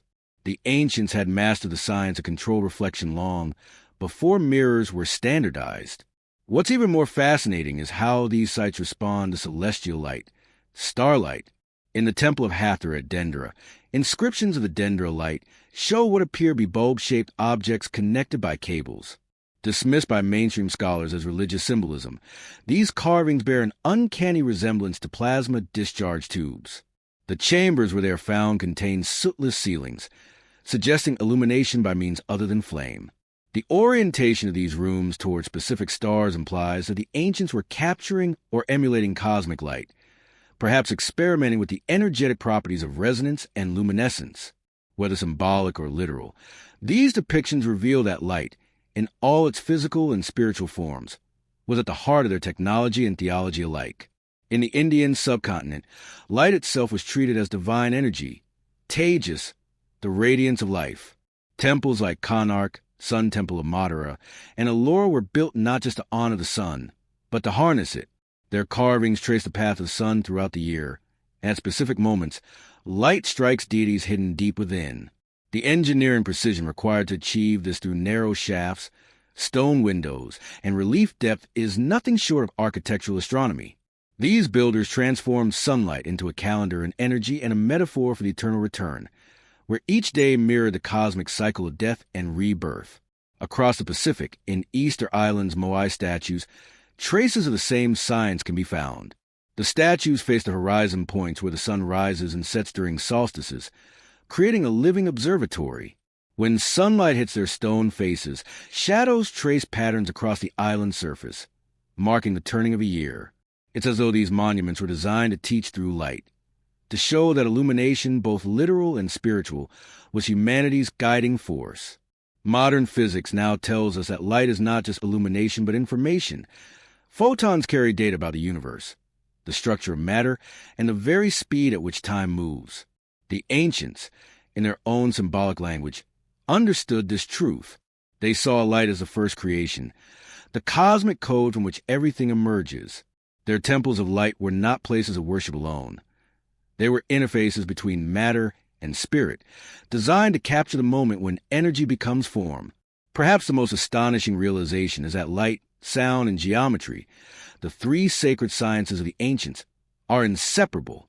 Where sound creates form, light reveals it. Where vibration births energy, illumination awakens it. The builders of these temples were physicists and mystics at once, crafting stone lenses that focus divine energy onto human soul. Every solstice, when sunlight spills into these ancient sanctuaries, we are witnessing more than a celestial event. We are witnessing a conversation between heaven and earth. It is the dialogue of creation itself, encoded in architecture. These beams of light, crossing millennia, are the ancients' message to us, that illumination, both physical and spiritual, is a key to understanding who we are. The temples of light were never simply monuments to gods. They were monuments to knowledge, to the mastery of time, energy, and consciousness. Through them, the ancients preserved their greatest lesson, that the universe speaks through light, and those who learn to listen to its radiance will find the path to eternity reflected within themselves. When you walk through the ruins of certain ancient cities, something strange happens. Your compass spins, your hair tingles, and your heart begins to race. The air feels heavy, almost electric, and though no modern machinery hums nearby, the sensation of power is unmistakable.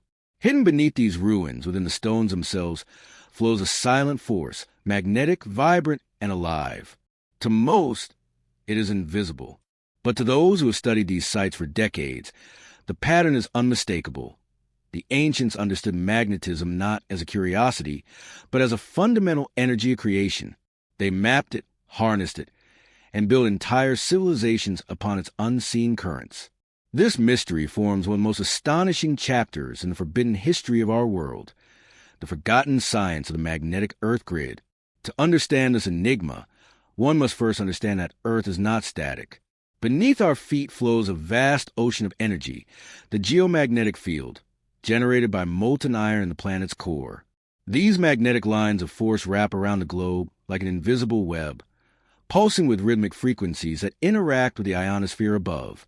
Ancient cultures seem to know this. They built their greatest temples, pyramids, and megaliths precisely where these magnetic lines intersect, at points of unusually high electromagnetic potential. Today, scientists call them ley lines. To the ancients, they were the veins of the planet, channels through which the life force of Earth itself moved. One of the earliest documented cases of this understanding comes from China. Ancient Chinese geomancers, the masters of feng shui, believed that dragon lines, or longmai, carried energy across the landscape. These lines, invisible but powerful, were said to connect mountains, rivers, and sacred sites in a web of vitality. The ancients built their cities, palaces, and temples at the crossings of these lines to harness prosperity, balance, and harmony. Modern magnetic surveys have confirmed that many of these locations indeed lie at intersections of geomagnetic anomalies. What the ancients called chi, life energy, might well have been their intuitive understanding of the planet's magnetic field. The same phenomenon repeats in Egypt. The pyramids of Giza are positioned with uncanny precision along what modern scientists recognize as one of Earth's strongest geomagnetic corridors. The pyramid field lies exactly along the 30th parallel, a line that encircles the planet, linking multiple ancient monuments: Petra in Jordan, Persepolis in Iran, the Indus Valley sites of Mohenjo-daro, and even the Longyu Caves of China. These sites, all ancient, all mysterious, fall along the same geomagnetic band. Coincidence seems impossible. The implication is staggering.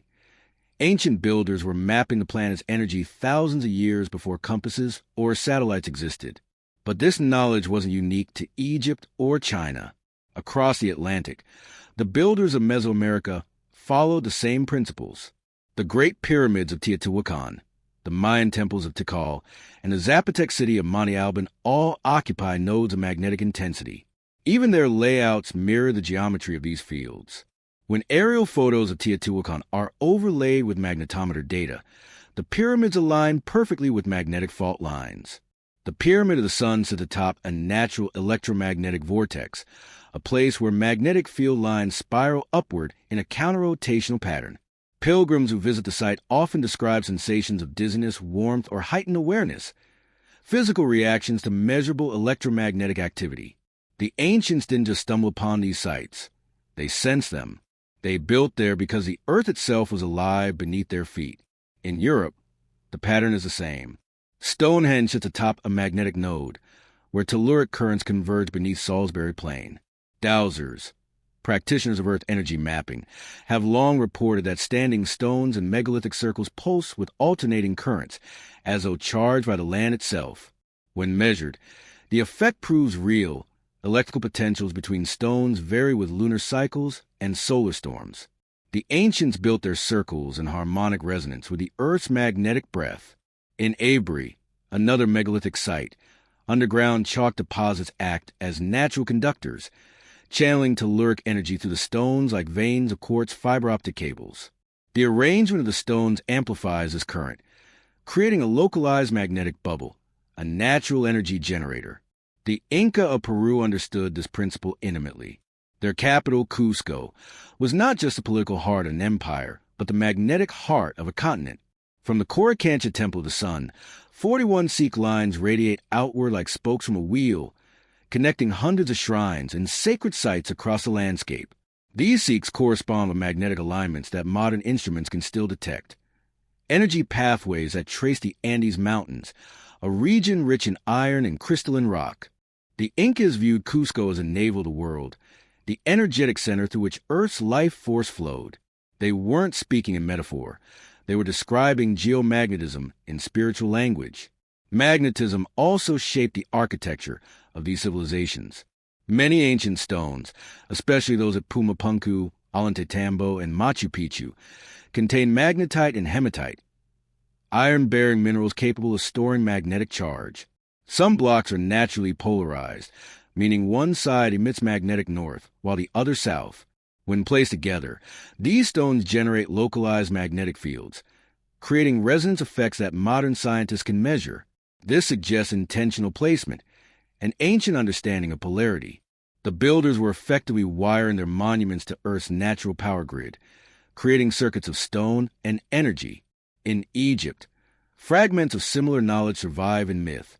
The Temple of Heliopolis was said to have been built where the Bennu bird alighted upon the stone of fire, a poetic description that may actually reference a magnetic or energetic hotspot. The so-called Benben stone, the sacred relic of creation, was believed to radiate energy and light. Whether this was symbolic or literal remains uncertain, but ancient texts describe priests who could feel its vibration, a clear echo of the magnetic phenomena still felt at megalithic sites today. Modern researchers have tried to map this planetary network in detail. When global sacred sites are plotted together, a geometric pattern emerges, a grid of triangles and hexagons encircling the planet, connecting every major monument, from the Great Pyramid to Easter Island, from Machu Picchu to Angkor Wat. This geometric network mirrors the shape of crystalline lattice structures and even atomic fields. Some call it the Earth energy grid, others the planetary ley system. It seems the ancients were not just building on magnetic nodes. They were encoding the very structure of the planet into their architecture, as if the Earth itself were a living crystal and they were its engineers. Recent experiments reveal that these magnetic intersections, when measured, produce low-frequency vibrations between 7 and 8 Hertz, precisely the Schumann resonance, Earth's natural electromagnetic pulse. This frequency also synchronizes with the alpha rhythm of the human brain, the meditative state associated with intuition, healing, and balance. Could this explain why so many ancient sites evoke profound calm or transcendence? The builders may have designed them not only to harness the Earth's power, but to harmonize human consciousness with it. These were not simply places of worship. They were bioenergetic machines, tuning both planet and people to a unified frequency. Even more mysterious are the artifacts found along these magnetic corridors. Small polished stones, often of magnetite or lodestone, have been discovered buried beneath temple foundations or within stone circles. Some were arranged in spirals or geometric grids, suggesting they were used to direct magnetic flow. In China, early compasses made from lodestone date back over 2,000 years, but the knowledge they represent is far older. The ancients not only detected magnetic energy, they manipulated it. It is no coincidence that many of the world's ancient civilizations worship serpents. The serpent, winding and coiling, was a universal symbol of energy, the living current of the earth. In India, it was Kundalini, the coiled power rising through the spine. In Mesoamerica, it was Quetzalcoatl, the feathered serpent of light. In Egypt, it was the Uraeus, the serpent of divine fire emerging from the brow of the gods. All describe the same phenomenon, the movement of energy through channels, whether the human body or the earth itself. The ancients saw no division between the two. They understood them as reflections of one another. The magnetic earth grid, then, is more than a scientific curiosity. It's a revelation of how deeply connected ancient humanity was to the planet. They didn't simply live on Earth. They lived with it. Their monuments were not invasions of the landscape, but extensions of it, resonating in perfect harmony with its energy lines. Modern civilization, obsessed with extraction and consumption, has forgotten this symbiosis.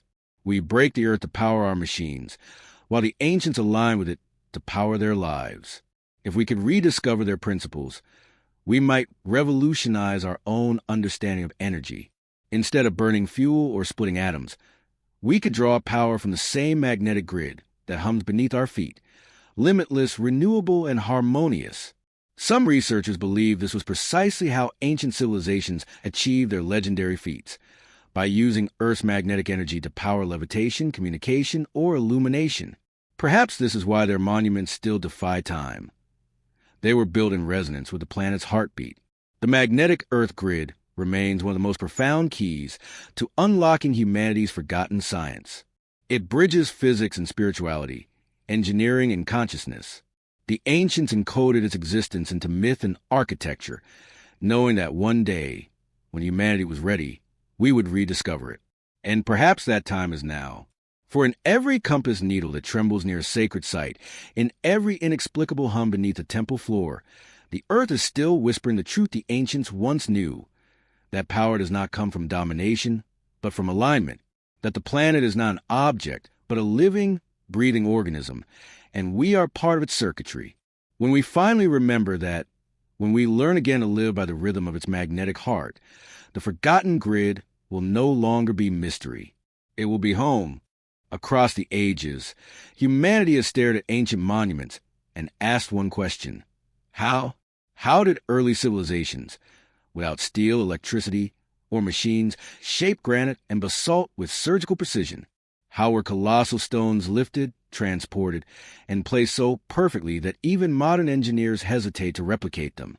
For centuries, historians claim brute force and primitive tools were enough. But the deeper we look, the more precise the measurements, the more impossible the alignments, the clearer it becomes. These builders possess a lost understanding of resonance, vibration, and energy. They were not mere masons. They were resonant architects. At the heart of their mastery lies a forgotten principle, that matter is not solid but frequency. Every atom, every stone, every breath vibrates. Change the vibration, and you change the structure. The ancients didn't cut stone, they tuned it. They worked with sound, magnetism, and resonance in ways that modern science is only beginning to rediscover. In Egypt, at Saqqara and Giza, archaeologists have found massive granite boxes cut to sub-millimeter accuracy, shapes that would require diamond tools today. But inside these boxes, sound behaves differently. Strike them, and the air sings with perfect harmonics. The resonance matches the frequencies of human voice and Earth's own electromagnetic pulse. Were these sarcophagi or acoustic devices? At the temple complex of Abu Simbel, voices echo at exact intervals, creating standing waves that amplify certain frequencies while silencing others. The same occurs in the hypogeum of Malta, where a low chant at 110 Hz vibrates the entire chamber and affects the listener's brain. These sites were not random constructions. They were laboratories of vibration. Even the architecture of Giza appears designed for resonance. The king's chamber of the Great Pyramid aligns precisely with the planet's resonant frequency, 783 Hz, the Schumann resonance. Inside, sensitive microphones detect faint low-frequency hums, as if the pyramid itself breathes. Some physicists now speculate that the structure could function as an energy amplifier, collecting and concentrating natural vibrations from the Earth. Thousands of miles away, in Bolivia's Puma Punku, blocks of diorite, one of the hardest stones on Earth, were cut as if shaped by machines. Laser scans reveal accuracy to within thousandths of an inch, with perfect right angles and interlocking joints. Yet no tool marks remain. Stone masons insist such precision is impossible with copper chisels. Could sound or resonance have softened the stone? In the Andes, legends tell of priests who could sing stones into place. The same myth exists in Egypt, Tibet, and Polynesia, builders who move mountains with sound. To modern ears, it sounds like fantasy, but acoustic levitation experiments today show that sound waves can lift small objects when tuned to exact frequencies. If scaled up, could that principle explain how the ancients transported hundreds of tons across impossible terrain? The answer may lie in the materials themselves. Granite and basalt are rich in quartz, a crystalline mineral that converts pressure into electricity. When exposed to vibration, quartz produces energy. The ancients seem to understand this. Their monuments combine quartz-bearing stones' geometric alignment in specific resonant chambers, forming giant harmonic engines capable of interacting with Earth's electromagnetic field. Modern experiments have shown that pyramidal structures can focus electromagnetic energy. Even at small scales, they produce measurable resonance and energy concentration. Perhaps this was the true purpose of the Great Pyramid and others like it, not tombs, but energetic devices harmonizing with planetary frequencies. If so, ancient architecture was not separate from consciousness. Sound, stone, and spirit worked together. Chanting within resonant chambers wasn't ritual. It was calibration, aligning human vibration with the living pulse of the planet. Each temple, each monument, was a tuning fork for the soul. From Egypt to Peru, from Stonehenge to Angkor, this resonance-based design repeats. The same proportions, the same materials, the same understanding of energy flow. These were not isolated cultures. They were nodes of a global network of builders who shared a universal science, one that viewed the earth as a living being, singing its own cosmic song. We call them stonemasons, but they were far more: sound engineers, geometers, spiritual physicists. The ancients didn't just build monuments to withstand time. They built instruments to harmonize with it. Their goal wasn't preservation of power. It was preservation of balance.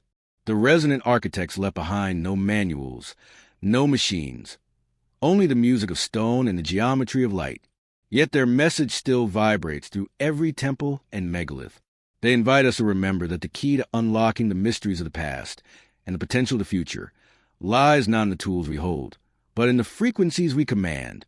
The earth still hums with the tones they once harnessed. The question is, will we learn to listen again? Long before modern physics, ancient builders understood that the universe was not solid but made of sound, vibration frozen into form. To them, frequency was the first language of creation. Egyptian priests called it Heka, the power by which God shaped matter.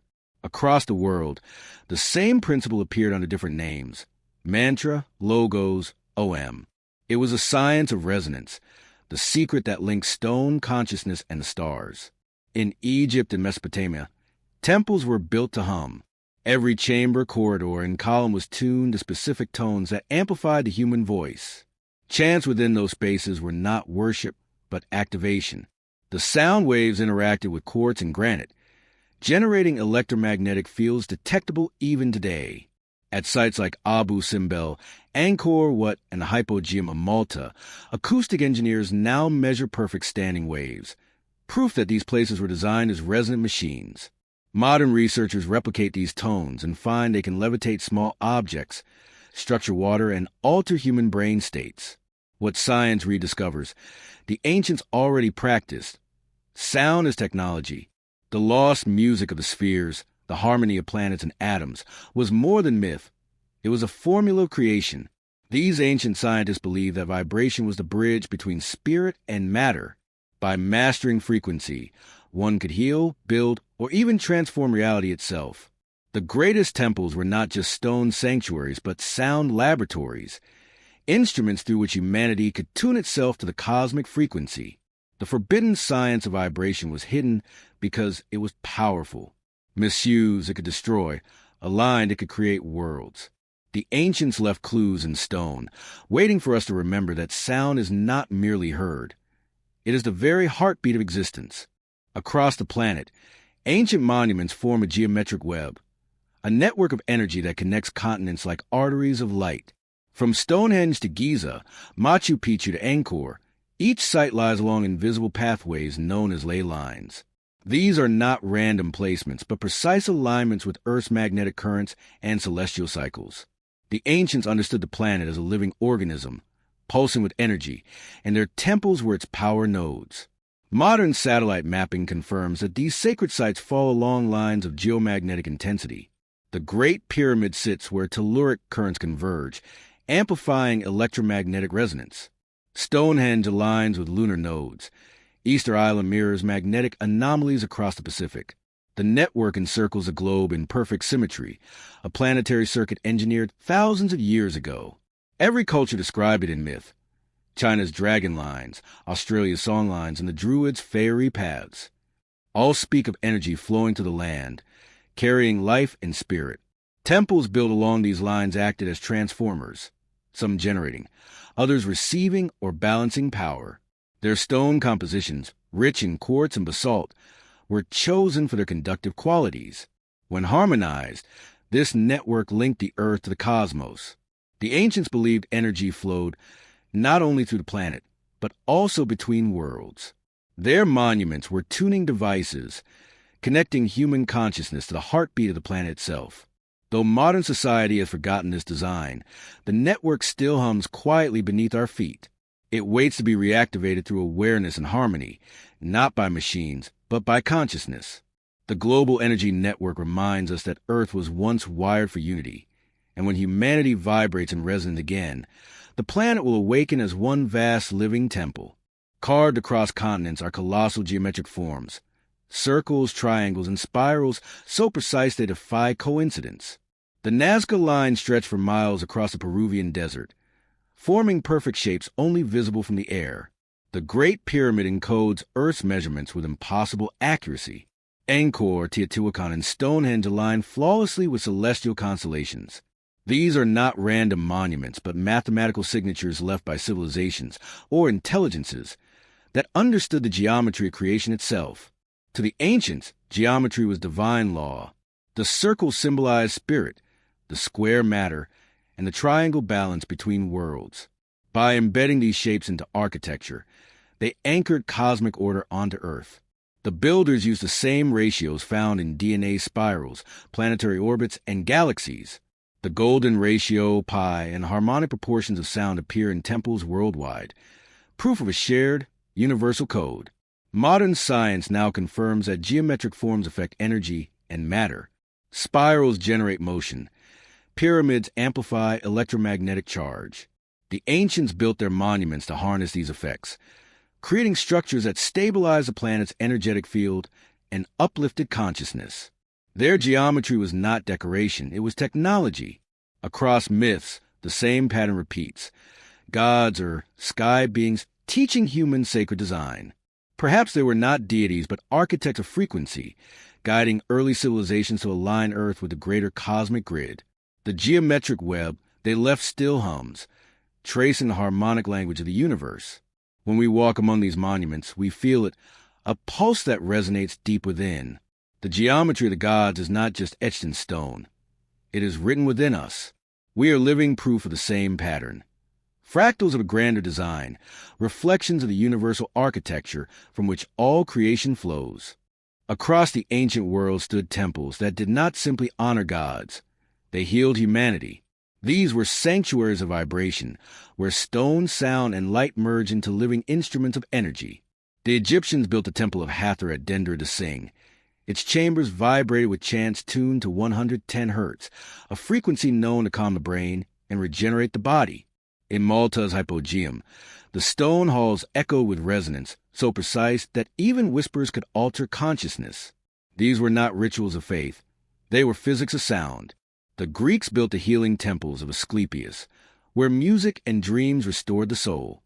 India's sacred architecture, from Chidambaram to Ellora, followed the same principle, using mantra and geometry to harmonize the body's inner frequencies. In the Andes, Inca engineers shaped flowing water into rhythmic tones that matched Earth's resonance, creating sanctuaries that pulse with life. Modern science now begins to confirm what these civilizations knew. The body is frequency. Every cell, organ, and emotion vibrates. When in harmony, there is health. When discordant, there is disease. The ancients treated not symptoms, but vibration.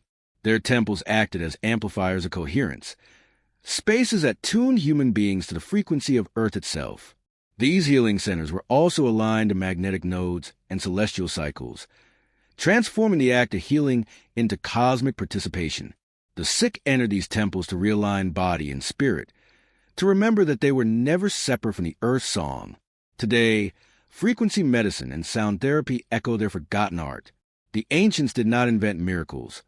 They engineered them through resonance. The healing temples were not places of superstition, but symphonies of science, reminding us that the secret of life is vibration and that harmony is health. Across the deserts, jungles, and plains of Earth lie patterns too vast to be coincidence. Immense lines, circles, and spirals visible only from the sky. From Peru's Nazca lines to England's Stonehenge, the same message repeats. Geometry was the language of the gods. These structures align with magnetic fields, solar paths, and constellations as if the builders possessed aerial vision.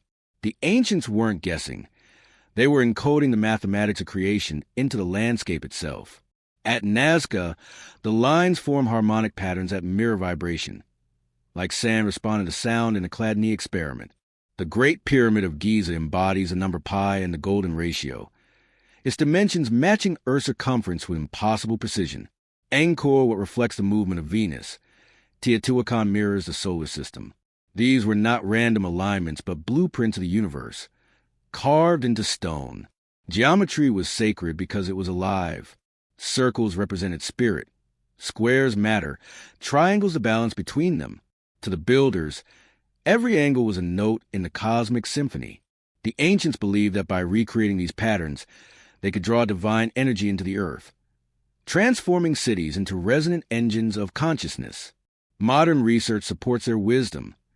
Geometric forms influence electromagnetic fields and even biological systems.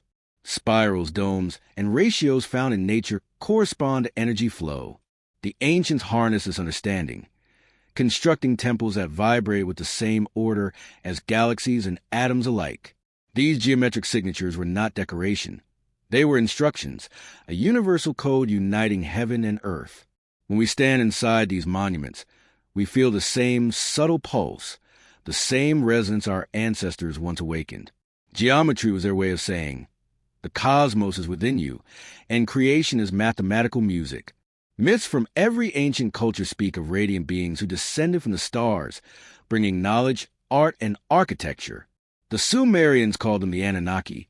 The Egyptians knew them as the Netjru, and the Inca worshipped Viracocha, the bearded god who rose from the sea. These star architects were said to teach writing, astronomy, and the sacred sciences before vanishing, leaving monuments aligned perfectly to the heavens. The Great Pyramid matches the Belt of Orion, Angkor what mirrors Draco, and the temples of Mexico point to the Pleiades. Even tribes like the Dogon of Africa held advanced knowledge of Sirius B, a star invisible to the naked eye. Such precision suggests either forgotten astronomical mastery or guidance from those who understood the cosmos far beyond our current reach. In India's Vedas, the gods travel in luminous crafts called vimanas, powered by light and sound. In Mesoamerica, Quetzalcoatl descended from the sky, promising to return when the stars realigned. These stories, found across continents, describe the same event, a visitation, or perhaps a return of knowledge from an earlier, star-born age. Modern astrophysics reveals that the stars worshipped by the ancients, Sirius, Orion, and the Pleiades, are among the most habitable systems in our galactic neighborhood. Whether the gods were travelers, survivors of a lost civilization, or symbols of cosmic intelligence, their message endures. Humanity's origin is not limited to Earth. The star architects built with starlight as their compass and consciousness as their tool. Their legacy reminds us that we, too, are made of the same dust, the same atoms forged in distant suns. The heavens they mapped were not foreign realms. They were mirrors, guiding us to look upward and inward toward the divine architecture within ourselves. Across forgotten epochs, ancient myths speak of a civilization erased from time, Atlantis, Lemuria, or Tepi, the first time. These weren't just stories. They were memories of a world consumed by cataclysm. Around 12,800 years ago, the Earth was struck by a cosmic event, a sudden fire from the skies that melted glaciers and drowned coastlines. Sea levels rose by hundreds of feet, burying cities beneath the waves. What remained became the legends of a golden age lost. Beneath the oceans, evidence whispers of this truth.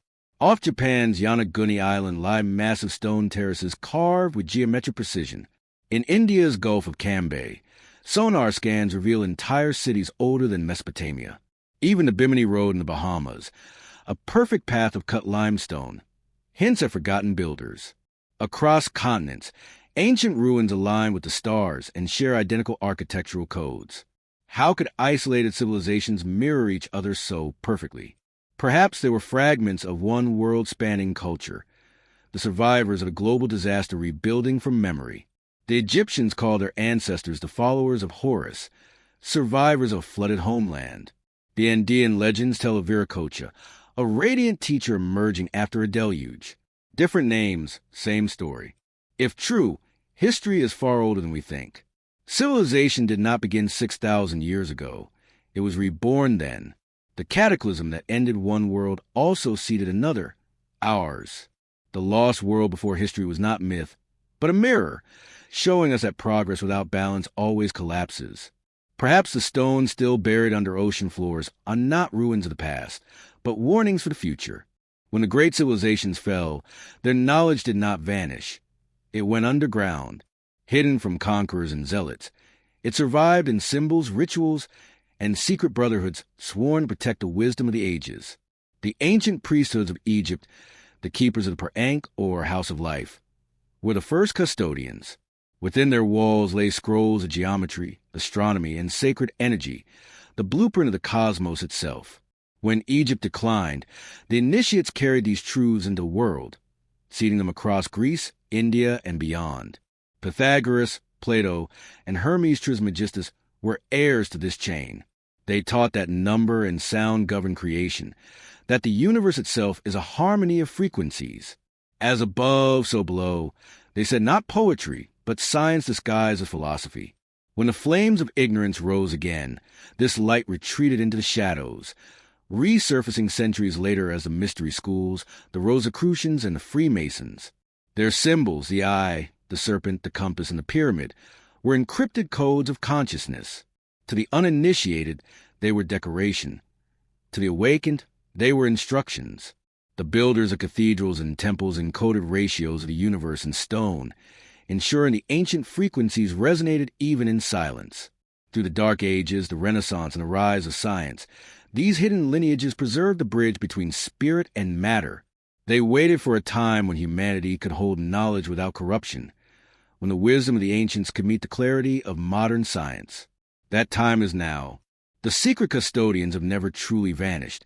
They live through every mind that seeks truth over power. Their message endures in one timeless command. Remember, knowledge is not forbidden, it is sacred. And it was never lost, only waiting to be rediscovered. The ancients believed that time was not a straight line, but a great wheel, a cosmic rhythm of creation, destruction, and renewal. Every civilization, no matter how advanced, eventually faced its own reckoning. Myths from every corner of the world speak of these cycles. Floods, fires, and quakes that erase entire epochs before life begins anew. To the Hindus, these were the yugas. To the Maya, the suns. To the Egyptians, the endings of Zep Tepi. Modern science now echoes what those myths foretold. Roughly every 12,000 years, Earth experiences dramatic upheaval. Magnetic reversals, cosmic impacts, or solar flares that trigger global collapse. The last great catastrophe, the Younger Dryas event, ended the Ice Age and erased an entire civilization we barely remember. The Sahara turned to desert, Atlantis to myth, and knowledge to legend. But the ancients did not see destruction as punishment. They saw it as purification, the resetting of the cosmic clock. When imbalance grows too great, the earth rebalances herself. The flood that drowns one age becomes the seedbed of the next. Our modern age bears the same signs: shifting poles, solar storms, climate chaos, and the crumbling of old systems. The ancients would have recognized it instantly, the wheel turning again. Yet within destruction lies rebirth. After each collapse, humanity rises stronger, carrying fragments of lost wisdom forward. Göbekli Tepe, Egypt, and Sumer all emerge from the ashes of an earlier world. The cycle of cataclysm is not a tale of doom, but a reminder: nature and consciousness evolve together. Each ending clears the way for a higher beginning. The question is not if the wheel will turn.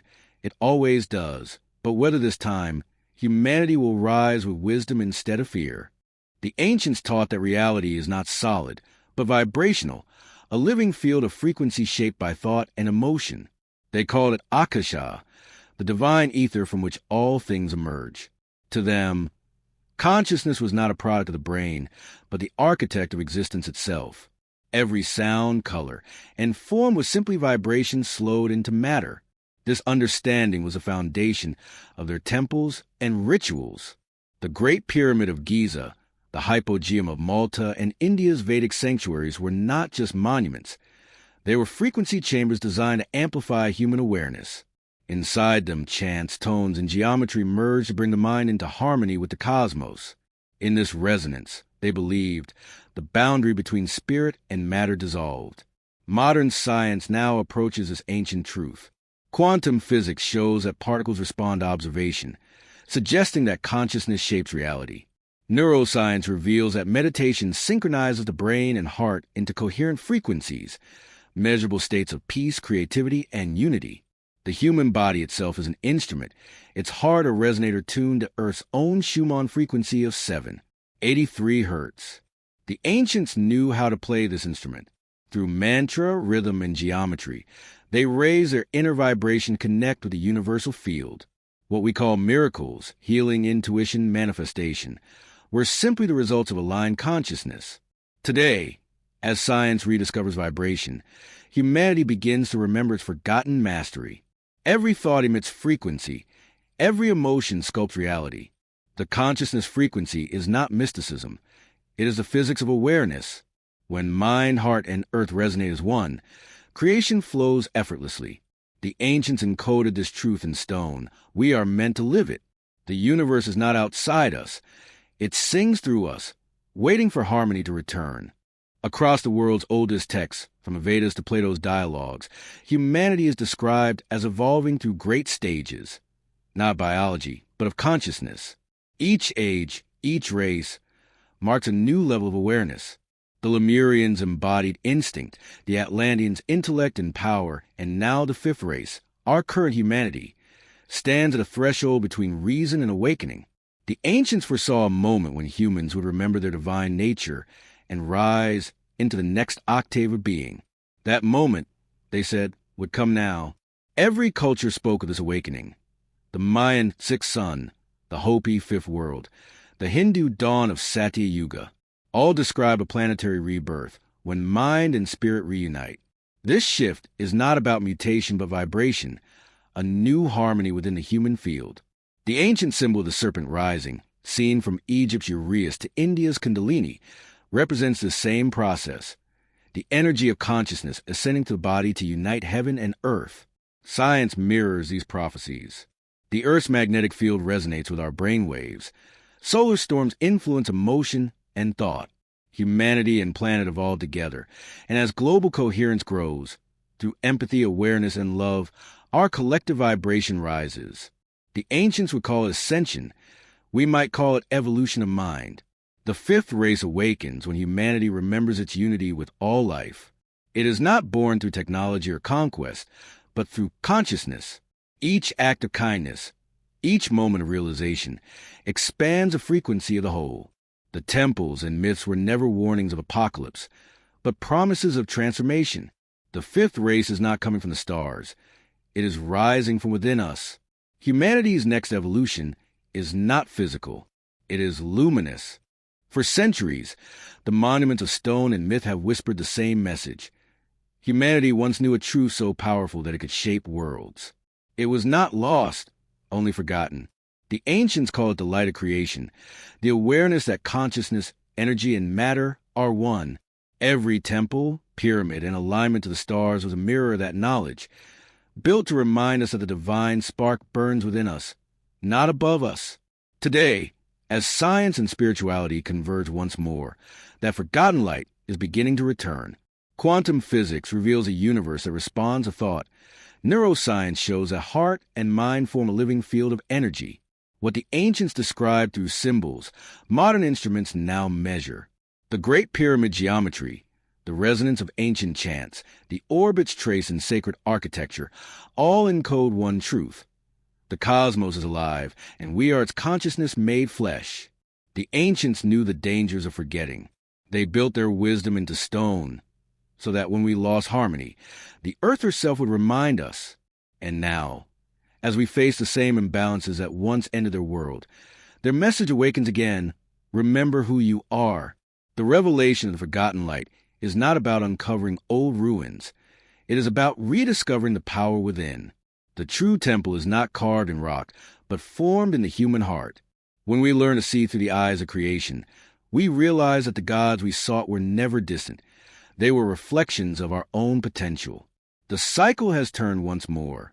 The light that built pyramids now stirs within humanity. The ancients preserved it for this moment, when we would finally be ready to remember that we are the light itself.